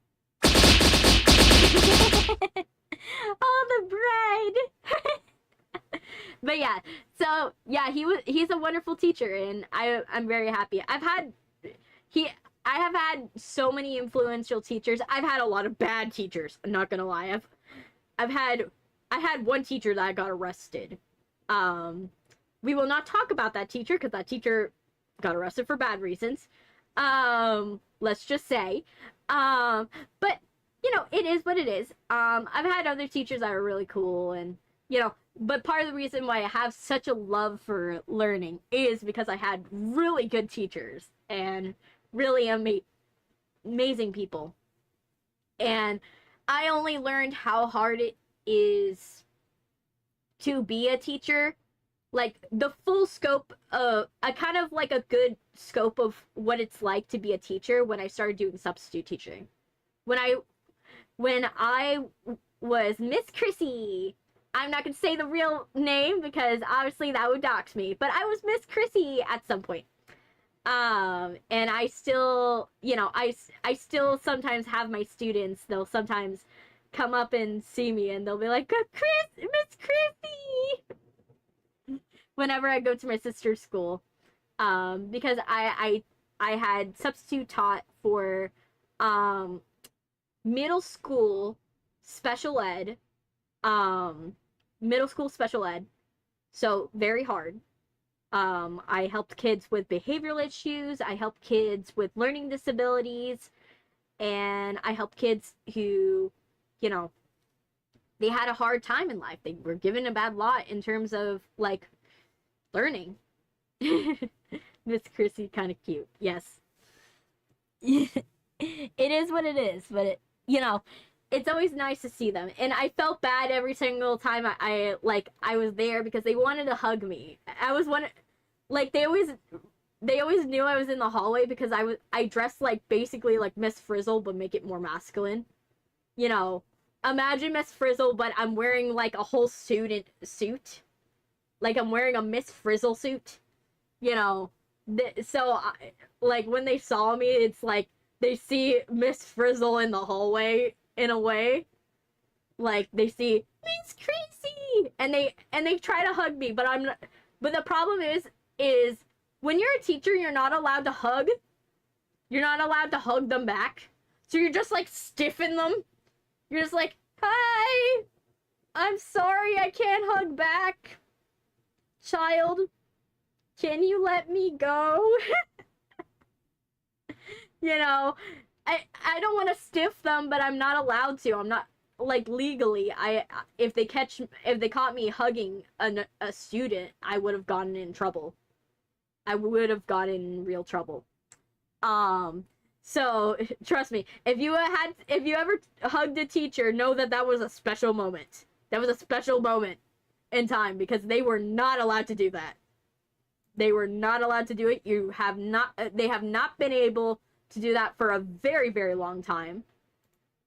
And so I will tell you straight, if you got a teacher that hugged you, take it as a very good compliment because they almost lost their job for you. You know, there's a good reason why we can't hug. You know, many good reasons. I'm gonna go and get into the game because I think I am ready. I think I'm ready. Let's do this. Alright. Back into the game.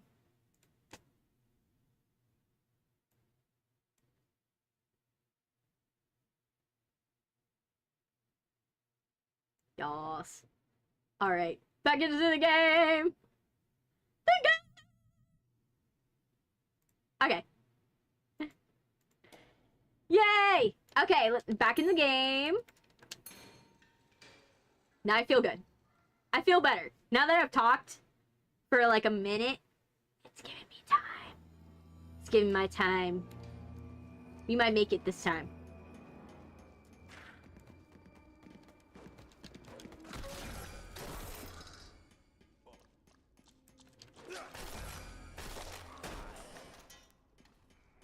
We might make it. Oh, I feel Bendy. Bendy somewhere.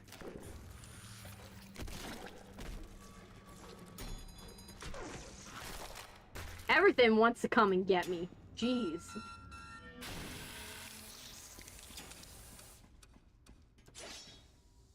Okay.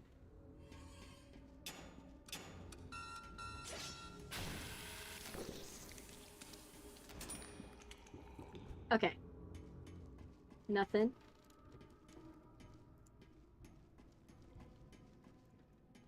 Okay, I feel Bendy, but I don't know how close Sir Bendy is.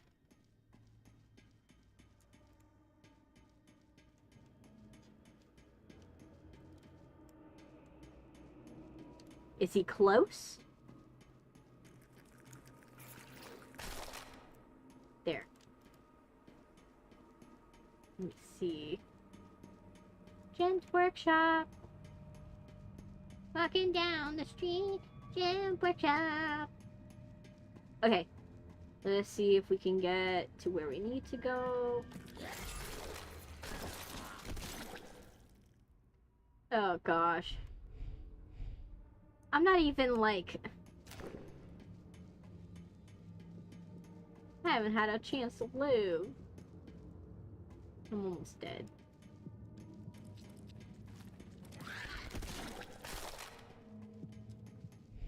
Okay. I'm trying to find any way to live.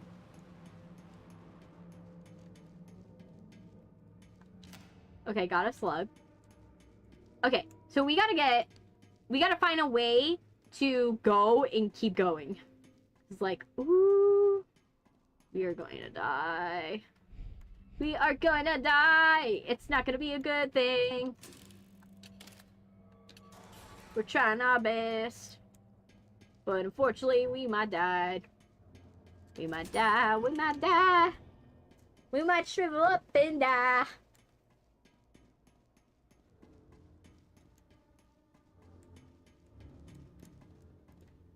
Let's go. We gotta go. Okay, let's keep going. That's the bean juice. The bean juice. The bean juice. Bean juice. Bean juice.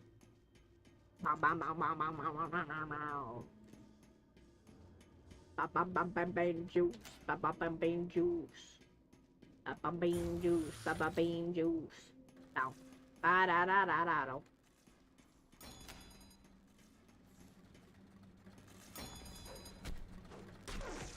Bean juice.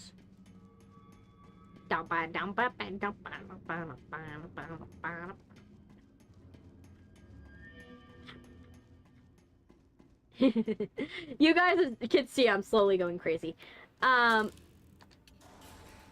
hopefully we find what we need.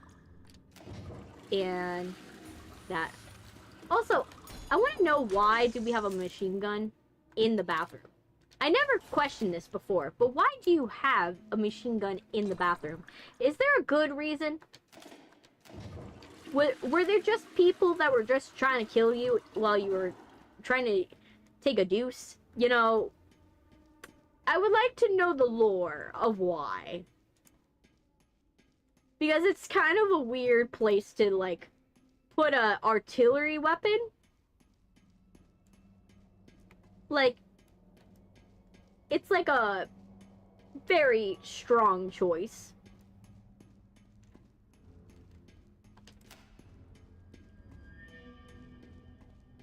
I'm not like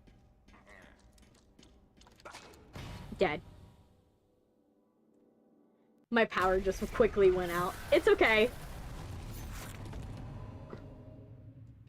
It's okay. That sometimes happens to me. A lot of the time, like, that's why I say, if there is anything going on with the weather that is, like, way too crazy, I will not go streaming. You guys will never catch me streaming if, like, the conditions are bad. Oh my gosh, why is everything trying to kill me now? You guys saw, like, 3 things came at me at the same time.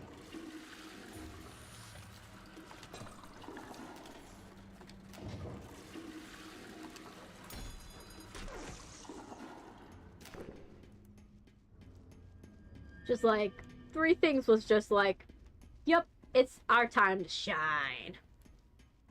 Okay, let's keep going.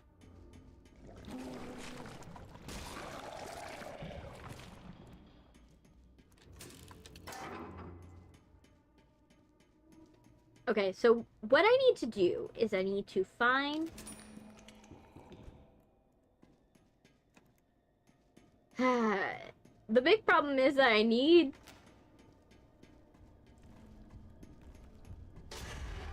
Oh my gosh. That's not fair, Bendy. You know how fair that was? That was the opposite of fair. That was not fair.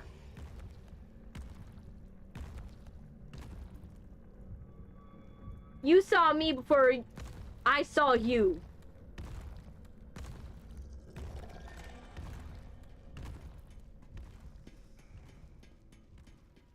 That was not fair.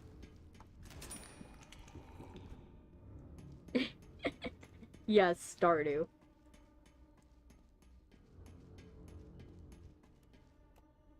Okay, come on. Yes.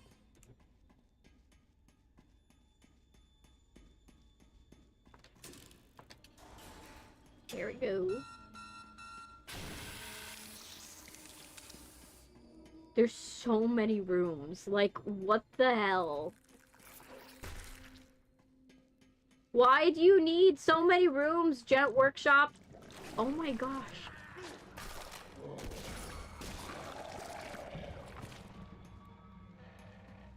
And why do you have so little care? Like, shouldn't you, like, have so many first aid places if your workshop is this big? Like, especially when it's a workshop, right?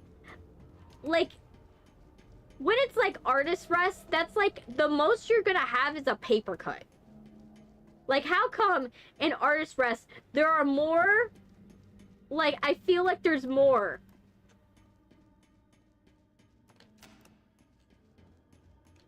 There's more, like, healing stations than in the Jet Workshop. Like, what are you doing to, like, to make this such a like, wound-free environment? Like, either that or you are just grossly negligent. Like, it's one or the other. It can't be both.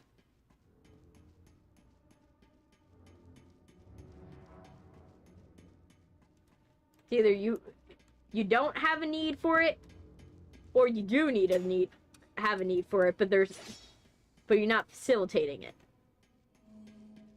Either way, still not a good situation. Okay.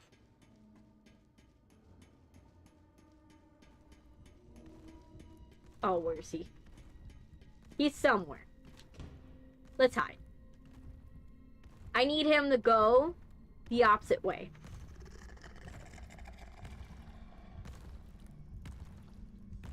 Thank you, Bendy!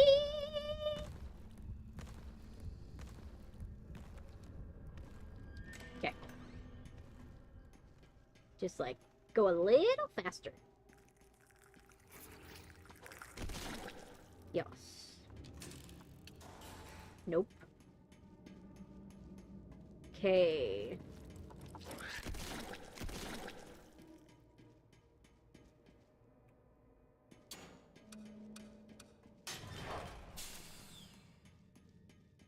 I am trying my best to find everything.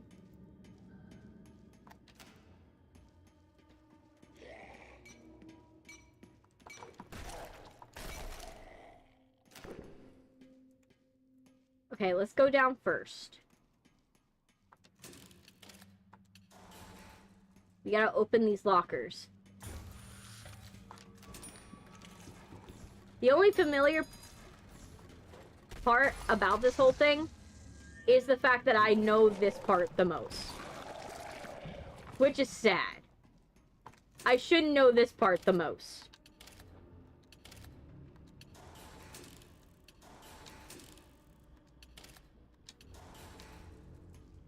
There. There.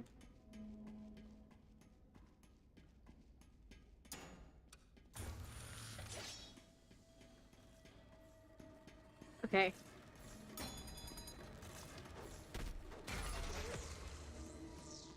Nope. It's kind of frustrating that these things are killing me.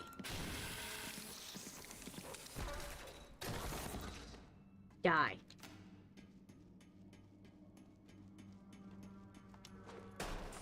Nothing.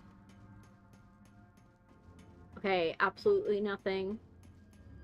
Okay, not good. Because I'm now...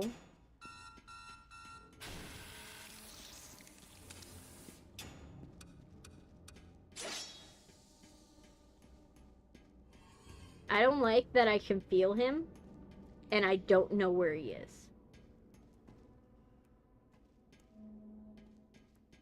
I can feel him, but not know where he is. And that's concerning.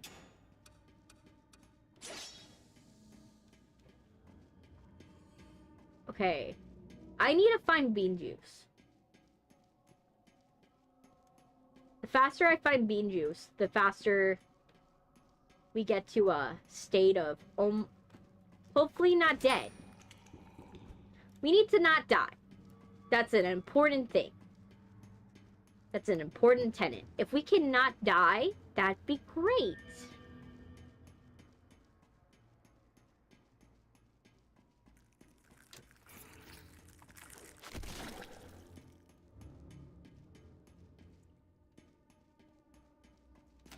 There we go.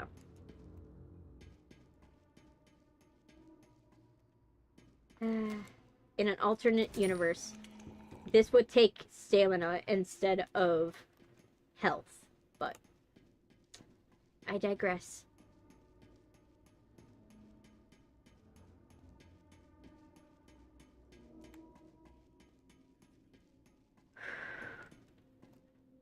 Focus. Where is it?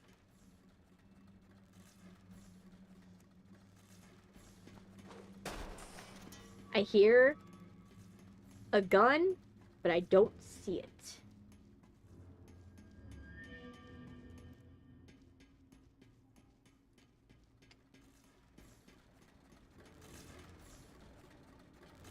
Okay, how do I get to this?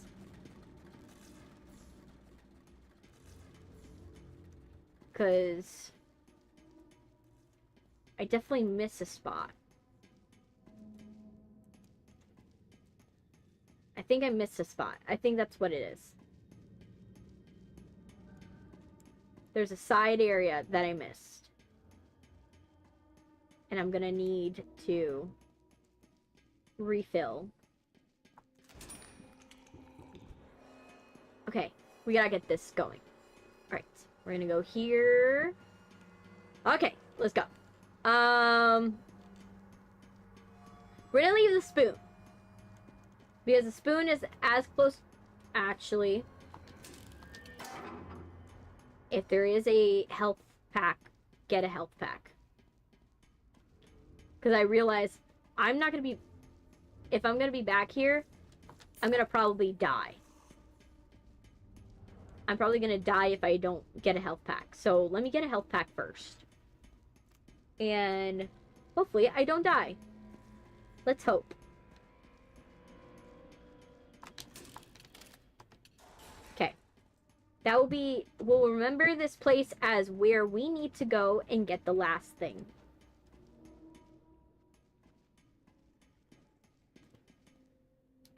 That's probably a bad idea. But we're gonna need it. Wait. No, no, no, no. No, no, no, no. No. No, Bendy, no. Where are you?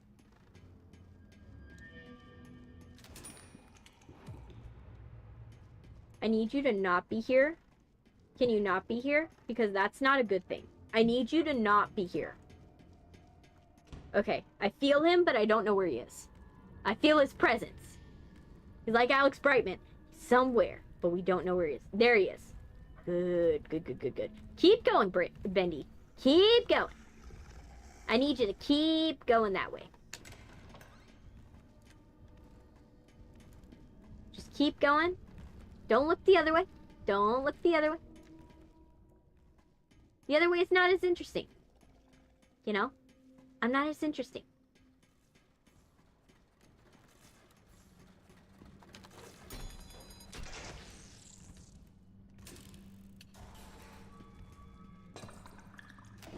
There. There. Ooh, there's one here. Actually, closer. Okay.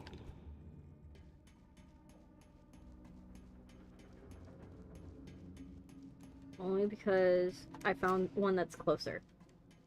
We're just gonna keep that there.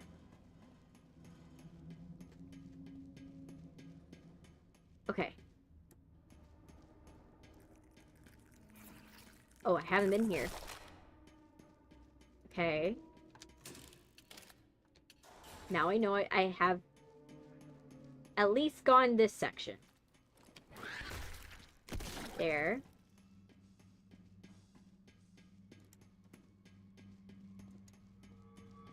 Someone's dead there, so we know we've been there. This is how my thought process. If there's a dead body, I've been there. If there's not a dead body, then I haven't been there. Solid thought process.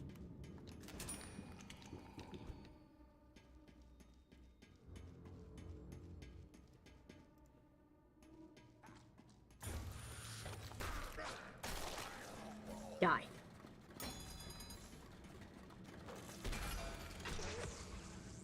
There we go. Jet schematics. Bingo. Got what we need, and the only... So, it's time to leave. It's time to leave. It's time to leave! Oh my gosh, it's time to leave. I can't believe it. It's time to leave. Oh no. I'm not gonna jinx it. No, no, no, no. Don't jinx it. Don't jinx it.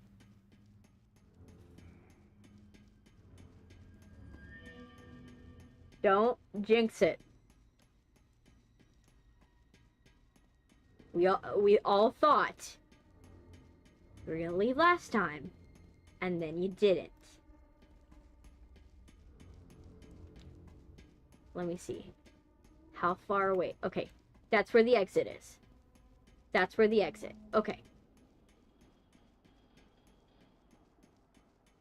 The one thing I don't know is where's Bendy.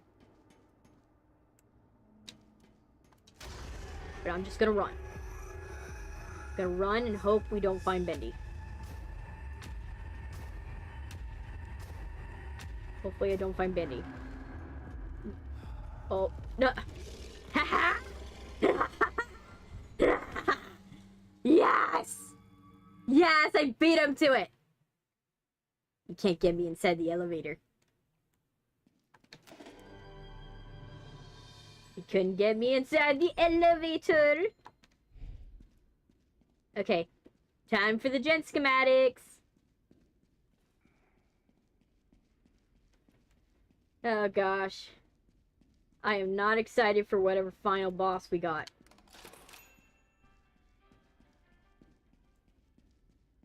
Okay, time to go in the boss arena. At least we did it. We did it. The mysteries worry me. This test was a failure. I tasked. Okay, complete tasks around the safe house that will grant Boris boxes of the prototype parts for the mysterious machine. Open the boxes to retrieve the parts within the... Okay. You guys ready?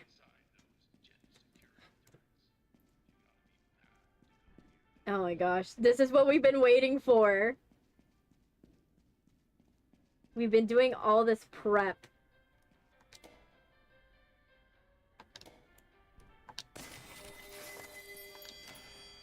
We got a prototype part. Oh my gosh.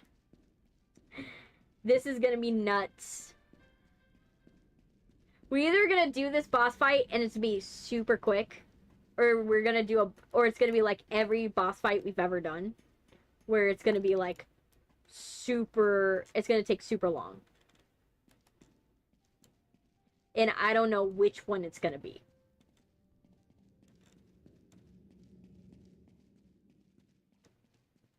Okay. We got this one.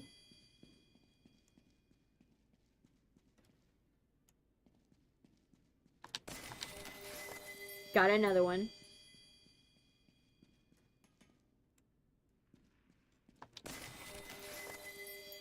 Got another one. Oh my gosh.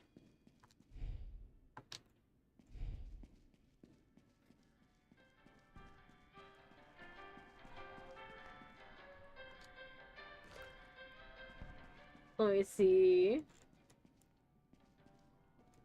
Oh, the banjo. Played the banjo! Yay. We got another prototype part.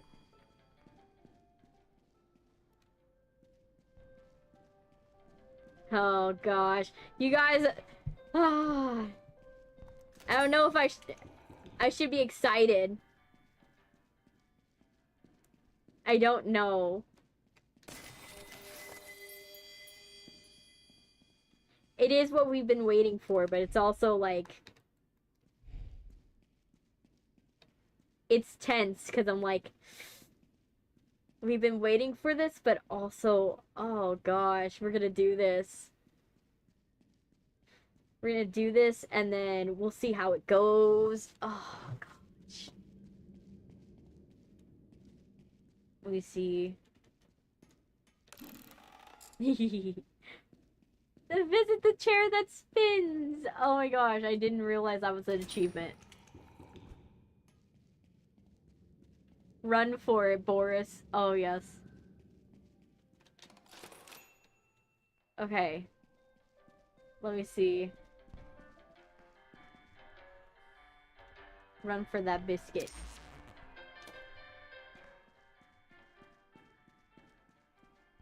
Okay, let me see.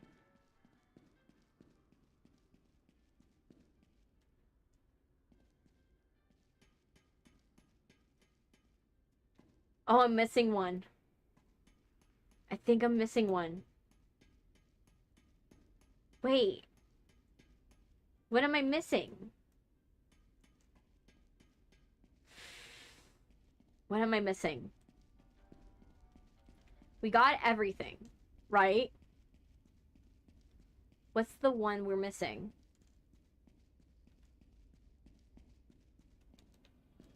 We got the one for Please Help Me. We got that. Let me see.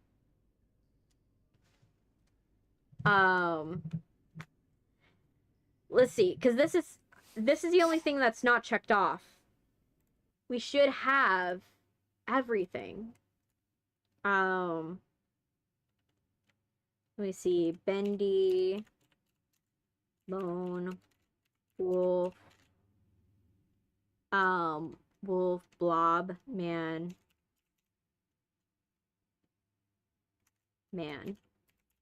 Blob Man. I'm just gonna call it Blob Man.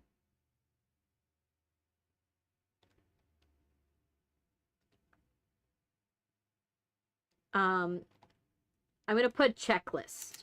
How about checklist? Checklist.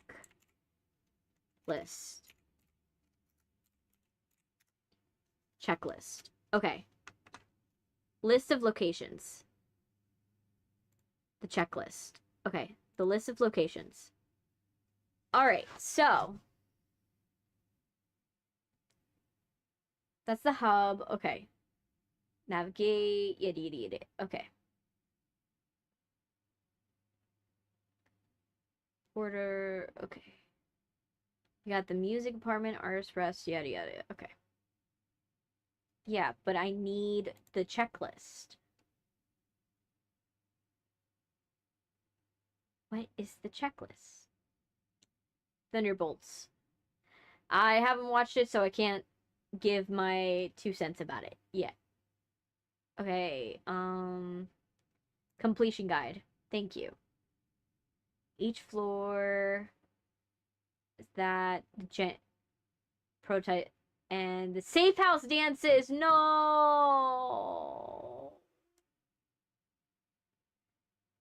Okay, so we're not done. I don't think we're done. Shoot. Because we don't have... We got the padlock keys. We got the hearts. We got Mila's audio tapes, the safe house key. We got some safe house music and some safe house dancing. Candles, Sammy's mask. Lost papers, maybe. Might be the lost papers, but I need... Let me see. Gent workout. I'm trying to figure out what are we missing. To unlock Sammy is that fast forward. Sequence. Okay, to obtain steel Boris, complete the required sequence of collecting 7 mystery boxes, the gent key, and all prototype schematics. So there's one that I'm missing.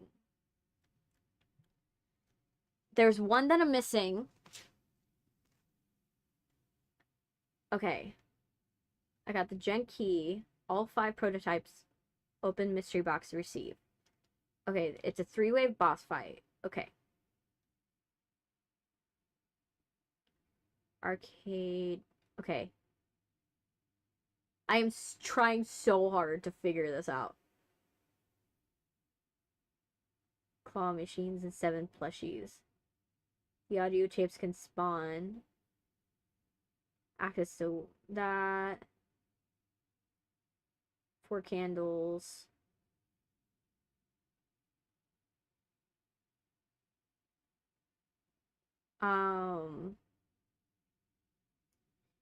It's not being clear what the last mystery box is. Let's go. Mystery box. I'm gonna look up mystery box. Starry boxes.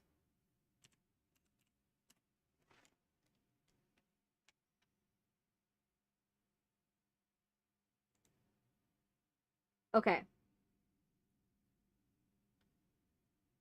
By completing store-related stuff. Quests and various levels. Upon completing the boss fight. Okay. Prototype part. Rather than that. Okay. But I need to find out where. Okay.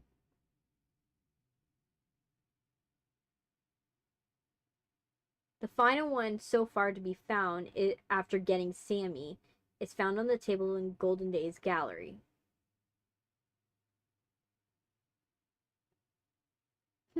Okay.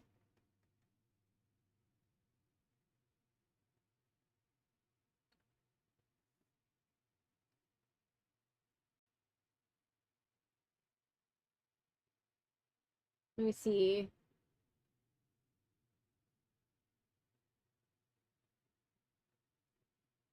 I wish I could just type in and it tells me.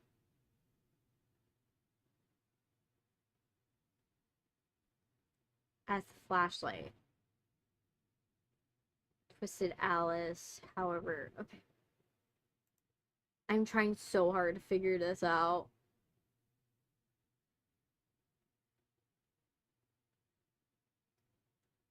I'm like, I wish it was very clear where. Like, okay, let me see, because I want to get the true ending. Let's see. All right.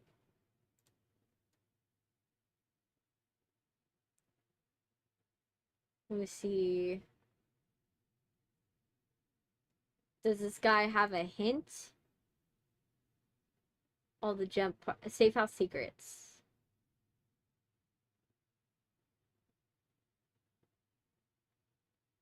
Okay. Does he have it at the end? I'm like trying my best to find where this thing is.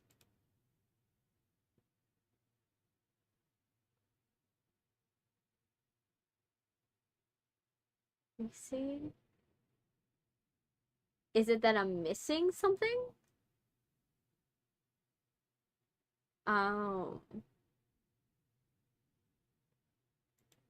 let me see. Bendy, because I want to get the true ending for you guys. It's kind of stupid that it's not allowing me. Ugh. Where's the stupid? Come on. Bendy Lone Wolf. Mystery box. Okay, mystery box. Let's see. Lone Wolf. All achievements and secrets. Thank you. Okay. Collect all plushies. Score 25 points in fuse.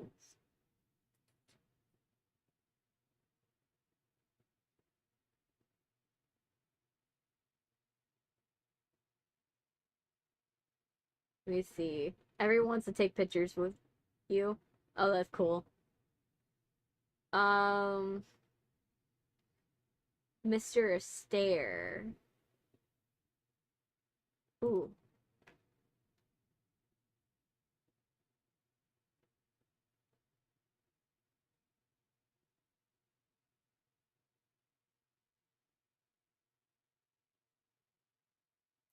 I'm trying to figure out.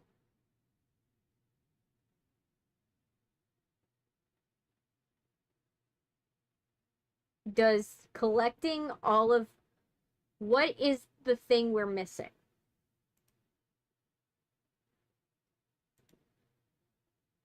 Because I am like... I'm so clueless.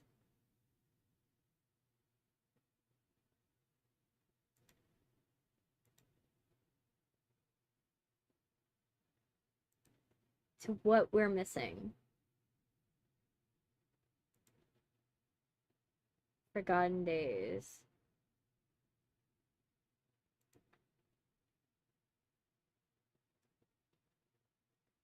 I'm just like, can you tell me? I wish it was like super clear. Like, could you be more clear?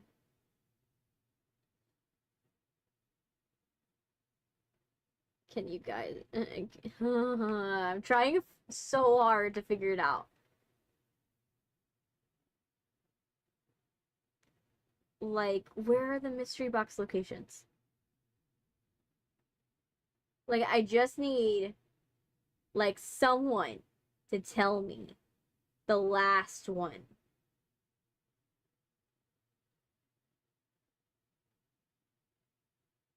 Like, it's so stupid.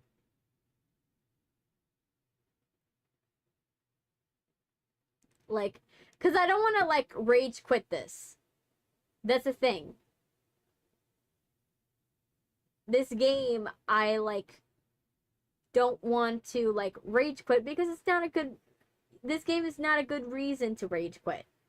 There's not a good one. But I'm like... I need, like, a reason, like, what I'm missing. If I can find what I'm missing, then I'll be like, okay, then I'll let it go. If I can't,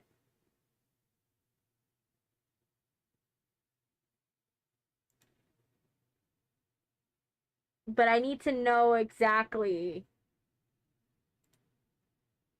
if there's like something we're missing. Like dark pest control.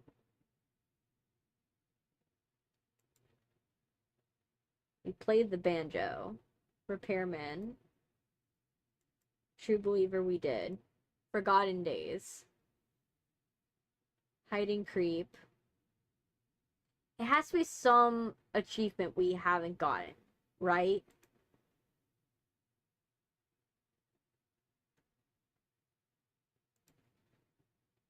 It has to be some achievement we haven't gotten.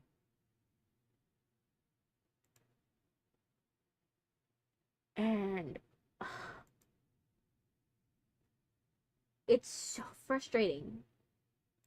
I'm trying so hard to find it.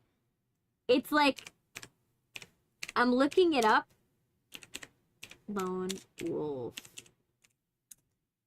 And I wish I could show you guys, but otherwise, if I showed you, it would probably dox me. So I'm like, maybe not. But I'm like trying to find checklist, mystery box, mystery box checklist. I need to know what is the last one.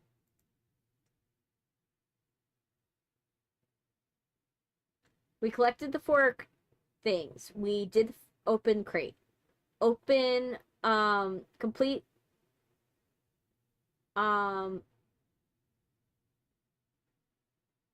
okay, it says complete Porter and Heidi's game. That's the only thing that's left. We gotta complete the Porter and Heidi's game. And then it should unlock the last mystery box. Because we're missing one. Oh. Let me see. I need to find how long is Heidi's game. Because if it's going to be super long, then we might have to do it another day. Because I don't want to do it for so long.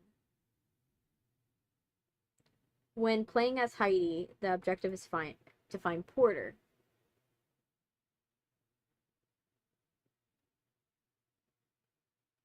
Scraps. So we have to find all the safe house scraps. Okay. Doable, but we can make it work. We didn't know it was a thanks, but at least we're finding out. You know, we're making it happen. We are not going to stop this till we go and finish this game. That is what's going to happen today. We are not going to stop this until we finish it, because I am literally, this game is going to be the end. This will be the end. Okay. So we know what we're missing. Now we know what we're missing. So, now that we know what we're missing, it's time to go into game time. Okay?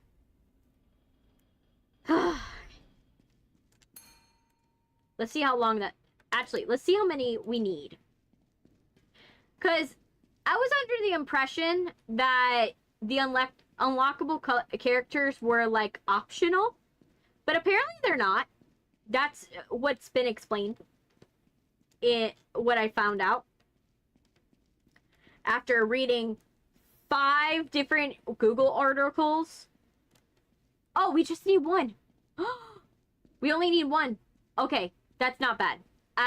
I thought it was going to be way worse, but it's actually not too bad. We just need 1. 1. Okay, I think we can make it this stream. We can make it this stream. We can get it done. We get her done. Get her done.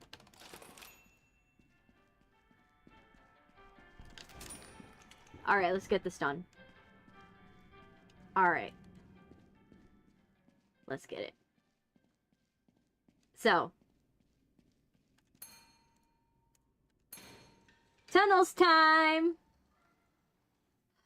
If I remember, the tunnels were, like, slightly less hard, but, like, definitely hard. But the one thing that's gonna be hard is that I don't have a good memory of the tunnels. And so since I don't have, like, a fresh memory of the tunnels, it's gonna be really hard to remember. What exactly is where.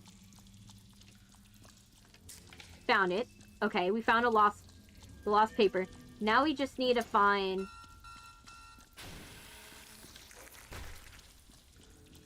this. Let's go all the way down. We're not going to spend too much time anywhere. We're just going to go quickly through everything. Try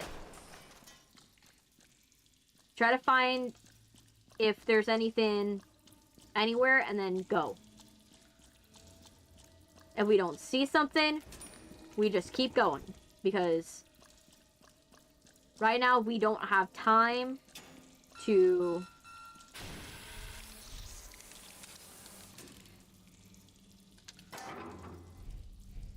We don't got time. We only have... We have to get this done, is what we got.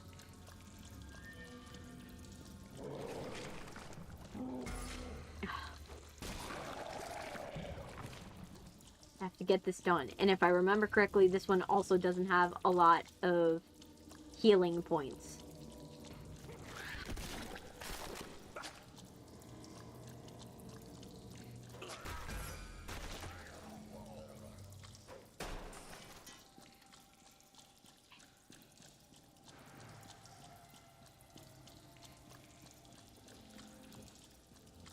If I remember correctly, this area has like few and far between healing points. There's not a lot.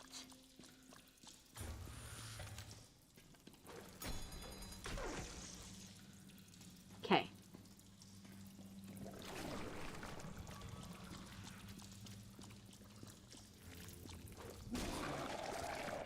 Okay. I got options now. Okay. We're gonna go in here. This is where we're gonna go. And then...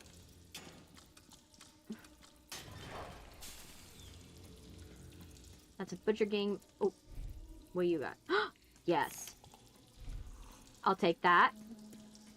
Healing's good. We like heal. We like heals. Heals are great. We like heals. And we love bean soup in this game.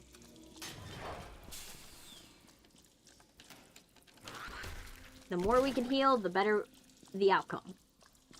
Okay, so nothing in here. Just a hiding spot. Okay. I don't like how long... You know. I'm not gonna jinx it. You know what? Don't jinx it. Don't jinx it. Damn it, I jinxed it. I was like, oh, how long until Bendy starts trying to find me? Let me drink some water.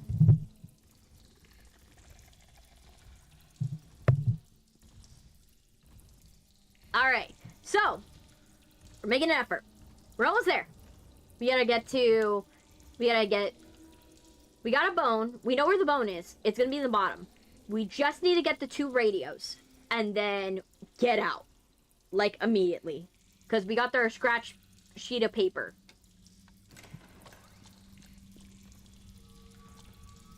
Where's this dude? How far are you? Are you in, like, close?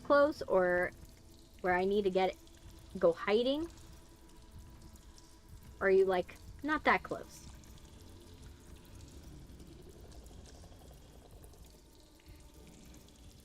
I'm waiting for him. Are you close?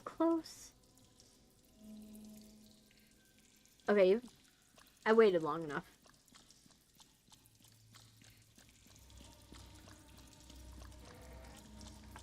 You either not coming, or you went the other way. And I will take it.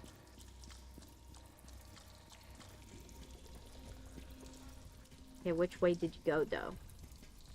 You know what? Let's hide. You're probably gonna show up eventually, right? You'll show up eventually. The only thing I don't know is where. I know he's somewhere, but we don't know where Bendy is.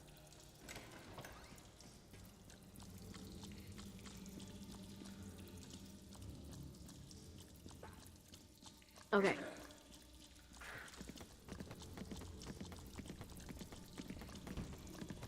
Okay, he's somewhere in here. He's in this one.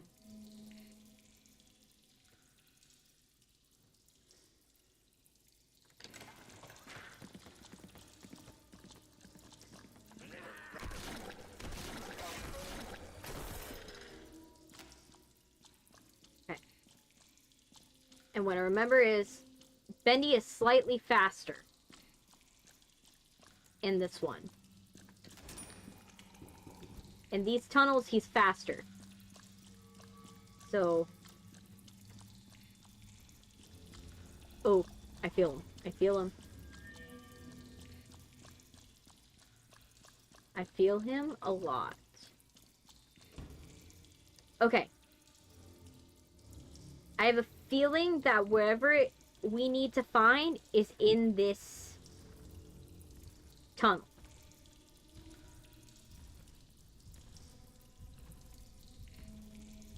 If I'm correct, we won't need to go up. Right? We won't need to go up. But if I'm wrong, we're gonna have to go to up there. Okay, we just need him to walk away. Because I know he's slightly faster. The tunnels make him faster. I don't know if it's the slipperiness of the ink.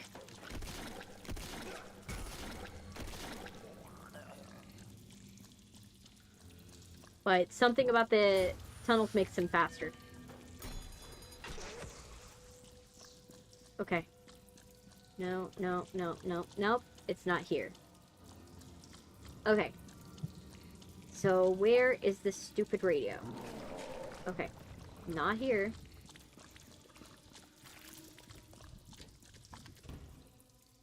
You better walk back.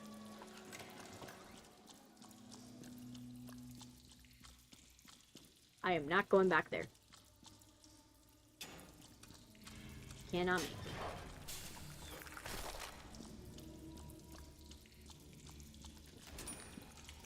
Okay. Do I have anything in here that's worth my day? Nope. Okay, so now let's go up. Of course.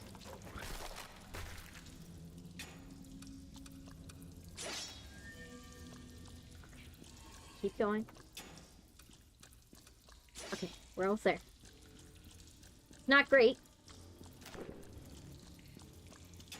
I need to ideally find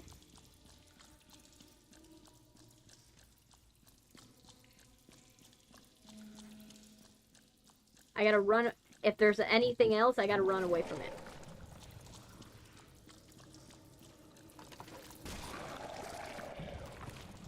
Yeah, yes. Okay, good, good, good. That's a good sign. Okay. One thing that's important is that we remember if we see something, run away. This ain't see something, say something. This is see something, run away.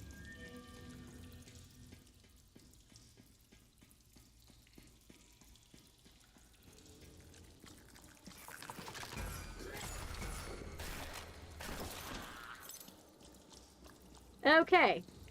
Well, good thing that this thing was here. Okay.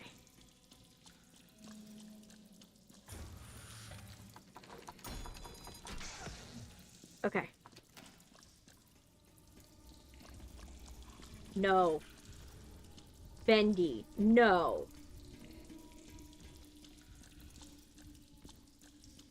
Bendy. Please. Please. Please. Can we negotiate?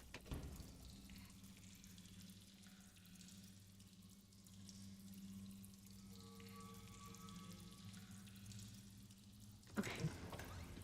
I don't know where he is. I don't know where Bendy is. But I am going to make sure that we go down here so that way we can get our bean soup. Of course, where I go is where Bendy is.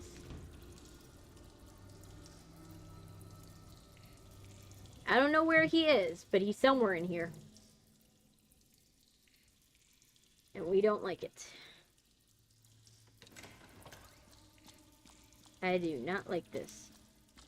Okay, there's bean soup somewhere. I got a bean soup. I guess it's deeper. I know it was somewhere in here.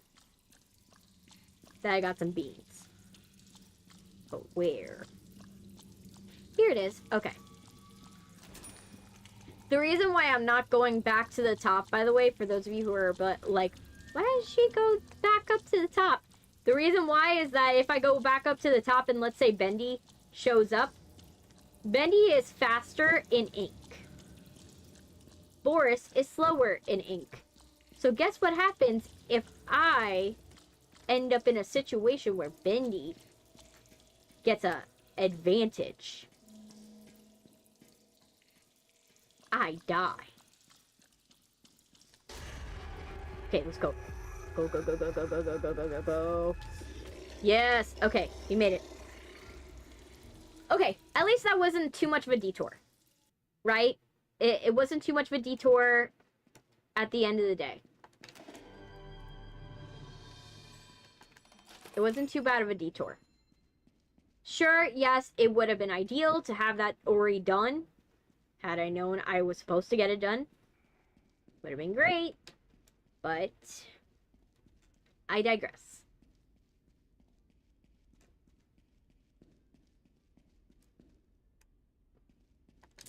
Okay. Two lost souls met in the shadows. Oh. Why do I feel like this is a love story now? Oh, it's Smeagol. Hi, Smeagol! And agreed to play a game. Ego and id. A game of hide and seek. Oh, shit. One ran off, eager to be found. So we have to find the other one? That's the deal? Okay. I'll do my best. Okay. Porter has learned one secret of the machine. He can flow quickly over short distances. The ink demon has you trapped and you can use this to get away. Flow consumes stamina with each use. Okay.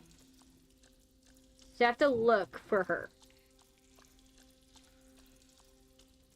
No. Okay, so she is not here. Okay.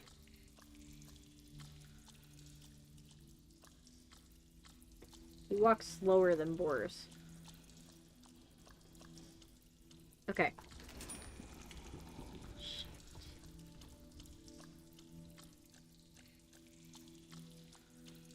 Okay. That's one way. I can run away. I can hide in here. But at least we know we've been here. We know what to look for.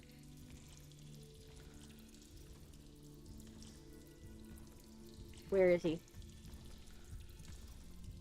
Oh, he's coming. He is coming. Okay, let's hide in here for like a hot sec. Okay. At least it wasn't for too long.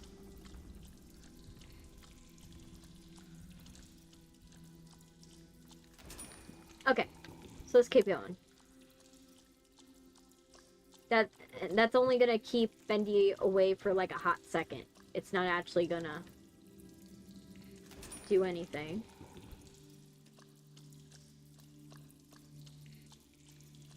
Let's go this way. We want to explore as far as we can.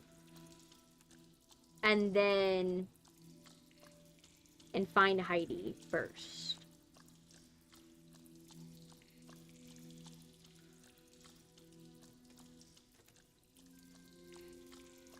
Oh! Oh, of course, Heidi teleports. Now we know. Great, so we actually have to look in multiple places. Great, that's a wonderful thing. Heidi, can we not do a dangerous game of hide and seek here? Is like, there's many other...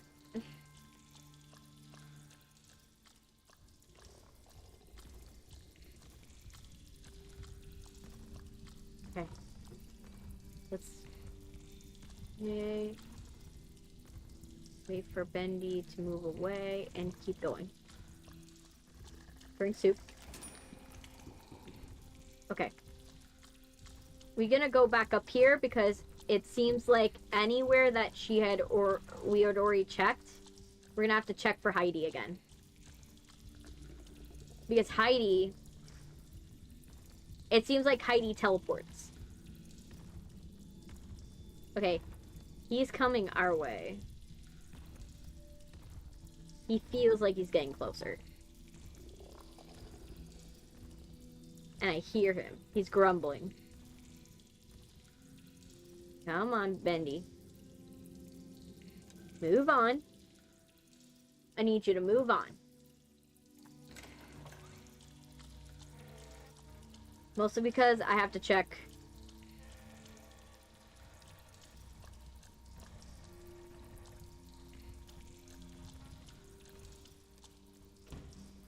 I had to check that hallway again. Let's check this one.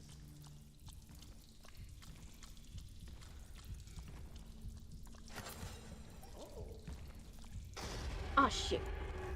I don't even know where he's coming from.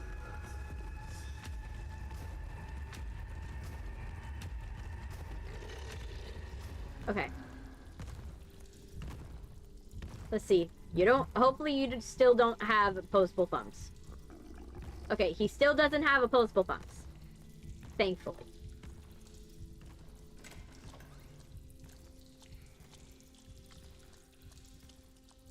So how many times am I supposed to find her? Is it like 4 times or like 2 times? Oh, well, definitely not 2 times because we just found her 2 times. Oh, found her again. Oh, 3. Okay. 2 lost souls were playing a game.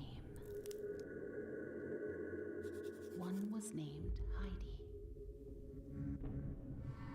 One was named Porter. Okay.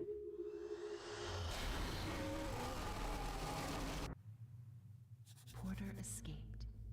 Heidi did not. Oh, that's sad.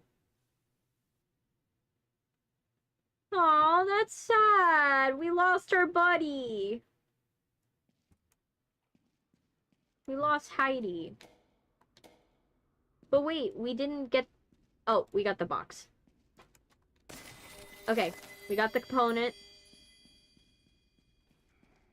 I'm gonna get my bean soap. My bean soap. Okay, let's walk to our... the slow trudge to our demise. Ready for this, guys? It's the final boss battle. Hopefully. Hopefully this is the last thing. I thought we had everything last time. Oh gosh. It's foreboding. Ah, it's foreboding. I don't like it. Okay. What am I supposed to do now? Oh.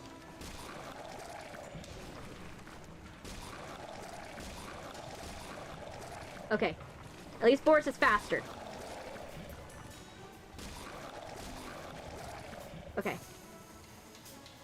Alright, what's next?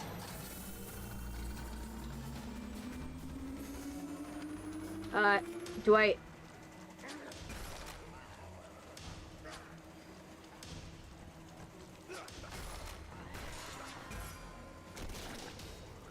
Okay, I need help. Okay, next boss fight. Oh, okay.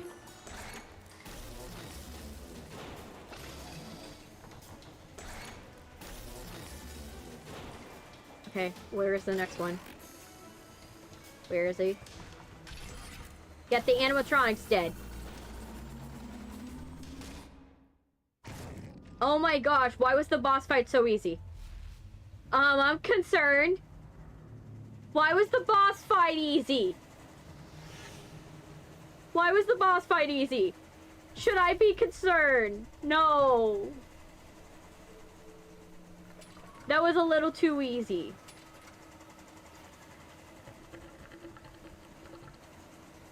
No, I don't like that. I don't like that. I don't like it. I don't like it. I don't like it. Why was the boss fight easy?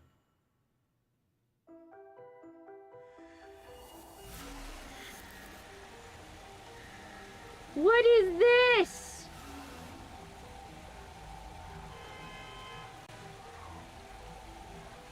What is this? The hell? We're just seeing the portal of the outside world. Did we just create a portal?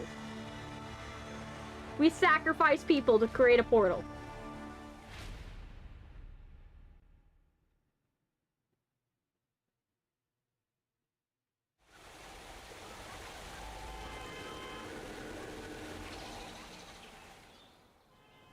I kept on saying that we had a family at home. I didn't think I'd get there.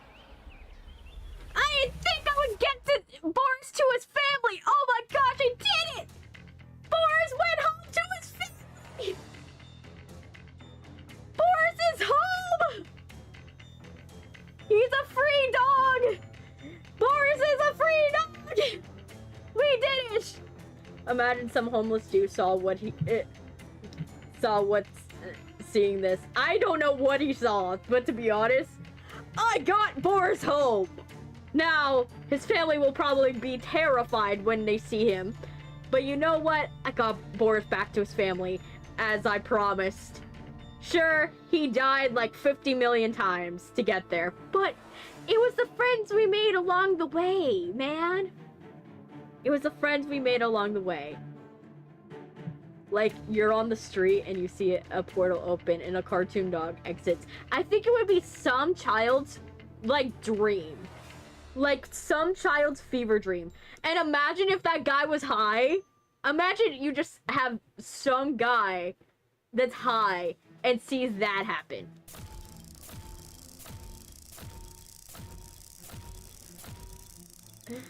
Oh my gosh. The fact I did that. Oh my gosh. But that's it. We did it. We finished the game. Oh my gosh. This was the game I did not think I would finish. But like, in the way that, not in the way that I was worried about it glitching out, but I was worried in the fact that I was like, oh my gosh, there's so much of it. And there's so much going on that and how hard it was. Let me go into just chatting so that way I can talk with you guys. Oh my gosh. You guys don't know. I was like, I didn't even know. I was like, I hope that I can get to the end of this. I really hope. And I didn't even know if I was going to be able to do it. I was like, oh my gosh, there was a tinge of doubt in the back of my mind that I was like, oh my gosh, I'm going to be doing Bendy Lone Wolf for a very, very, very long time. I didn't have I didn't think that I would never get Bendy Lone Wolf done, but I was so worried that I was like, oh my gosh, it's going to be another video. Like, this is going to stretch and stretch and stretch and stretch, and then I'm not going to have any more. You know, I was worried about that. And I'm so glad those worries were not a thing. Oh my gosh, I got that done. And the fact that the boss battle was so easy. I was so concerned when I did the boss battle that the boss battle was actually like one of those false boss battles, if you know what I mean. Like, if you ever played a game where you're like, you play a boss battle and it's like way too easy, and you're like, oh, this is the real boss, right? And then the real boss comes in, and then you're like, oh no, I am screwed. You know, that type of thing. I thought that was gonna happen, but surprisingly not. The hardest thing was the Jet Workshop. Getting the schematics for the Jet Workshop. That was the hardest part. I thought that the multi-wave boss fight was going to be hard. But no, it was the Jet Workshop section. It was literally just the Jet Workshop section. That was the hard part.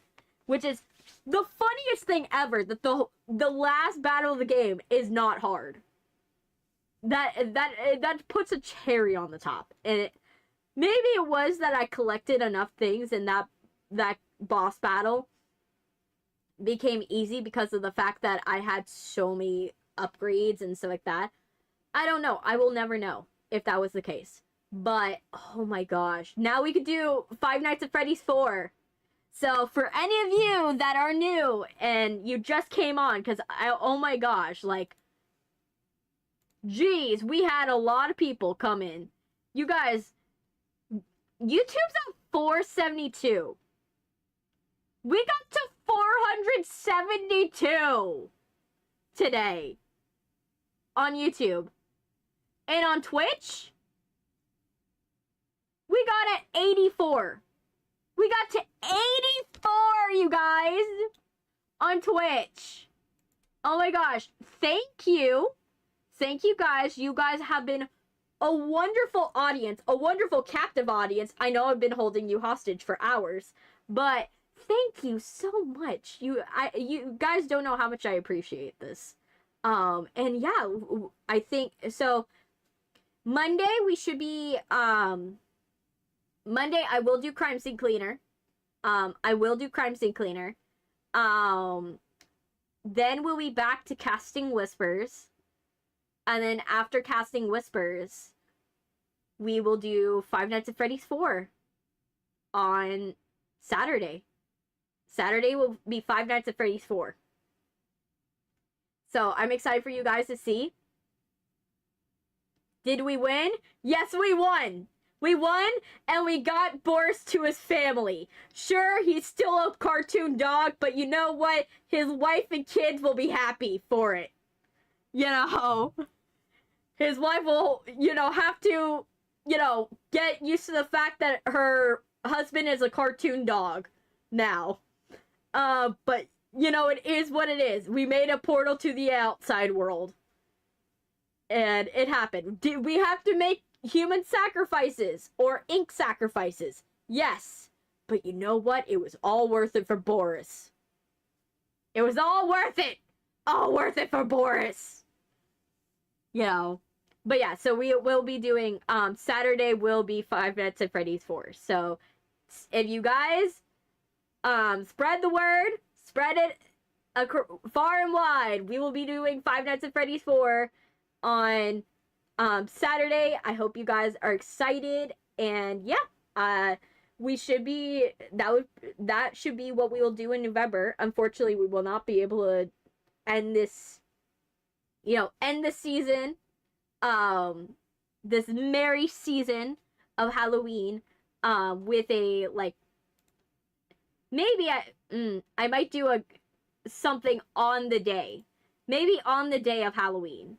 Maybe. You guys will have to wait to see if I do something on the day of Halloween. So, we will have something happen. Now, I may ask you guys, cheese me! I need the cheese rain. Rain the cheese down on me. And the duckies. Let it run. Let it rain. I need it all. I need it all on me. Yes. Yes. Yes. All the lactose I need. Alright, so I will let you guys go. Have a wonderful rest of your days or mornings or afternoons. I don't know what time zone you're in. I hope you have a wonderful day and, have a nice Halloween if I don't see you. So, I'll see you. Bye, guys. Let me